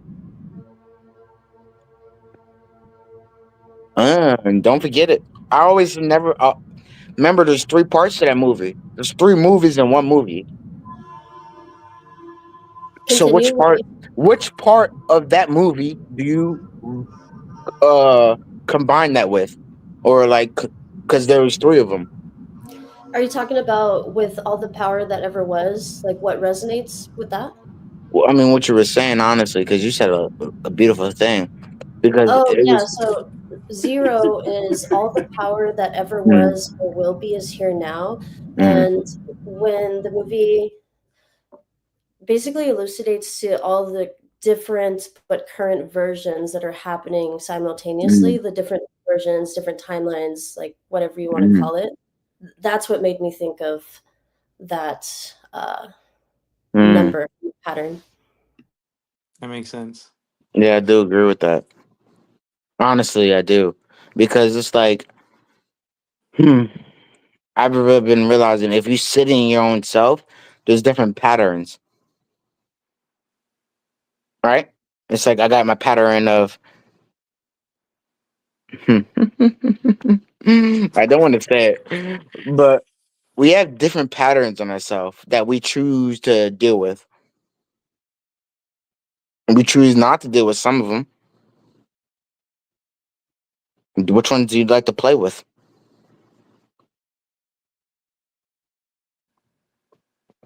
Which ones don't you like to play with? You should love up on the ones that you don't like to play with, and maybe coddle them more and see why they don't want to be played with. That is yourself. All the That's still power you. that ever was or will be is here now. And immediately my Bars. brain goes to 0 point energy, Mm, quantum mechanics, mm-hmm. and then at the Talk same about it. time, it goes to the Fool card in the Mm, tarot. And the because like with the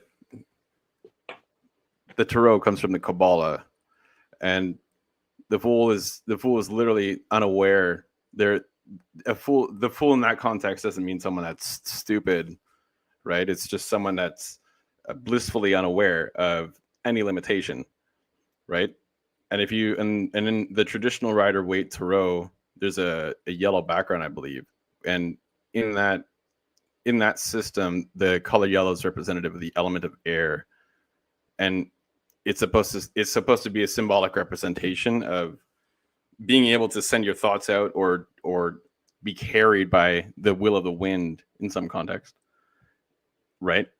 And if everything that ever was, what I love that phrase, all the power that ever was or will be is here now. Yeah. So aligning that with your will, I like that. I'm just sharing about something that came through, and it's very, very thought provoking. Yeah, so that's actually super intuitive because it's number 0 on the trestle board, and it's the first. I believe it's referring to, if not Kether, then the Ein Sof, Ein Sof R, and it kind of lines up because the Fool is the first card on the path. Right. And that's and this the pattern on the trestle board, right? So is this just a system in which it's not an interpretation? Is it like a different type of path working, or is it what? So Share a little bit more about it. I'm yeah, intrigued. no, that so I posted the link on it, and it gives you. You should read all of them. I don't think they're numbered on that link, but it goes from 0 to 10. But what you're supposed to do is say them out loud from 0 to 10, and then from 10 back to 0. And then since it's a trestle board, you end up weaving it as well. So you go from 0 to 2 to 4, and you just basically weave it with how you say it. I am like a beginner on the path, so I only know so much. But as like in the school, that's one of the first assignments that they gave. And I don't know, just the feeling of empowerment and kind of aligning with that I am statement, realizing and embodying that statement. I feel like that's what it does for me. But if you read it, it's really beautiful. I posted it on the chat. In the chat. Okay, it's not going to show up. Post it. Do you see where it says private chat? Can you click on that? Yeah, I'll put it there. Yeah, that way I can copy it and I'll put it in the chat.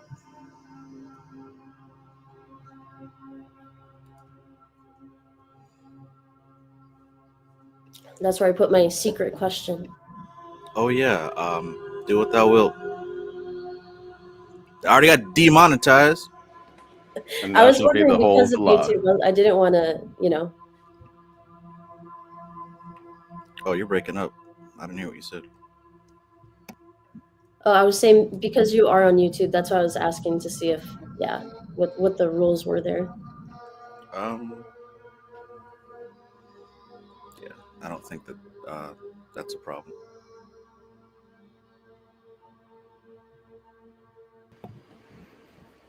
I am a center of expression for the primal will to good, which eternally creates and sustains the universe. God damn.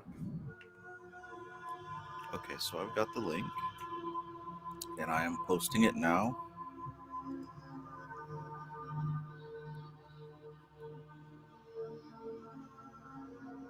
Through me, its unfailing wisdom takes form in thought and word.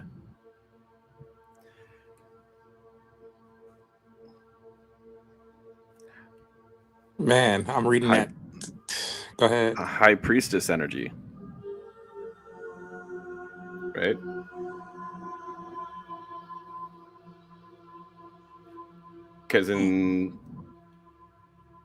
Because one of the ways that you can interpret the high priestess is through inaction, but as a result of the opportunity to transmute knowledge into wisdom is one of the archetypes that the high priestess embodies. I can see that unfailing wisdom takes form in thought and word, but through me, right? So acting as a conduit in that essence, in that context where people would come and be attracted to that. Is anybody down to read the whole thing? I'm intrigued. I don't think I can make that commitment right now. Wait, when you say the whole thing, you mean read the whole book or read all of these right now? No, the pattern on the trestle board.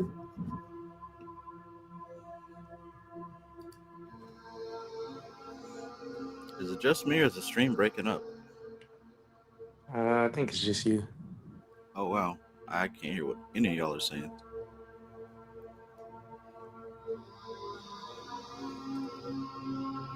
Maybe I'll restart.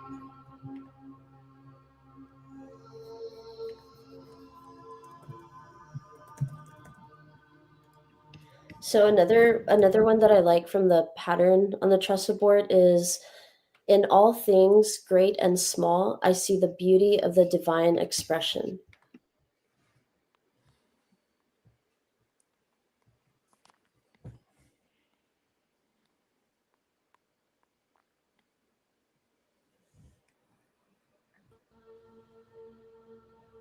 See the beauty of divine expression. All things great and small. Mm, I think of Gemini. I think macrocosm. Macrocosm. Wait, I forgot the other word. Micro. Yeah. Microcosm. There Micro you go. macro. What about that makes you think of micro and macrocosm? In all things, great and small, I see the beauty of the divine expression. That's what I was thinking. I wanted to see, like, is there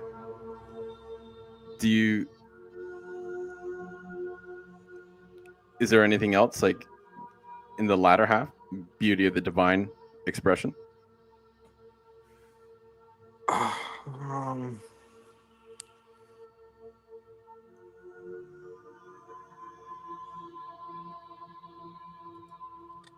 for me, the way I think is just like the divine expresses itself, big or small, no matter what. That's it. It's just a system, you know. It's all relative, right? Yeah. Does anybody know what the sixth Sephiroth is? There's a pattern here. I don't know if y'all see it, but there's certain words in each line that tell you what it's all about, which goes along with the question you just asked. I'm so glad I brought this up because Trav, you're gonna like really add so much to it. I love it.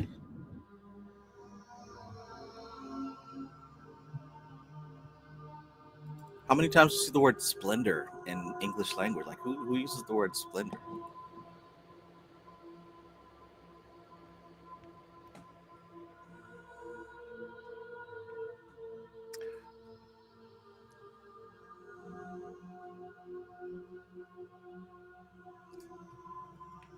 I know I don't. Very rarely do I use the word splendor. Right, but it exists somewhere, right? You Absolutely. see it somewhere. Of course. Yeah. Were you gonna say something, Artemis?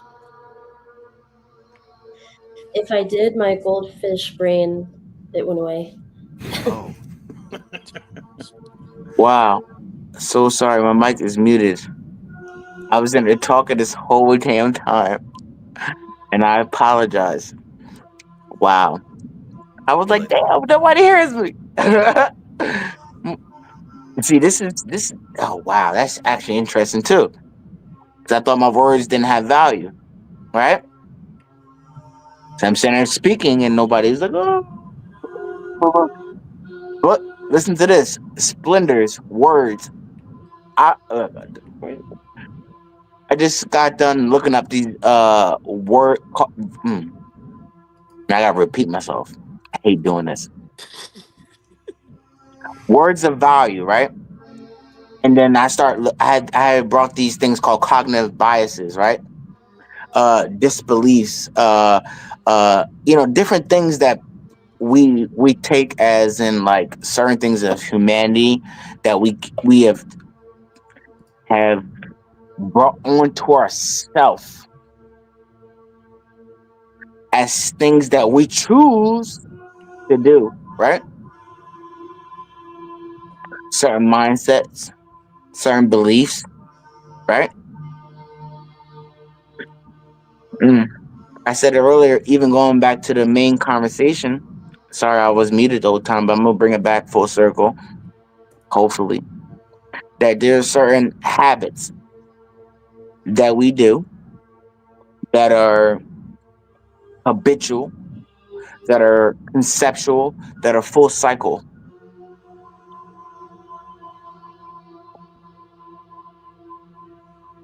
That even has to go with, and as Jesus fuck, that even has to go in a generational mindset.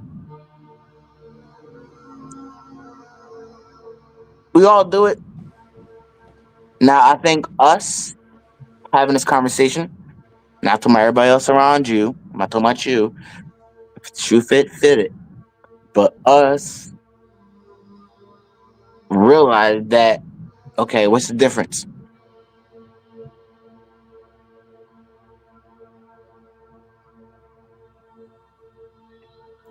What's the difference with what?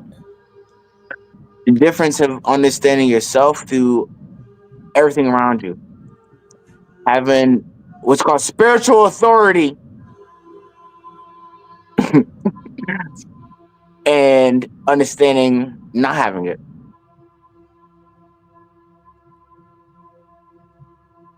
I love you guys. We all sit as a Magus society. Thank you. You're gonna be here one day with us too. You'll hear us sending us, hey, where they do this nowadays? What is it like this or some shit like this? I don't know. I don't even know, man. I can't do it. I just like to paddle. It's something like I this, know what you're right? talking about. It's what the Koreans do. Yeah.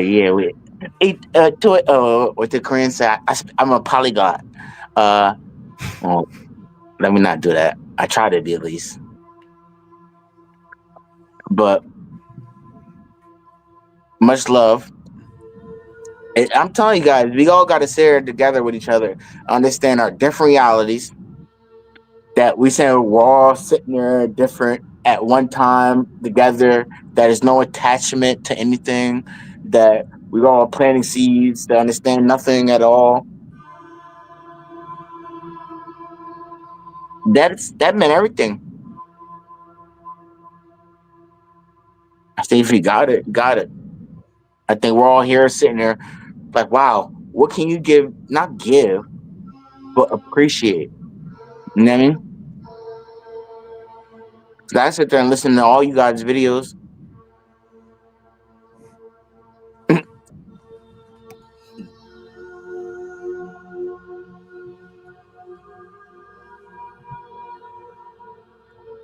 I'm gonna do some jaw with her. Like I didn't even hit the jaw yet.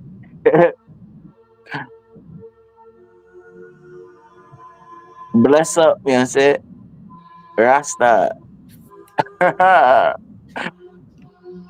Hey Trav, Hey, what is the commonality that you found that you were referring to earlier when it came to the pattern on the Trestle board, where you said they all had it in common?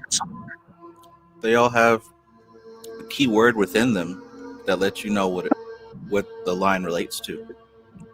So I heard Curve earlier talking about the sixth line reminded him of Gemini because of within without thing. That was Richard. Oh, that was Richard. Excuse me. Well, there's another symbol that kind of expresses as above, so below. We can think of maybe a six-pointed star, the hexagram, with one triangle pointing up and one triangle pointing down. Each one of those lines have a key word that tells you what it is. Are you talking about the number or like an actual word? An actual word in the. Oh. Do you know what I mean, or do you not know what I mean? No, I'm trying to read it. I'm looking for it. Oh, I thought you were being facetious with me. That's crazy. That's funny. If you look at I those, really don't know. okay. The clue that I gave was splendor. Who the hell uses splendor in English talk? You only see that word elsewhere. Where do you see splendor? Beyond fortune. Okay, and what does she usually refer to when she says splendor? Oh fuck! I should know this. I should. One person should know this. She talks about a certain angel.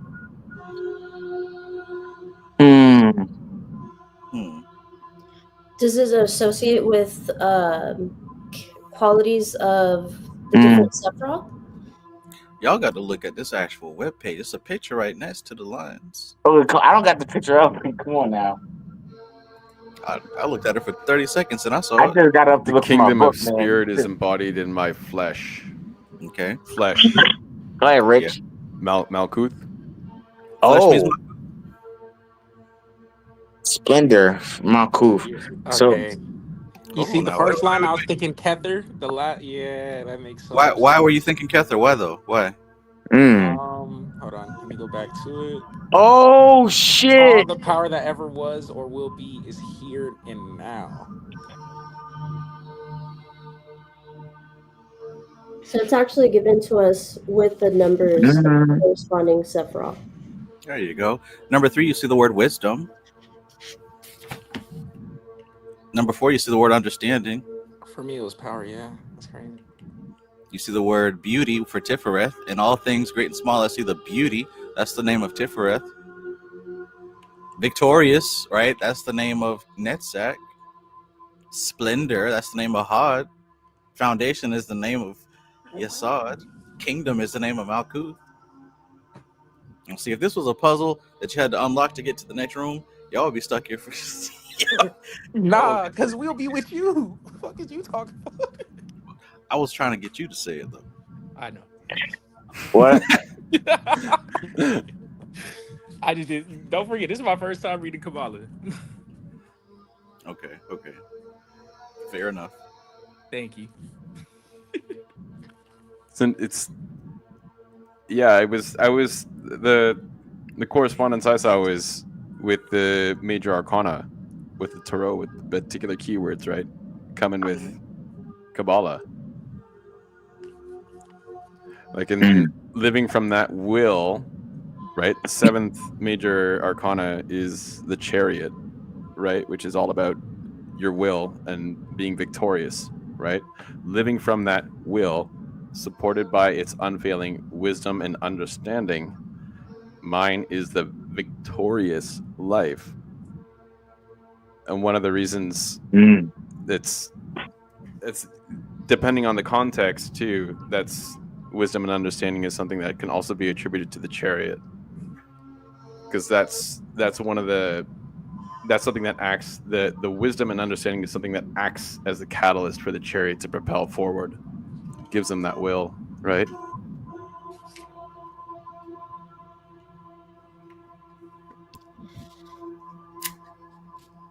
With the tree of life, and I feel like the way everything is done is for a purpose, and the fact of just reading it from 0 to 10 and then 10 back up to 0, I'd say there's a purpose in going from Kether to Malkut to Kether and saying it in that pattern.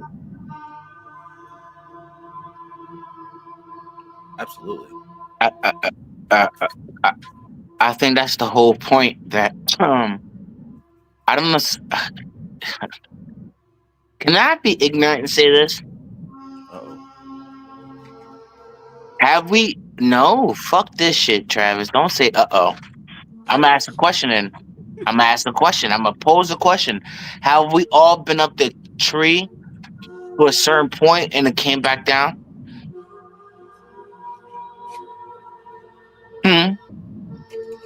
Let me ask that one. Not say up the whole tree. Fuck that. Then let me ignorant. How we came up a certain part of the tree. Maybe even it's a certain pathway. 30-second pathway. Some people maybe not even get there, right? Well, I mean, to be honest, as far as like consciously doing it, I'm just starting, in the school, so I'm still just on my way to Yesod. Well, thank you. This is why I'm asking this question. Thank you.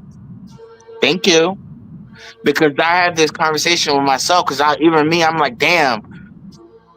Truly, yes, I can see like different pathways up the tree. Like you can go, like you can like, wow, this is interesting. I had a conversation about dendrites. Does anybody know about like the mind, how the mind works, like the dendrites?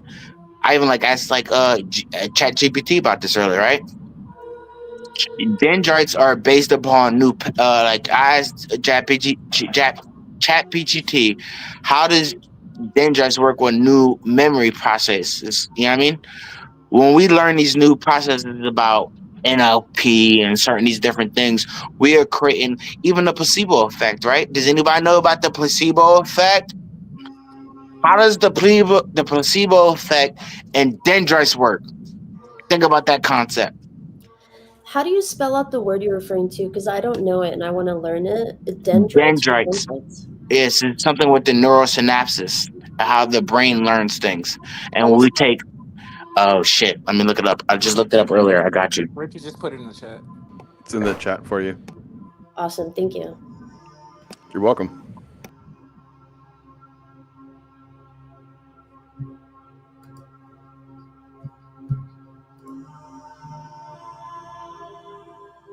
Dendrites are the branching structures of neurons that receive and integrate signals from other neurons or sensory stimuli. They are crucial for the transmission of nerve impulses and play a key role in information processing in the brain. Dendrites are typically short and tapering, with a large surface area that allows them to receive signals from multiple sources. They contain numerous synapses, which are the junctions between neurons where signals are transmitted. The structure and function of dendrites vary depending on the type of neuron and its location in the brain. For example, pyramidal neurons in the cerebral cortex have elaborate dendritic trees with many branches, while Purkinje cells in the cerebellum have a single, large dendritic tree with numerous spines. Dendrites are essential for learning and memory, as they are involved in the formation of new synapses and the strengthening of existing connections between neurons. Damage to dendrites can lead to cognitive impairment and neurological disorders. Now, did you hear that? It's like the same shit I heard almost. It's like, wow. Now, what does that mean to you guys? Honestly, it makes me think of cyclomancy and how they talk about sending signals. How many?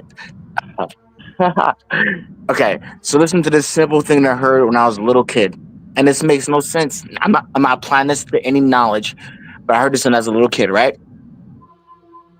They said 88. Now, listen how stupid this is, right? Now, apply this to psychomancy, right?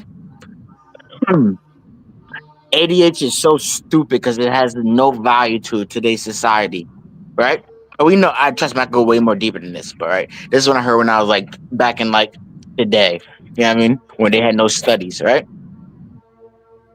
So ADHD doesn't have nothing of this. But think about nowadays that we like, okay, so the whole study was that, well, from my information is when humans were back in that, you had to be more active, right? Imagine that you didn't have a TV in front of your face, that you had to get the fuck up every day and worry about a tiger come eating your ass, right? I think your heightened neurolog. What was the key word they use? Automatic conscious system. I still remember it to this day, right? Primitive autoconscious. The primitive auto consciousness is still active to this day. It didn't need you. It didn't need anything. It could just breathe. It could just beat. Cat come. Oh shit! I have little puppies. This is the whole conversation. I brought it up earlier. My dogs do this shit. I mean, without me even telling them anything. They like, you ever see a giraffe in Africa? They come out the coochie walking. I'm sorry for my language. Why does the animal know how to walk?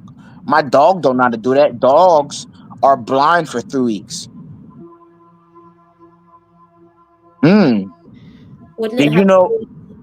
Oh, One second, Queen. Oh, Do you also know that that cats are scared of cucumbers? Why? It's instilled in their DNA. Why? That's the conversation we should be having.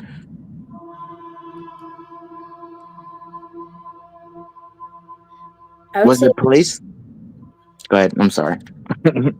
My bad. I would say it makes me think of like the memory of the collective now, unconscious collective, and what's stored there. The unconscious collective is made already at this point. We don't have. I think culture. If anything, before the boogeyman came, culture made unconscious collective. Or was that the boogeyman already? Shit. That's crazy. Think about that. Who thought about what made the unconscious collective collective? Damn.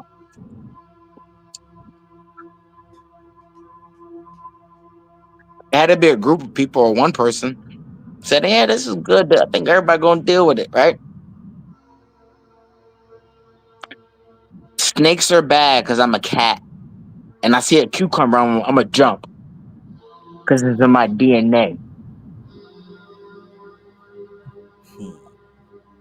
You get where I'm coming from, right? Pick it down and I pin up. Hey,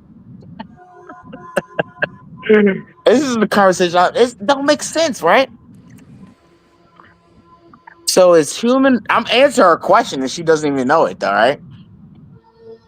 No, no, I hear you. I'm answering her question 100%. So is so so is it created or not? Did my grandpa do it?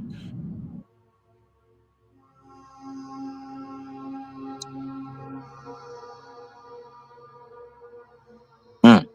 Damn, I gotta blame my grandpa now. Is it culture? See, this is a conversation people really don't want to have. See, is it common customs? And see, this is what Bobby Hemming even talked about. This is what creates a culture. I said culture can be created.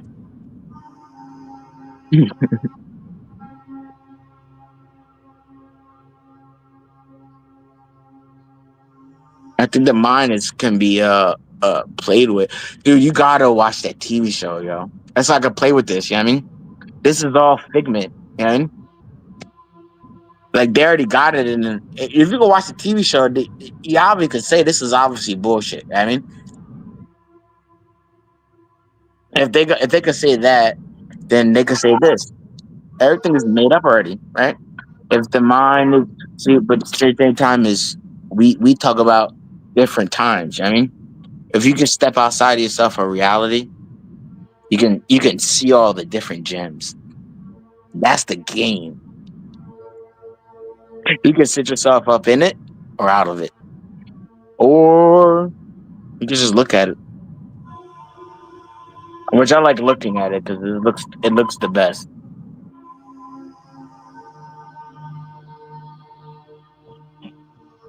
You can see all the fucked upness out of it. When you run a business, you can see. Nah, let me stop talking. All right, I land my plane. No, keep going. You talked about business. You just caught my attention. Because I gotta land my plane next. I'm gonna start dropping some shit. So I run a. God damn it! Somebody else talk for a little bit because I'm gonna start spilling beans and trying to get mad at me. I ain't saying shit. I ain't saying shit.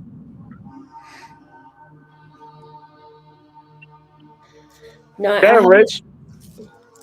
What's up? Oh, I was just gonna say I have a business too. So when you said that, I was like, oh, I wonder what he's gonna say, so that I can kind of entertain the way I see something, or see if I see it in myself. Well, What I can kind tell of you one business you thing. have? Use people in your business. That's the only thing I can tell you. In today's society, you got to use people. Do you know what field you're working with? Guess it depends on what you mean by use people. Well, they use themselves. I'm gonna help you use you.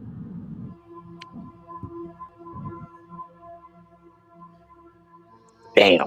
What kind See, of people business don't are you like to in? hear it like that. That's so shitty. See, when you say it like that, it sounds shitty. And when you say it like that, see, this is bad. Like, see, oh, it sounds bad, but Well, linguistics are subjective, right? And it's you had mentioned before that reality it's subjective, right? And our perception of reality is based upon our paradigms.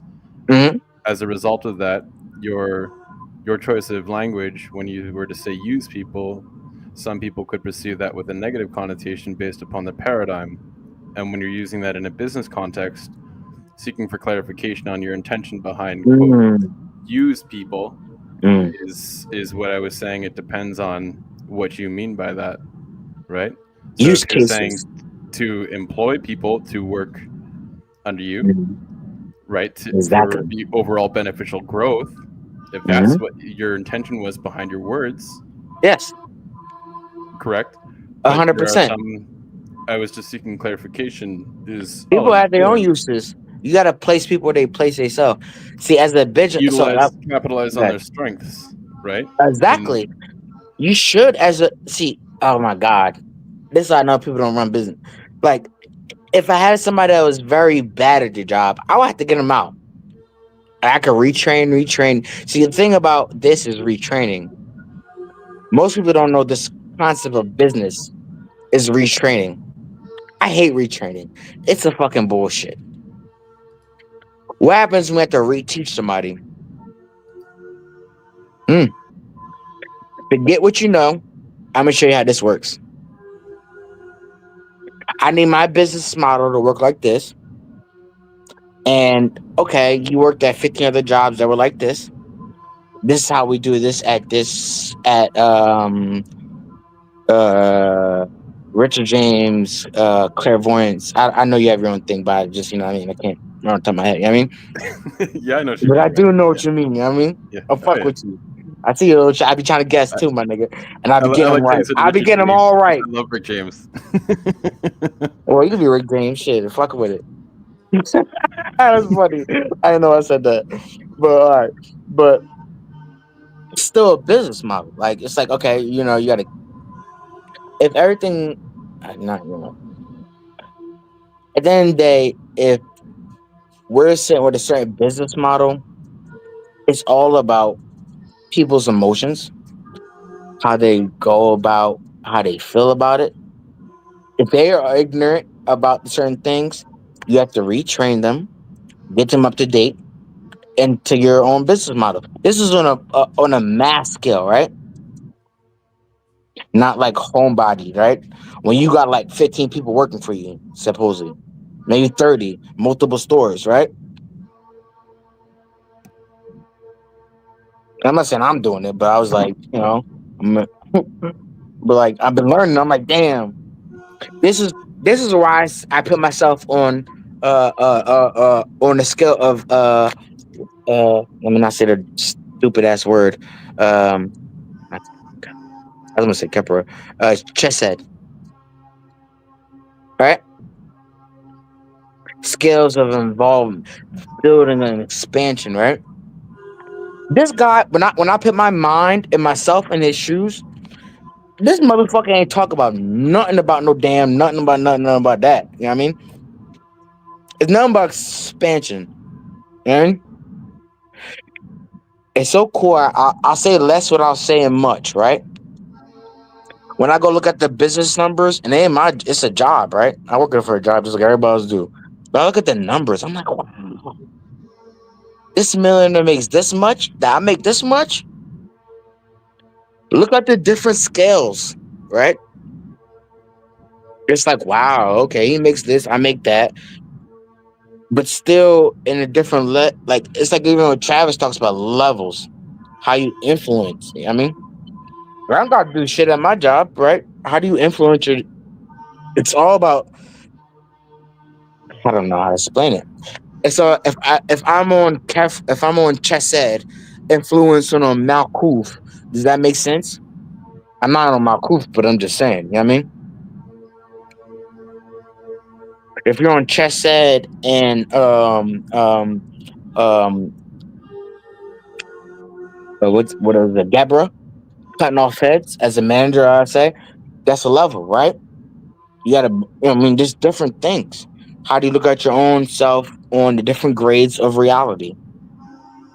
When we could talk this conversation, but yo, where you at? Like, you know, everybody. Okay, this is deep too. So you know how you'd be like, oh, I'm a Virgo, and I'm a Virgo, and my big three. What's your big three on this? On a Kabbalah type shit. You hear me? Big shit. I'm talking about that. We're gonna talk about this shit now. 2024. Fuck that shit. Travis, what's your big three, nigga? You heard? I'm sorry, I said the bad word. What's your big three? You heard? We're going on 2025. We got to be able to have this decorum in our language to say, hey, you know, I'm gonna come into this world in 2024 that I'm gonna be I'm working on my Saya plane, right? Right type shit. And I'm trying to and you know, I'm trying to be better on my Deborah trying to cut shit off. but I'm trying to also expand with my chest ed. You know what I mean?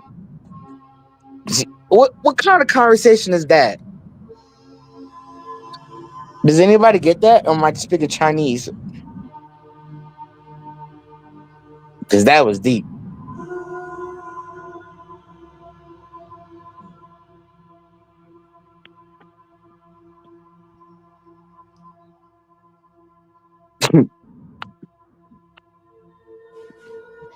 So I'm still learning my correspondences and how to identify the different Sephiroths with my experiences, but I love how you are able to articulate that.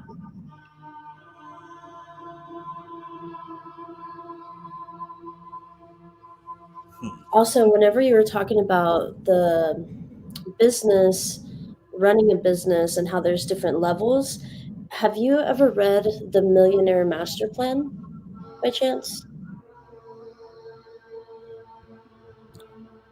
I haven't heard of that text. So, highly recommend. This Millionaire Master Plan is really interesting because it has a lot of esoteric symbolism in it, and it talks about the different levels and identifying where you're at. And I read this book with a lot of so I work with small businesses, and I've read this book with some of the small business owners, and man, it's just helped me so much in getting into that mentality of being the director of my business. And earlier when he was talking about using people, it just made me think of how being a business owner, having a business is so much fun because you get to be the conductor. And you have to be able to know where to place things, have the emotional intelligence to be able to identify people's personalities and strengths.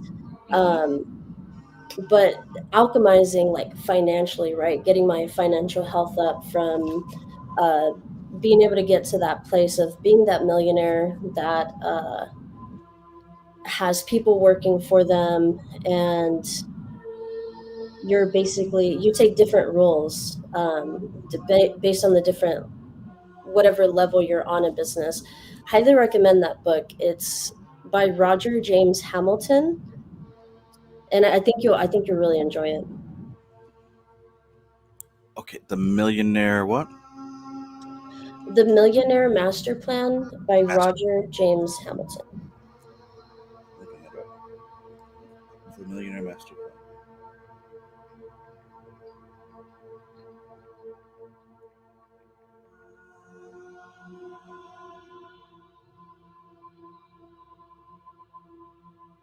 Got it.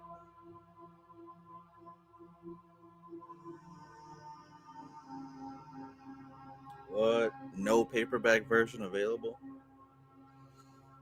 Oh wow, really? If I find my hard copy, I wouldn't mind mailing it to you because I have a copy on my iPad as well.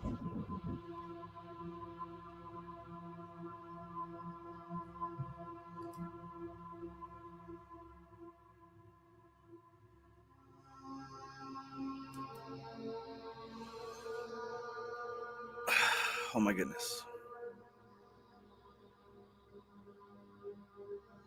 Okay. So I think we're getting very, very close to the end of our session. I think that I might place an order at Taco Bell before they close. Is there anything else that you had on your mind that might be good for discussion?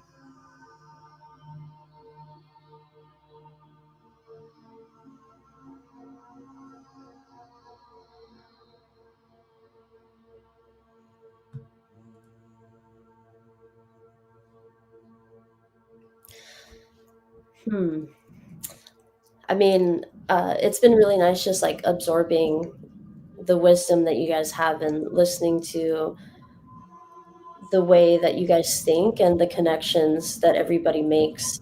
Um, Yeah, I feel like I have a random question.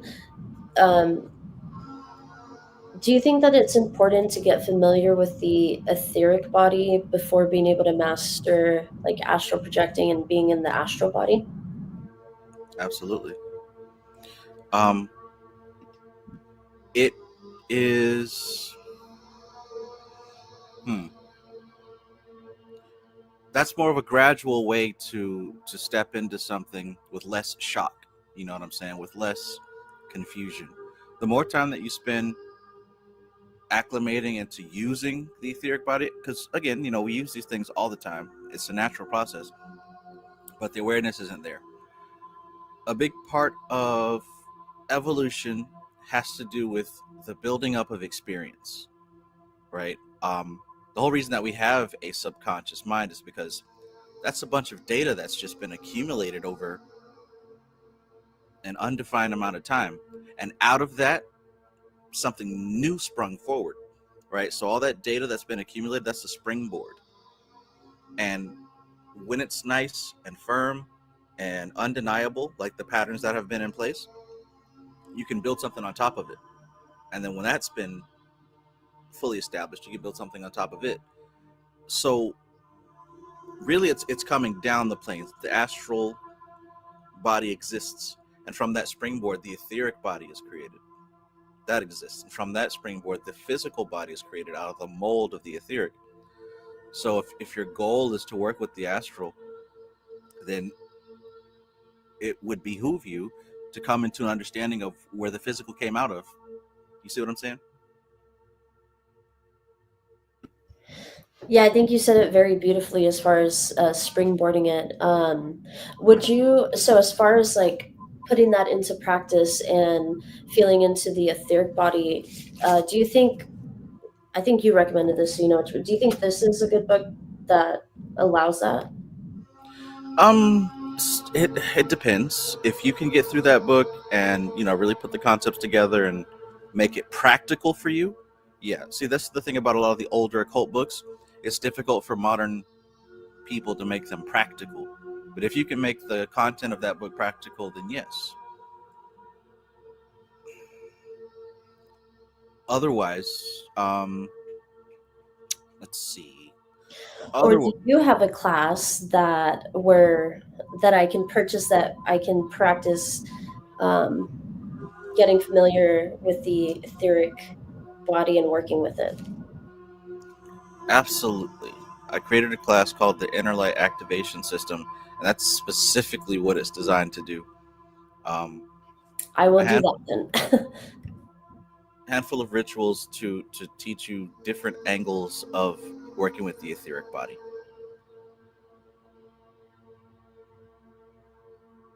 Nice. Yeah, I saw that class and I've been meaning to join it. So yeah, it's about that time. Yeah.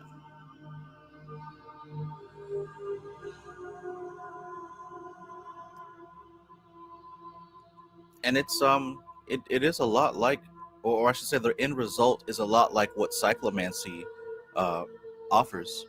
It's kind of having an awareness about your environment without using the five senses, above and beyond the five senses. Yeah. At this point, I have like no problem taking a shower in the dark or walking around my house with no lights on because people are like, oh, well, I can't see. Like, well, what's there to see? You know that the door is here, the floor is here, the wall's there. But anyways, yeah. No, that's funny. I definitely prefer to shower with the lights off because it makes me slow down my nervous Mm-hmm. system and really pay attention and use those extra sensory perceptions to be able to be in the environment from that sense. Yeah, that's a big part of it. I enjoy having the lights off in general because it keeps me as close to being in the subconscious mind. It keeps me as close as possible to being in a state where the veil is thin between the conscious and the subconscious. Oh, well then, hold on. Uh-oh.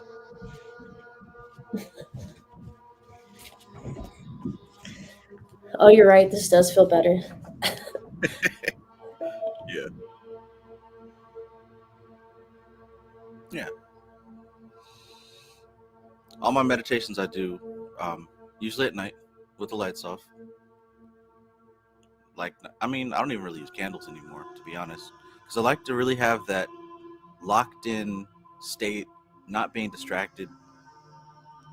Like I said, keeping very close to that barrier between the conscious and the subconscious, because in a way, what I'm aiming for is like, what's the difference between this and a dream?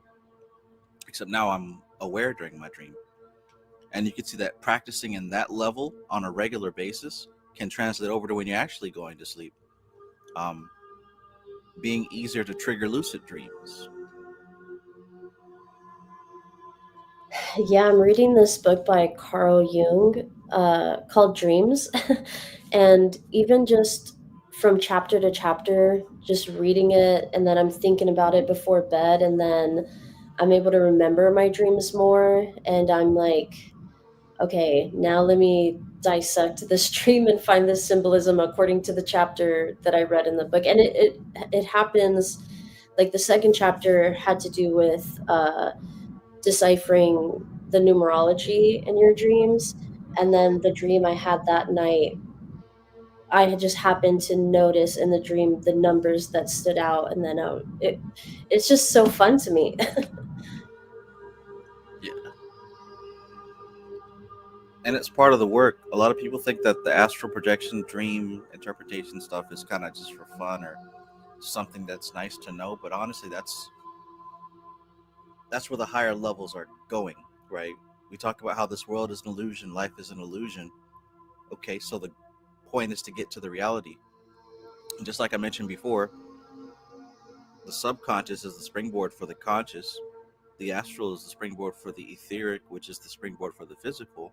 What we're really trying to do is understand what we are outside of the five senses. And the firsthand experience of that is done in those dreamless states of sleep. And it's very difficult to maintain awareness during that, but that is a hallmark of an advanced uh, consciousness, an advanced practitioner. A lot of stuff we can talk about. I think somebody in the chat was talking about being able to make fire with his hands or whatever. Probably bullshit, but even if you could, that's cool. What are you going to do with that? The real mark of advancement is being able to maintain your consciousness in that dreamless sleep, because that's where you're headed when you're finished with this body. If you can't maintain awareness now, imagine how difficult it will be when you actually do pass to that level. Yeah, it's like a huge desire to know thyself truly and be able to tap into the hidden language that's just like right beneath us. And for me, it just feels like on this journey, I know myself more fully and more in depth. And there's just like this sense of relief and coming home that comes with that. Relief and coming home.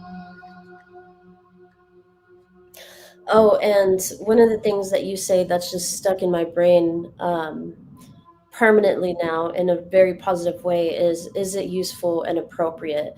Because when you were talking about the fire thing, and that is just like an automatically way that I vet something out. That's one of the first things I think of is this useful and appropriate? That's awesome. Yeah, that's awesome. Because at the end of the day, like, it doesn't matter. Like, nothing matters. What matters is this useful and appropriate to whatever your goal is? And if you don't know, the next thing to check is, do you even have a goal, right? Or are we just entertaining and pleasing the senses? Yeah, right. Just feeding the stimulation. Mm-hmm. I know that most people do that. That's what they're here to do, and that's fine. But just like I talked about this whole springboard from one layer to the next, this is what's happening with us. You talked about coming down the tree and going back up the tree. Was that you, or was that Malika? Right. Okay. Well, yeah, that's what we're constantly doing. We've already come down, but see, when we've hit that lower level, our awareness is entirely focused on the five senses. So we have to reclaim the awareness of those higher planes of existence. To do that is going to take a lot of experience with this world. And what I mean is that you have to experience this world so much to the point that you're intuitively thinking, I don't belong here. I'm not supposed to be here. This is not all that there is. Like, that has to be intuitive. Like, no one should have to tell you that, right? You shouldn't have to be convinced. This is what the reincarnation process is all about. You come to a certain lifetime where all of a sudden you realize, this is not my home. So to go back off of what you said, the more that you come to that understanding, you begin seeking upward. Like, that's the real path back up the tree. When you start entertaining that seeking back up outside of the five senses, you should be getting more of a comfort, more of a, this whole thing about, yeah, I'm on the right track, I'm on the right path. That should have a lot to do with you, non-attachment, you distancing yourself from the routines and the patterns of being an animal.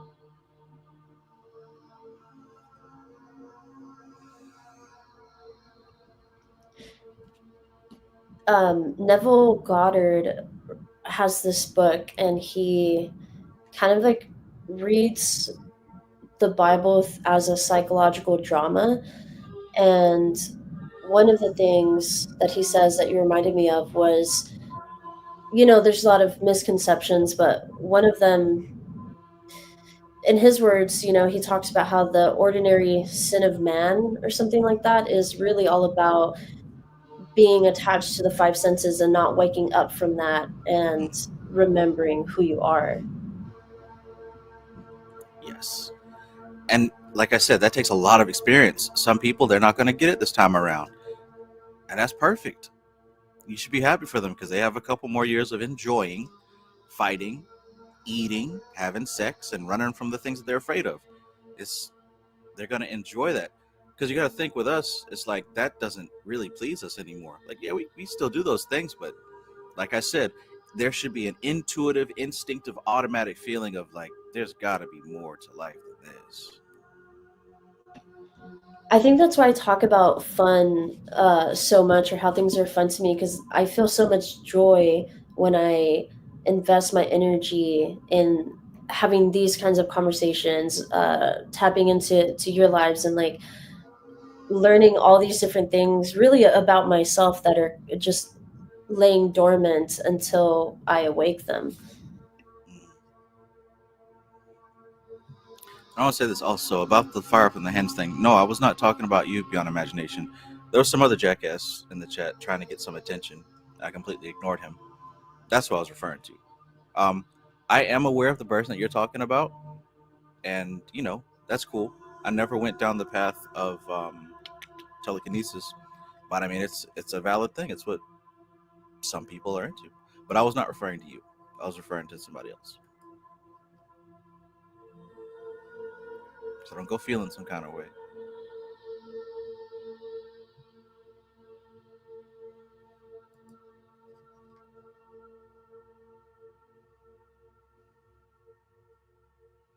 Yeah.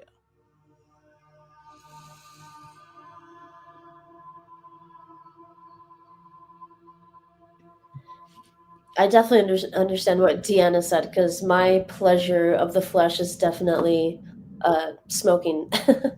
Is definitely the recreational. Yeah. But I just see it as that. It's just like a leisure of this this physical dimension that we're experiencing. I guess that's where non-attachment comes into play.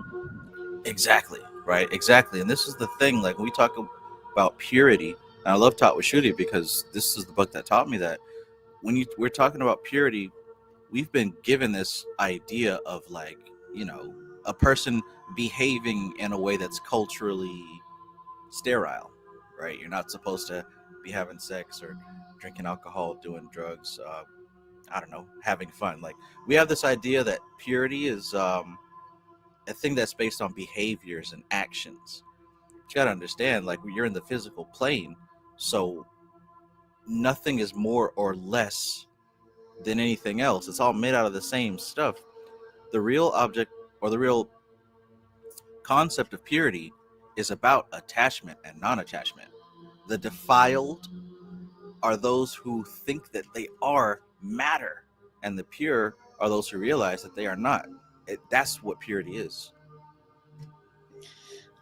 Right on point.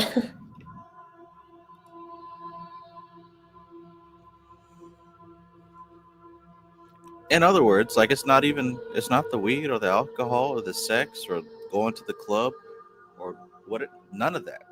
It's are you identified with that stuff? Are you attached to that stuff? Now, I'm not saying go do it and be crazy, but what I'm saying is, don't be feeling guilty and beating yourself up and thinking, oh, I can't do this because if you're not attached to it, you'll naturally start to gravitate away from it. If that's what you're supposed to do. It doesn't, what I'm saying ultimately is, it doesn't matter.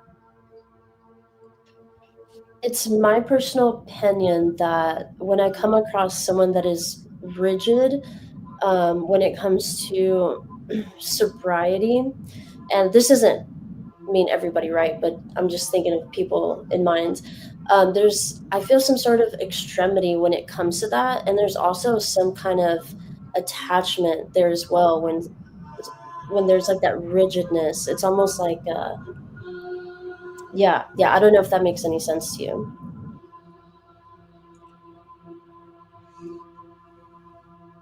Because typically, where's something like that coming from? That rigidity, you know, it's coming from some type of psychological response to some event in the past, which is attachment.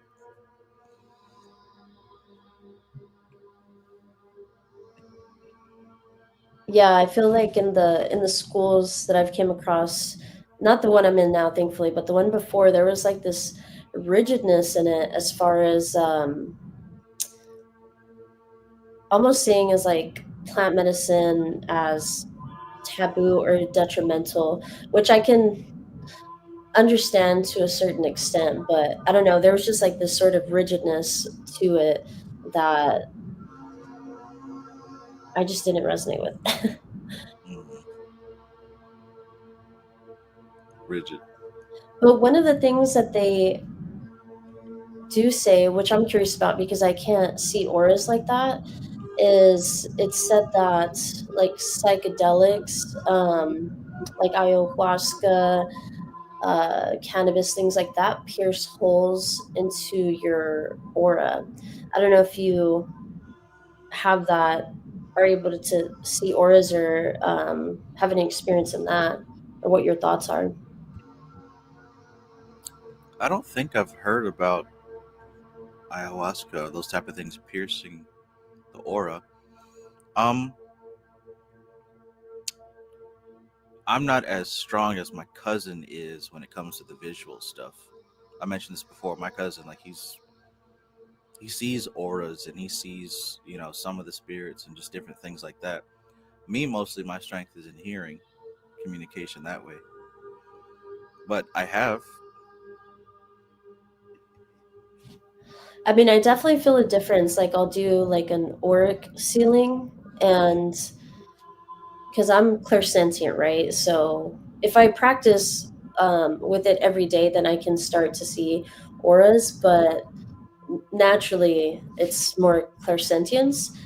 And whenever I do an auric sealing afterwards, I can definitely note the difference in the quality of my being. So those kinds of results or those kinds of collections of data is what I guess confirms certain things that I hear, like how psychedelics can pierce holes in your aura, because I'll be smoking, and then I'll do an orc healing, and I feel so good that I don't even want to smoke because I just feel so amazing. It's interesting. Yeah. Yeah, just thinking back on my experiences, I don't think I mean, what would holes in the aura? How would that manifest? Like, what's that? What are they basing that on?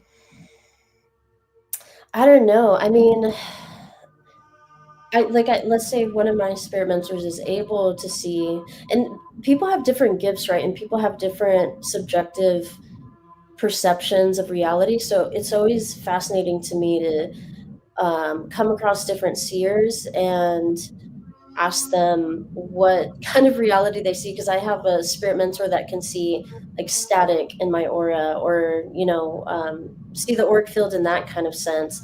And then there are some people that just have different kinds of visualizations, because we're all different instruments and we all have different inner conditions. So it's always it's always fascinating to see that play out, and how that information of different people's fields comes to their mind, and how it gets projected into their own movie. Yeah. Hmm. The Etheric Body book. I mean, that is a good book. There is some mentions of having issues with the aura. Um, but yeah, I didn't see any of it related to psychedelics. Well, the more I get on the path, the more I learn through this, the more I'm excited to share of what my personal data collections are. Right now, it's just feeling it. I can feel the difference after an auric sealing, and yeah, so that confirms, like, okay, there is something to that. Yeah. And it could also be like that auric sealing could be a rebalancing or recentering. Like, maybe not necessarily there were holes, but I mean, like, say the reset button. After you hit that reset button, it's gonna feel good. It's gonna feel back at the level it's supposed to be at. That's a perfect way to say it. That's exactly what it feels like. It's just a reset. Yeah. Yeah, I know that feeling.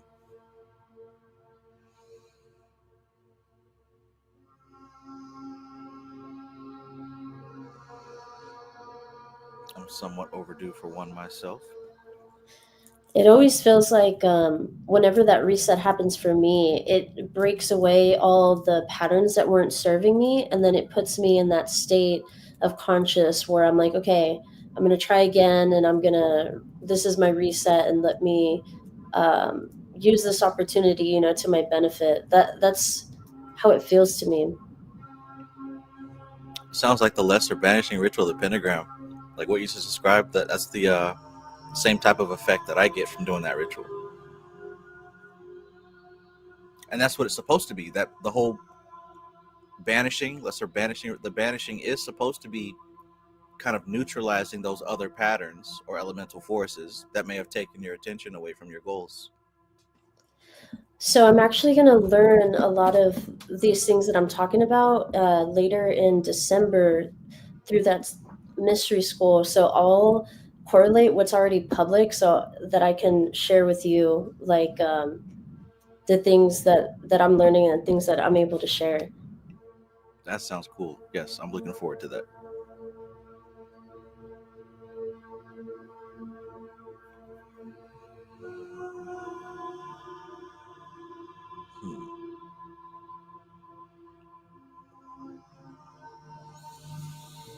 By the way, because I don't know if you remember this, but because I left the other school, and the person that wrote the handbooks or the training manuals for that school is actually the one that's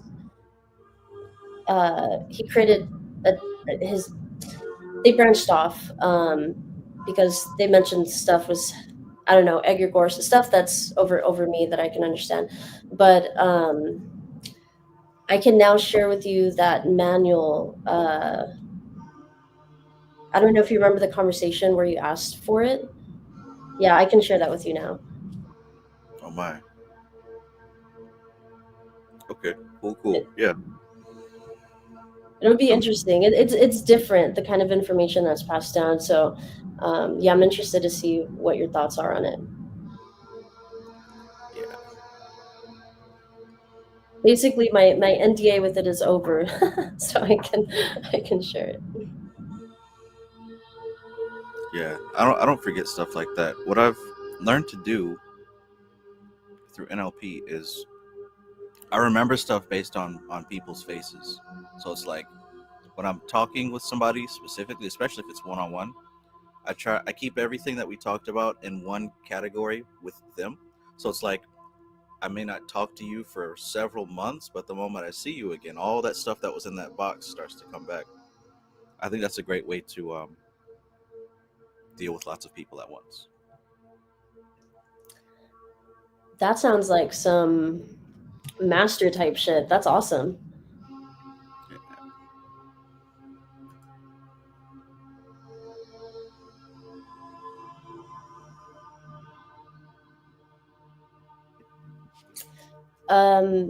Framestart, to answer your question, so basically like this mystery school, whenever you do take different, I guess you could call them courses or classes, they'll give, like, this is one, but I can't, this is one. It's just basically information that they give during the class that you could follow along. That's what I'm referring to. I wasn't able to share it back then, but I am now because I'm no longer a part of it.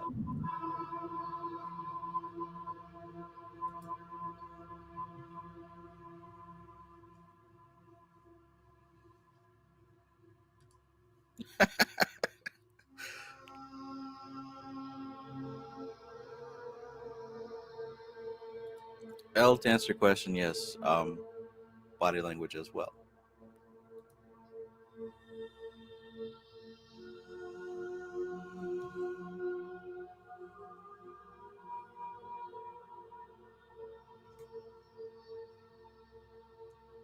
Oh,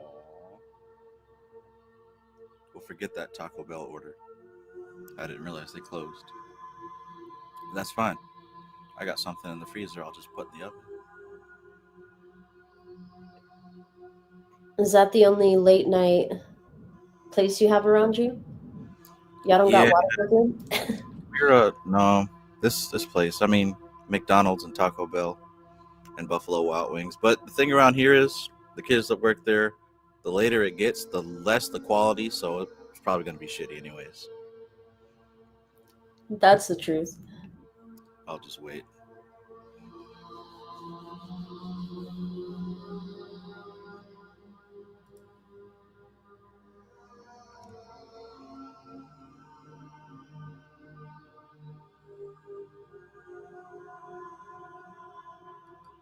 Oh, well, now I'm going to buy a white rose bush for my garden.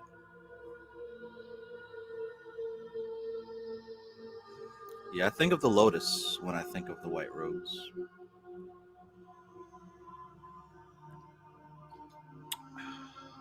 Lotus flower.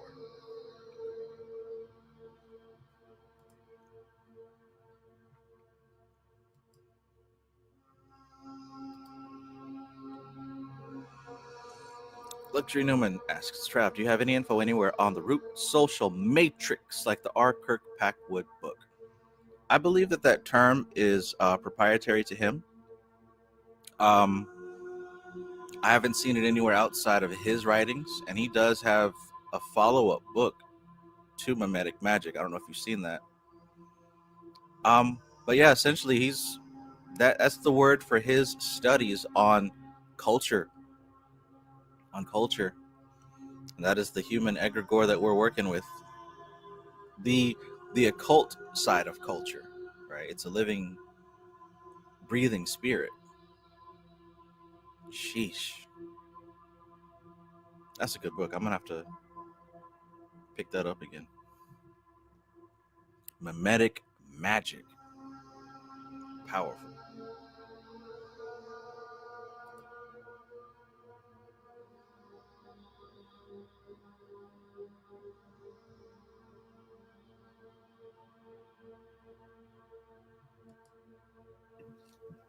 I don't think I even really ate today. I feel like I went to the movies earlier, and of course, the movie theaters, there's like $20 burgers, and it's just like way overpriced. Burgers. So I was like, yeah, I'm gonna take this popcorn as my dinner. What'd you see? Moana 2 and Beyond Imagination definitely don't have iron lugs. I got the asthma. But yeah, I saw Moana 2 and then I fell asleep kind of midway because I was so cozy. That's how it was for me in Deadpool 2. I missed the good parts because I got cozy. Those recliner seats. Mm. I think my son might like Moana too. Might see that. It was good for sure. I don't know if I'm a fan of the constant breaking out in song and dance, but the movie's good. Mm.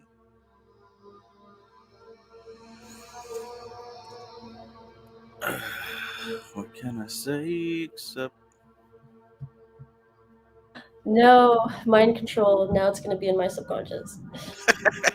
I just was like, because we watched the first Moana before Moana second, and so I just recently saw that, and that song was stuck in my head for about a week, and for just a few days, I was able to breathe without it playing randomly in my head. But now it's back.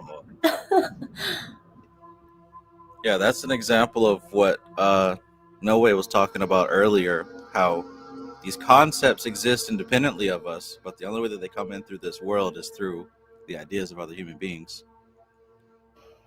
Say that again. Concepts and thought forms and spirits. The only way that they come into this world is through other human beings, through our ideas and through our speech and conversation. Yes.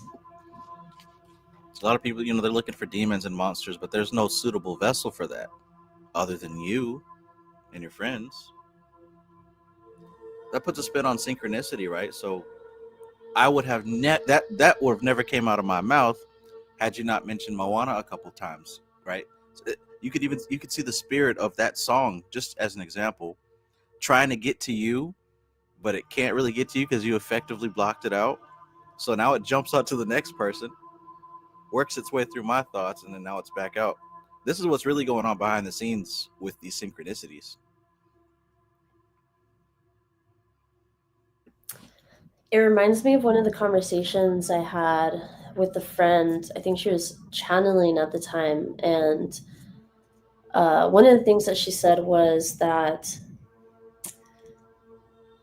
a common misconception, because we were breaking the programming behind believing in good and evil or seeing them as separate, and then we started talking about demons, and one of the things that she said was that the mere fact that you're observing something and perceiving something shows that you are not separate from it. And when I really chewed on that thought, it really it did something, and I was like, wow, that makes total sense, because we create our own demons. We're it's all expressing itself through us, and it has to do with our own internal conditions. Demons, but also blessings too. Think about it. Like if you're trying to manifest something, but you don't have it anywhere in your environment, you've got the pain of the lack of not having it that exists in your environment, but you don't have the things that you want anywhere, like in front of your eyes, coming in your ears, like nowhere. Wait, are you alluding to the spirit of availability there? Ophiel strikes again. Nice.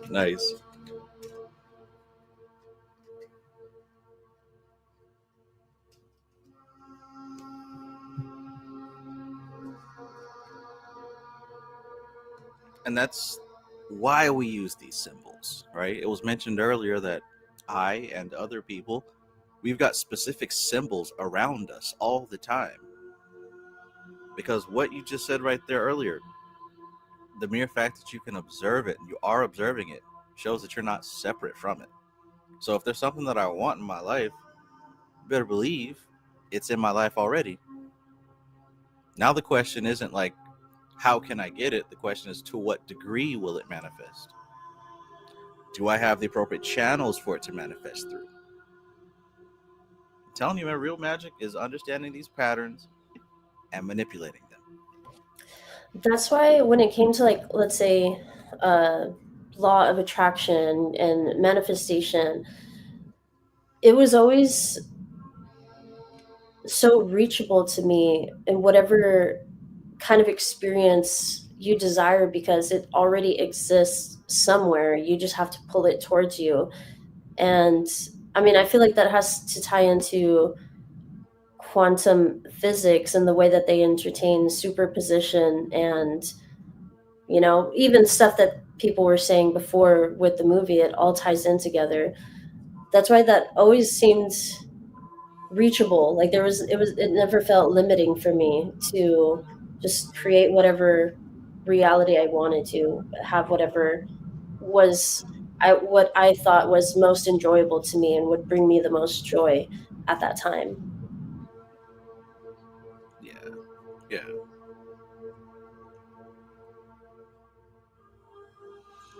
I think all of us have spent enough time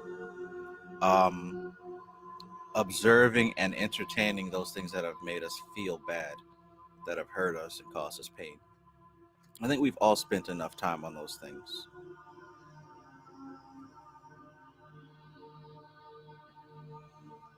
Yeah, it's like when in the Practical Guide to Kabbalistic Symbolism, when they talk about karma and the function of pain, and how it's all useful and appropriate to get you back on track. Yes. All useful and appropriate to get you back on track. And like what was said in Samkhya Darshan, when a human being comes to the point where they've had enough suffering, like you've had it all the way up to here and you can't take it anymore and you must do something about it, that's what I mean. And No Way Pop mentioned before about Mayat, and this was in the Outside the Circles of Time book. She's not here to save us from suffering. She's here to double down on it. She's here to make the pressure intense so that you can crack that egg and become something new. That's what I mean, like that springboard of human experience. Like when we're down, that's what evolution is. We start getting chased by wolves and lions and tigers and snakes enough time that you're like, damn, I'm tired of being a rabbit. And you evolve to something else and you get beat up until you say, I'm tired of being this. And the soul chooses a more expanded vessel. We find ourselves here as human beings. You start out very low and very basic until one day you say, I'm tired of this. I want more. That's how those of us who have transformed our lives from a low place to a high place, we generally say something like, I don't want this anymore. I want something better for myself. And we reach and we stretch, and life takes us there. That process, that's not the first time that we did that. That's not the last time that we're going to do that.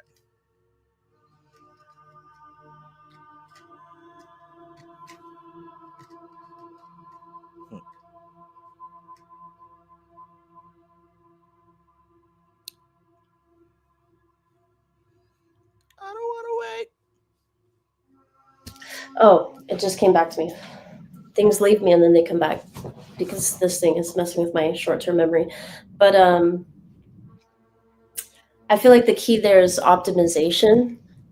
And it's like, it's funny how the most subtle thing is what passes over people's heads, because it's like all about how you choose to perceive something, and that in itself will change the way it responds to you and your relationship with whatever your experience is in that moment.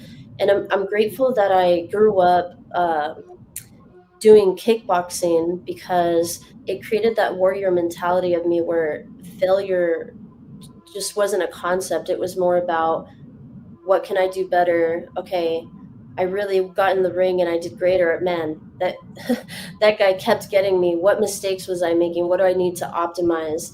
And that carries forward with even business. It's just like from moment to moment, it's just all about optimization.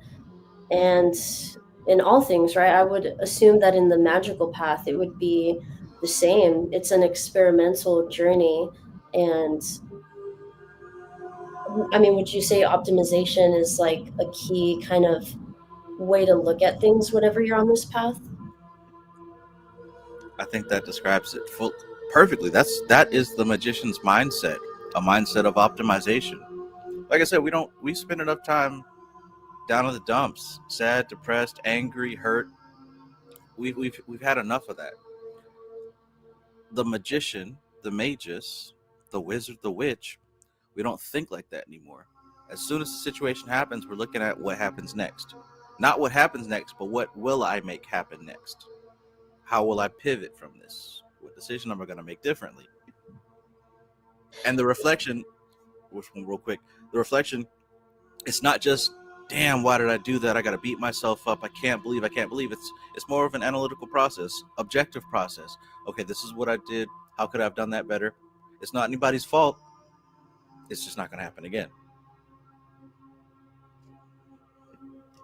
Yeah, and I think also because there's no more room for victimhood mentality, because you're able to just see things, analyze it, and then you don't sulk in it because there's no concept of victimhood anymore. It's just you just have a higher perception towards whatever is in front of you.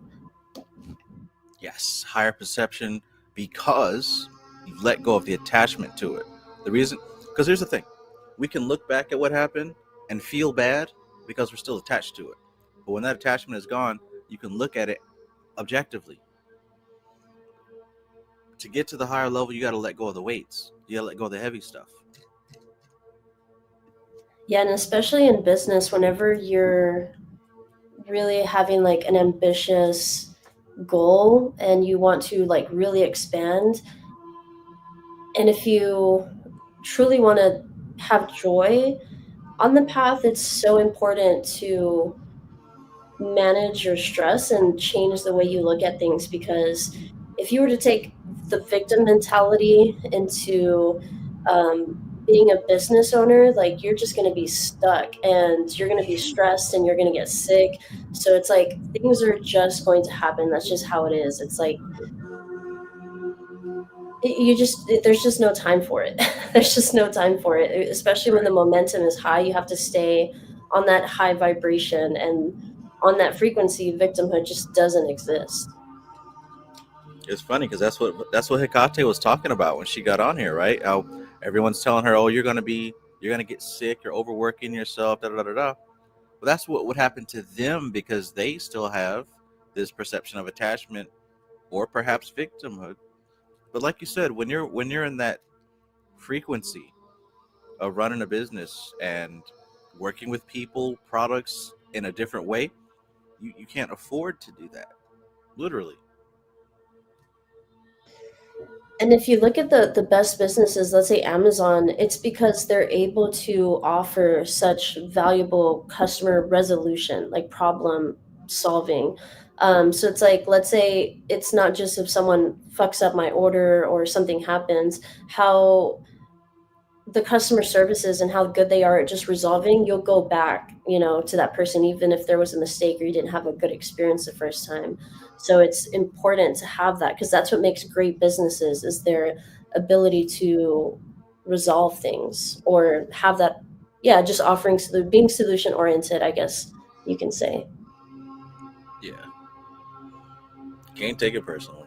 Cannot take it personally.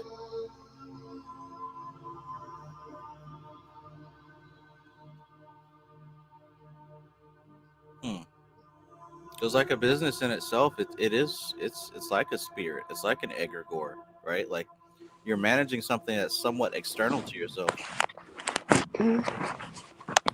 Oof, that's like what you're saying is just an understatement, like, because that's just so true. And I feel like that's another just like huge key when you start to understand businesses and when you see it, because it's like, yeah, there is, if you can build an egregore or like spirit, and if you can see it through that, yeah, it's so key what you just said. Yeah. And in doing so, in working with this egregore, working with this spirit, working with this business, it's like you're now, you have to be in a place outside of yourself. You have to see life now through the eyes of another entity, of another being. And that by default is how you relate to other people, to you. Yeah. I don't know, maybe doing something like running a business is a step on the evolutionary path.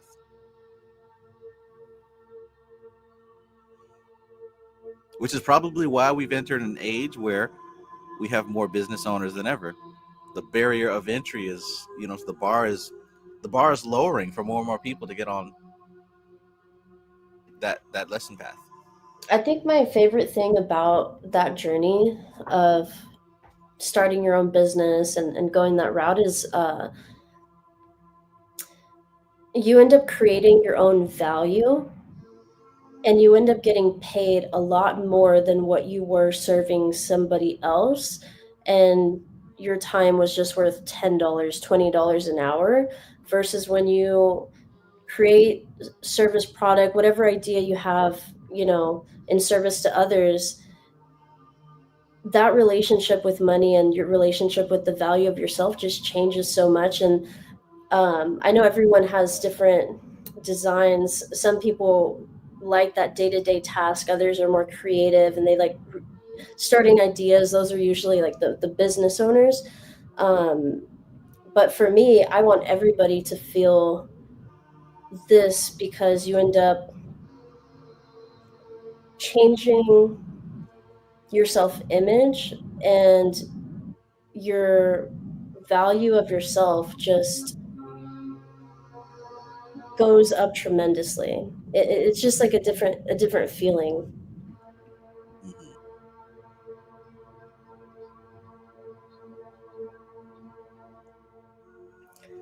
It's like, how would you feel, let's say if you're working at Taco Bell, since you mentioned Taco Bell, and you're getting paid, $15-16 an hour, and you're kind of just like not really doing much, versus let's say with what you do and you enjoy what you do, you enjoy making these videos, and one class, one course, you can get thousands of dollars, and it's just a different experience. It's just, it feels really good. And how do you feel it's changed your perception of self and the way you value yourself? Great question. Most definitely changed how I viewed money, right? Because it's like, say for example, when I was working at Lowe's or whatever job I had before, I always felt that looming threat that if I made some mistake, then I'd lose my job and my whole livelihood would come crashing down. And I used to think that $80 a day, $60 a day, like that's what I'm worth. That's what I have to shape my whole world around. Like, okay, so how am I gonna afford food, pay the rent? I gotta pay, child support type shit. Like, what? My mind is like in that small box of what someone else told me that I can do.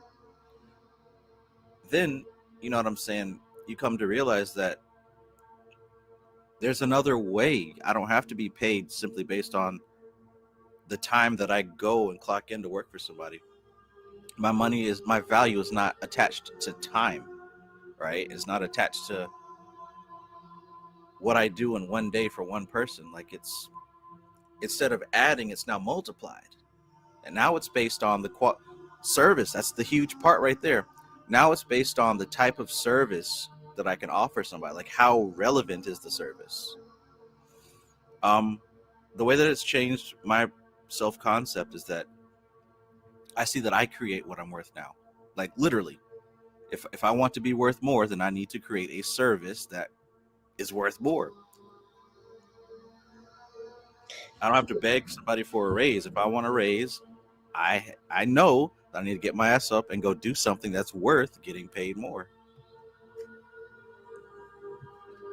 Like they say, if you want to be a millionaire, you have to, that aligns with having to have a millionaire solution.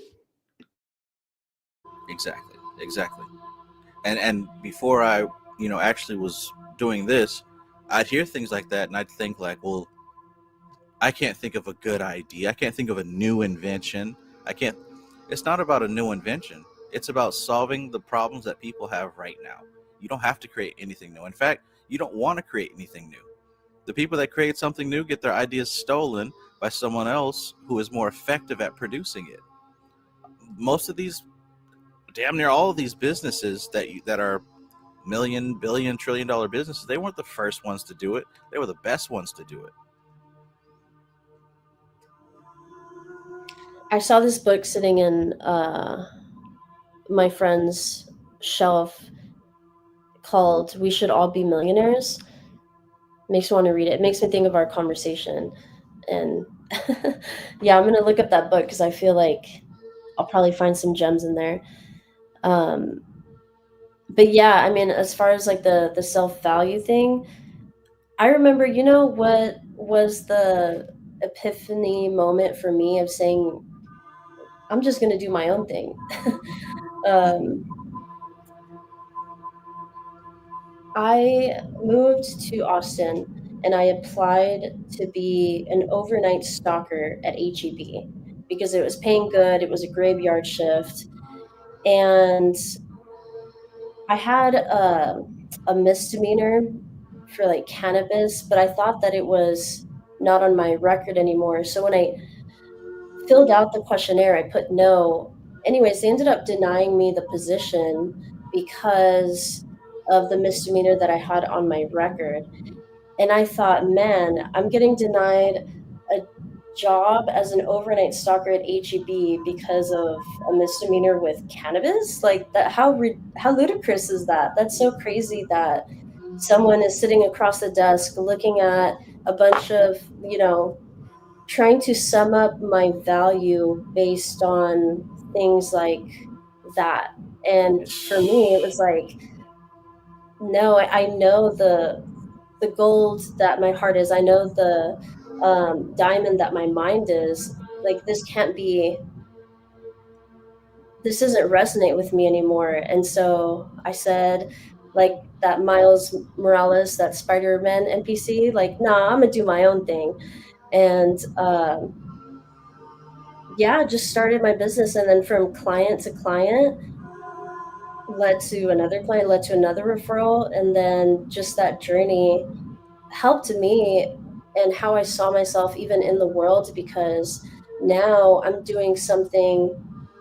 It's like you have to take, if you want to be successful and if you're like heart-centered and not egocentric, like you have to ask yourself the question, like, how can I be of service to others, and what kind of service does my environment need right now? What's in the collective? What's the collective asking for? What's that demand, and how can I curate it into a business?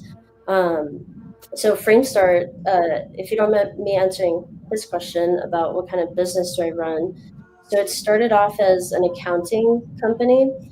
And then I thought of, how can I integrate my personality, and like, how can I do this in such a weird business model way that fits exactly for me and what I enjoy, so I can wake up with the greatest joy. And I love psychology. I love, studying and practicing the occult. And I ended up attracting a lot of occultic entrepreneurs that needed these services. And we even offer, there are times where I sit down with business owners and we identify the limiting beliefs. We see basically helping their relationship with money in a psychological way. And if they're in the occult, then we can just get weird with it and correlate it with magic, or talk esoteric and consciousness and all of that. And now I find myself in a position where I'm getting paid to just like serve other people in a way that is needed, because there's a lack of education around um, taxes and running, the small business, taking that journey. And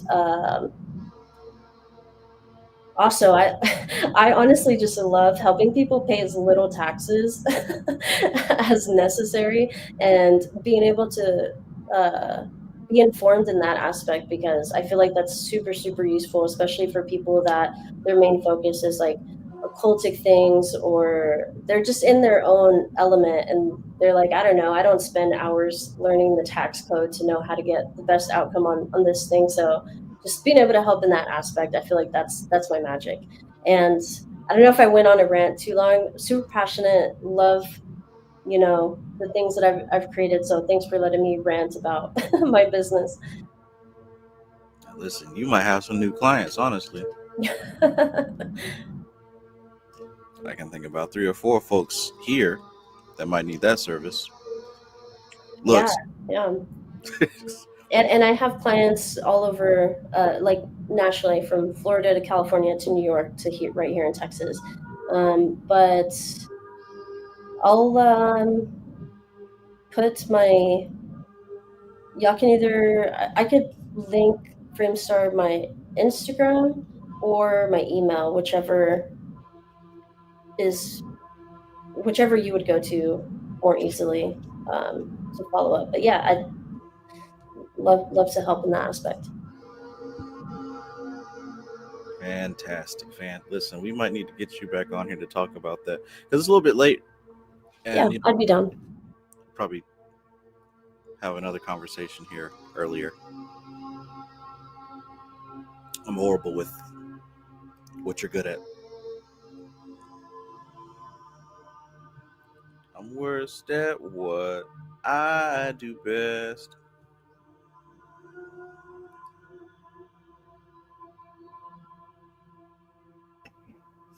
Oh, it didn't let me post a comment for some reason, but it's you could just, it's my name on here, Artemis in Theory. That's the Insta.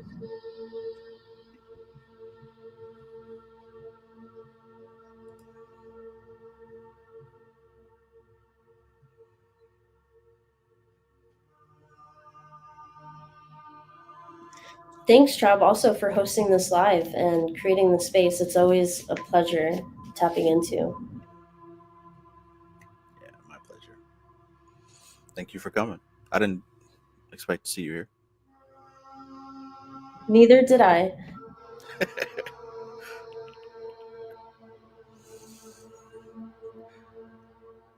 Yeah, this is one of those where I didn't have a pre-planned topic, but I knew that it would come out in the wash. It always does. It always has.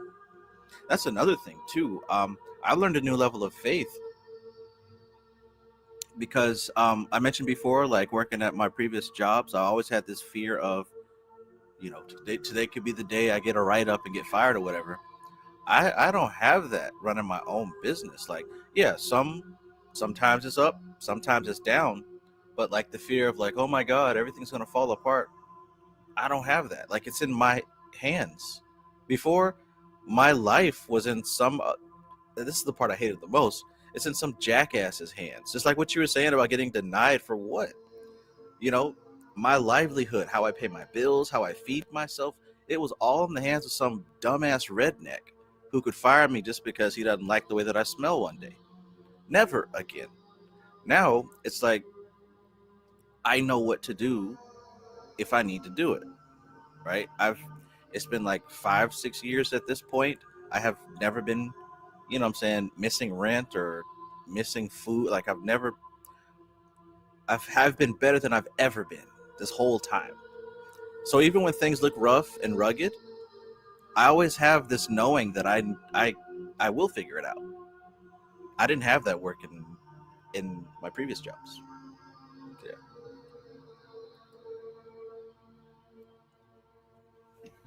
Yeah, the confidence definitely definitely goes up when it comes to just taking on life and having to pay to live on this planet, and being able to kind of try to create as much freedom as you can for yourself, freedom of time, freedom of money, whatever it looks like.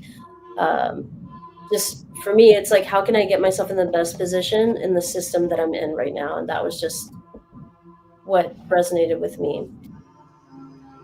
Yeah. And the room for growth. I remember at my last job, they're hearing about an opportunity to get paid more. They were training people to be like techs, and you can get paid like double. And this is knowledge that you can, if you want, have your own business with, right? Learning how to repair certain appliances and stuff like that. But the thing was, if the manager didn't want you to do it, he could just give you some bullshit and run you around. So it's like the ceiling, the room for growth was like non-existent. Whereas, like what you just said, how do I get myself in the best position?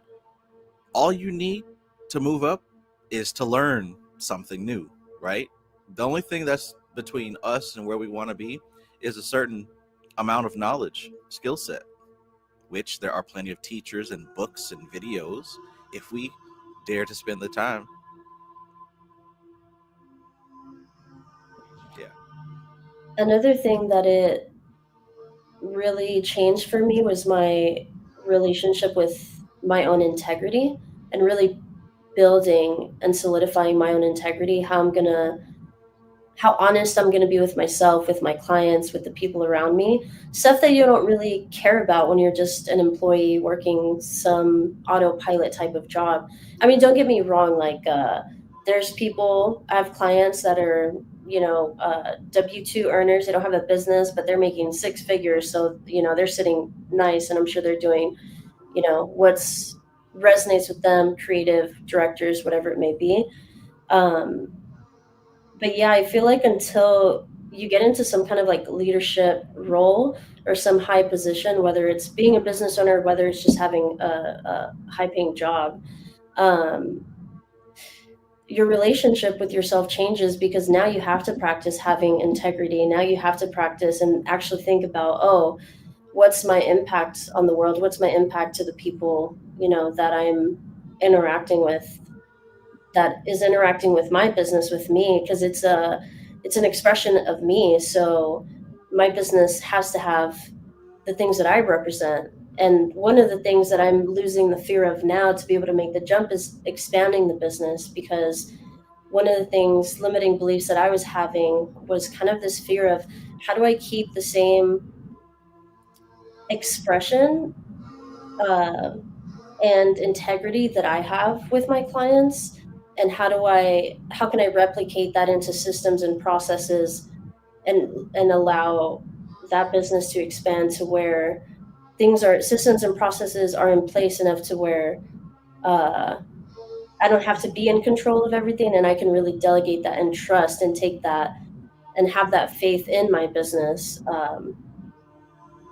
So yeah, it's challenging in the best ways, and it's helping me let go, I guess, and have that, seeing what my attachments are and what my fears are. Yeah. Growth, nothing but growth.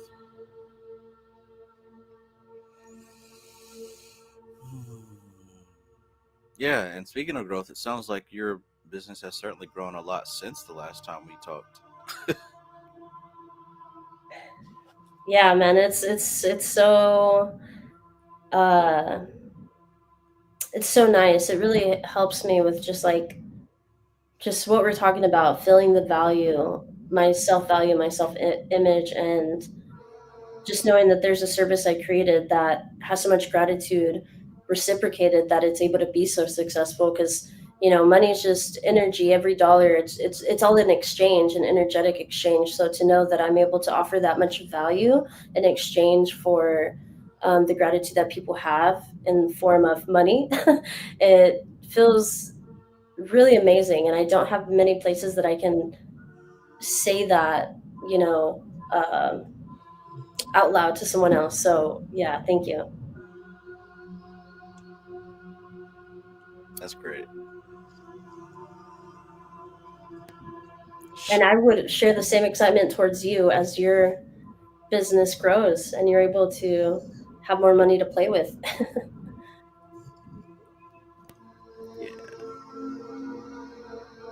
I'm looking forward to this next year. I have a good feeling about it.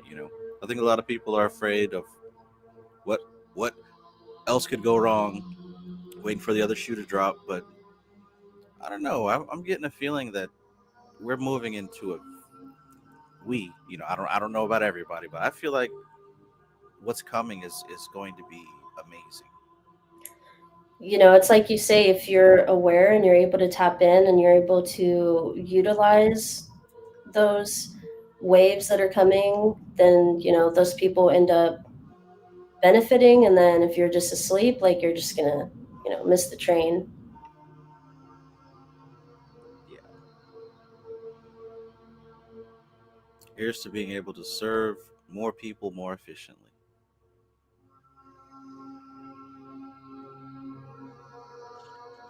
Such a good feeling. Such a good feeling. And especially with what you do, because the only way I relate to it is like the money mind shifts that I have, like helping people mentally and on their mental planes, empowering other people is like the best feeling ever. And with what you do and the way that you serve people, it's like one of the highest ways. It's one of the most enjoyable ways that you can do that. So I can't imagine how amazing that feels to you. Yeah, it's great, and a powerful lesson to me as well, right? Because I remember in my youth, I was depressed. I felt like I didn't belong, that nobody loved me, that I shouldn't exist. All those terrible things. To completely transform now, where I'm literally reminded every day that I'm valuable to somebody. Like, I'm literally reminded every day that I helped change someone's life for the better. And I had to learn, not to get attached to that, right? And to learn how to appreciate it for what it is. It's not me, I'm not doing it, but I am a doorway to them receiving that, right? I mean, you're one of the coolest characters in my movie, and the fact that I was able to come across you and like just come across your unique energy and your wisdom, and being able to be on a timeline where you can really do that freely and just talk about magic on YouTube on a live, just it's just so cool to me. So yeah, you definitely matter to a lot of people, and so glad you're here. Thank you very much. Ay, ay, ay. So look, the energy is good, the vibes are high. I'm also hungry. So I think that I would like to bring our conversation to a close. I'd love to continue talking, and I think that we should, perhaps when I'm less hungry. You should definitely feed your hunger. Okay. But yeah, looking forward to the next live and following up. This was, I feel like, the first time I actually came on one of these lives and got on camera and just let myself be part of the conversation, and I'm so glad that I did. Me too. Me too.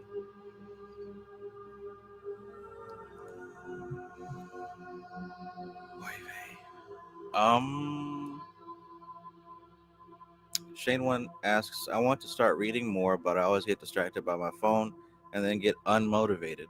Do you have any advice? Should I do a digital detox? You should do a digital detox, especially since you know that that's what you should do.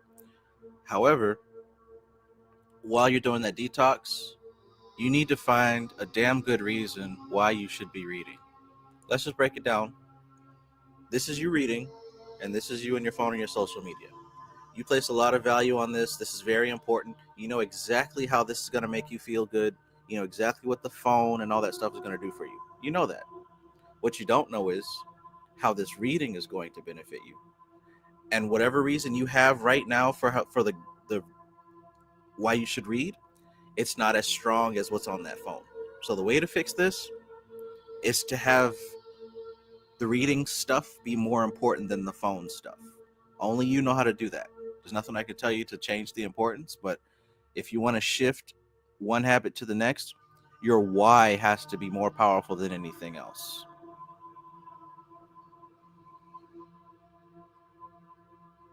Let me know if that helps.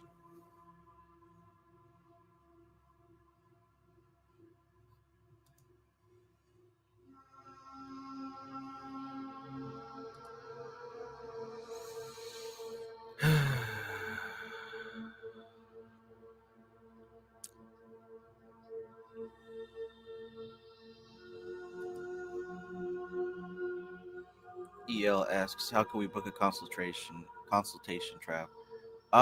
Send me a message on Instagram.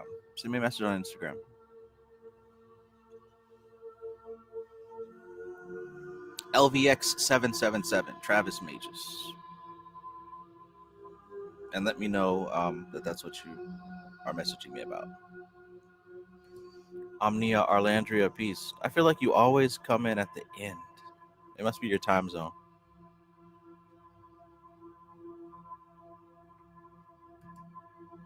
All right, everybody. Have a fantastic evening. We are moving into the best year of our lives, the best year of your life. And I hope that you're ready for it. I hope that you're prepared. I hope you're doing everything right now to get your patterns in line, right? All my elementals are winners. All your elementals are winners. Let's do it. Let's fade into the unicorn abyss.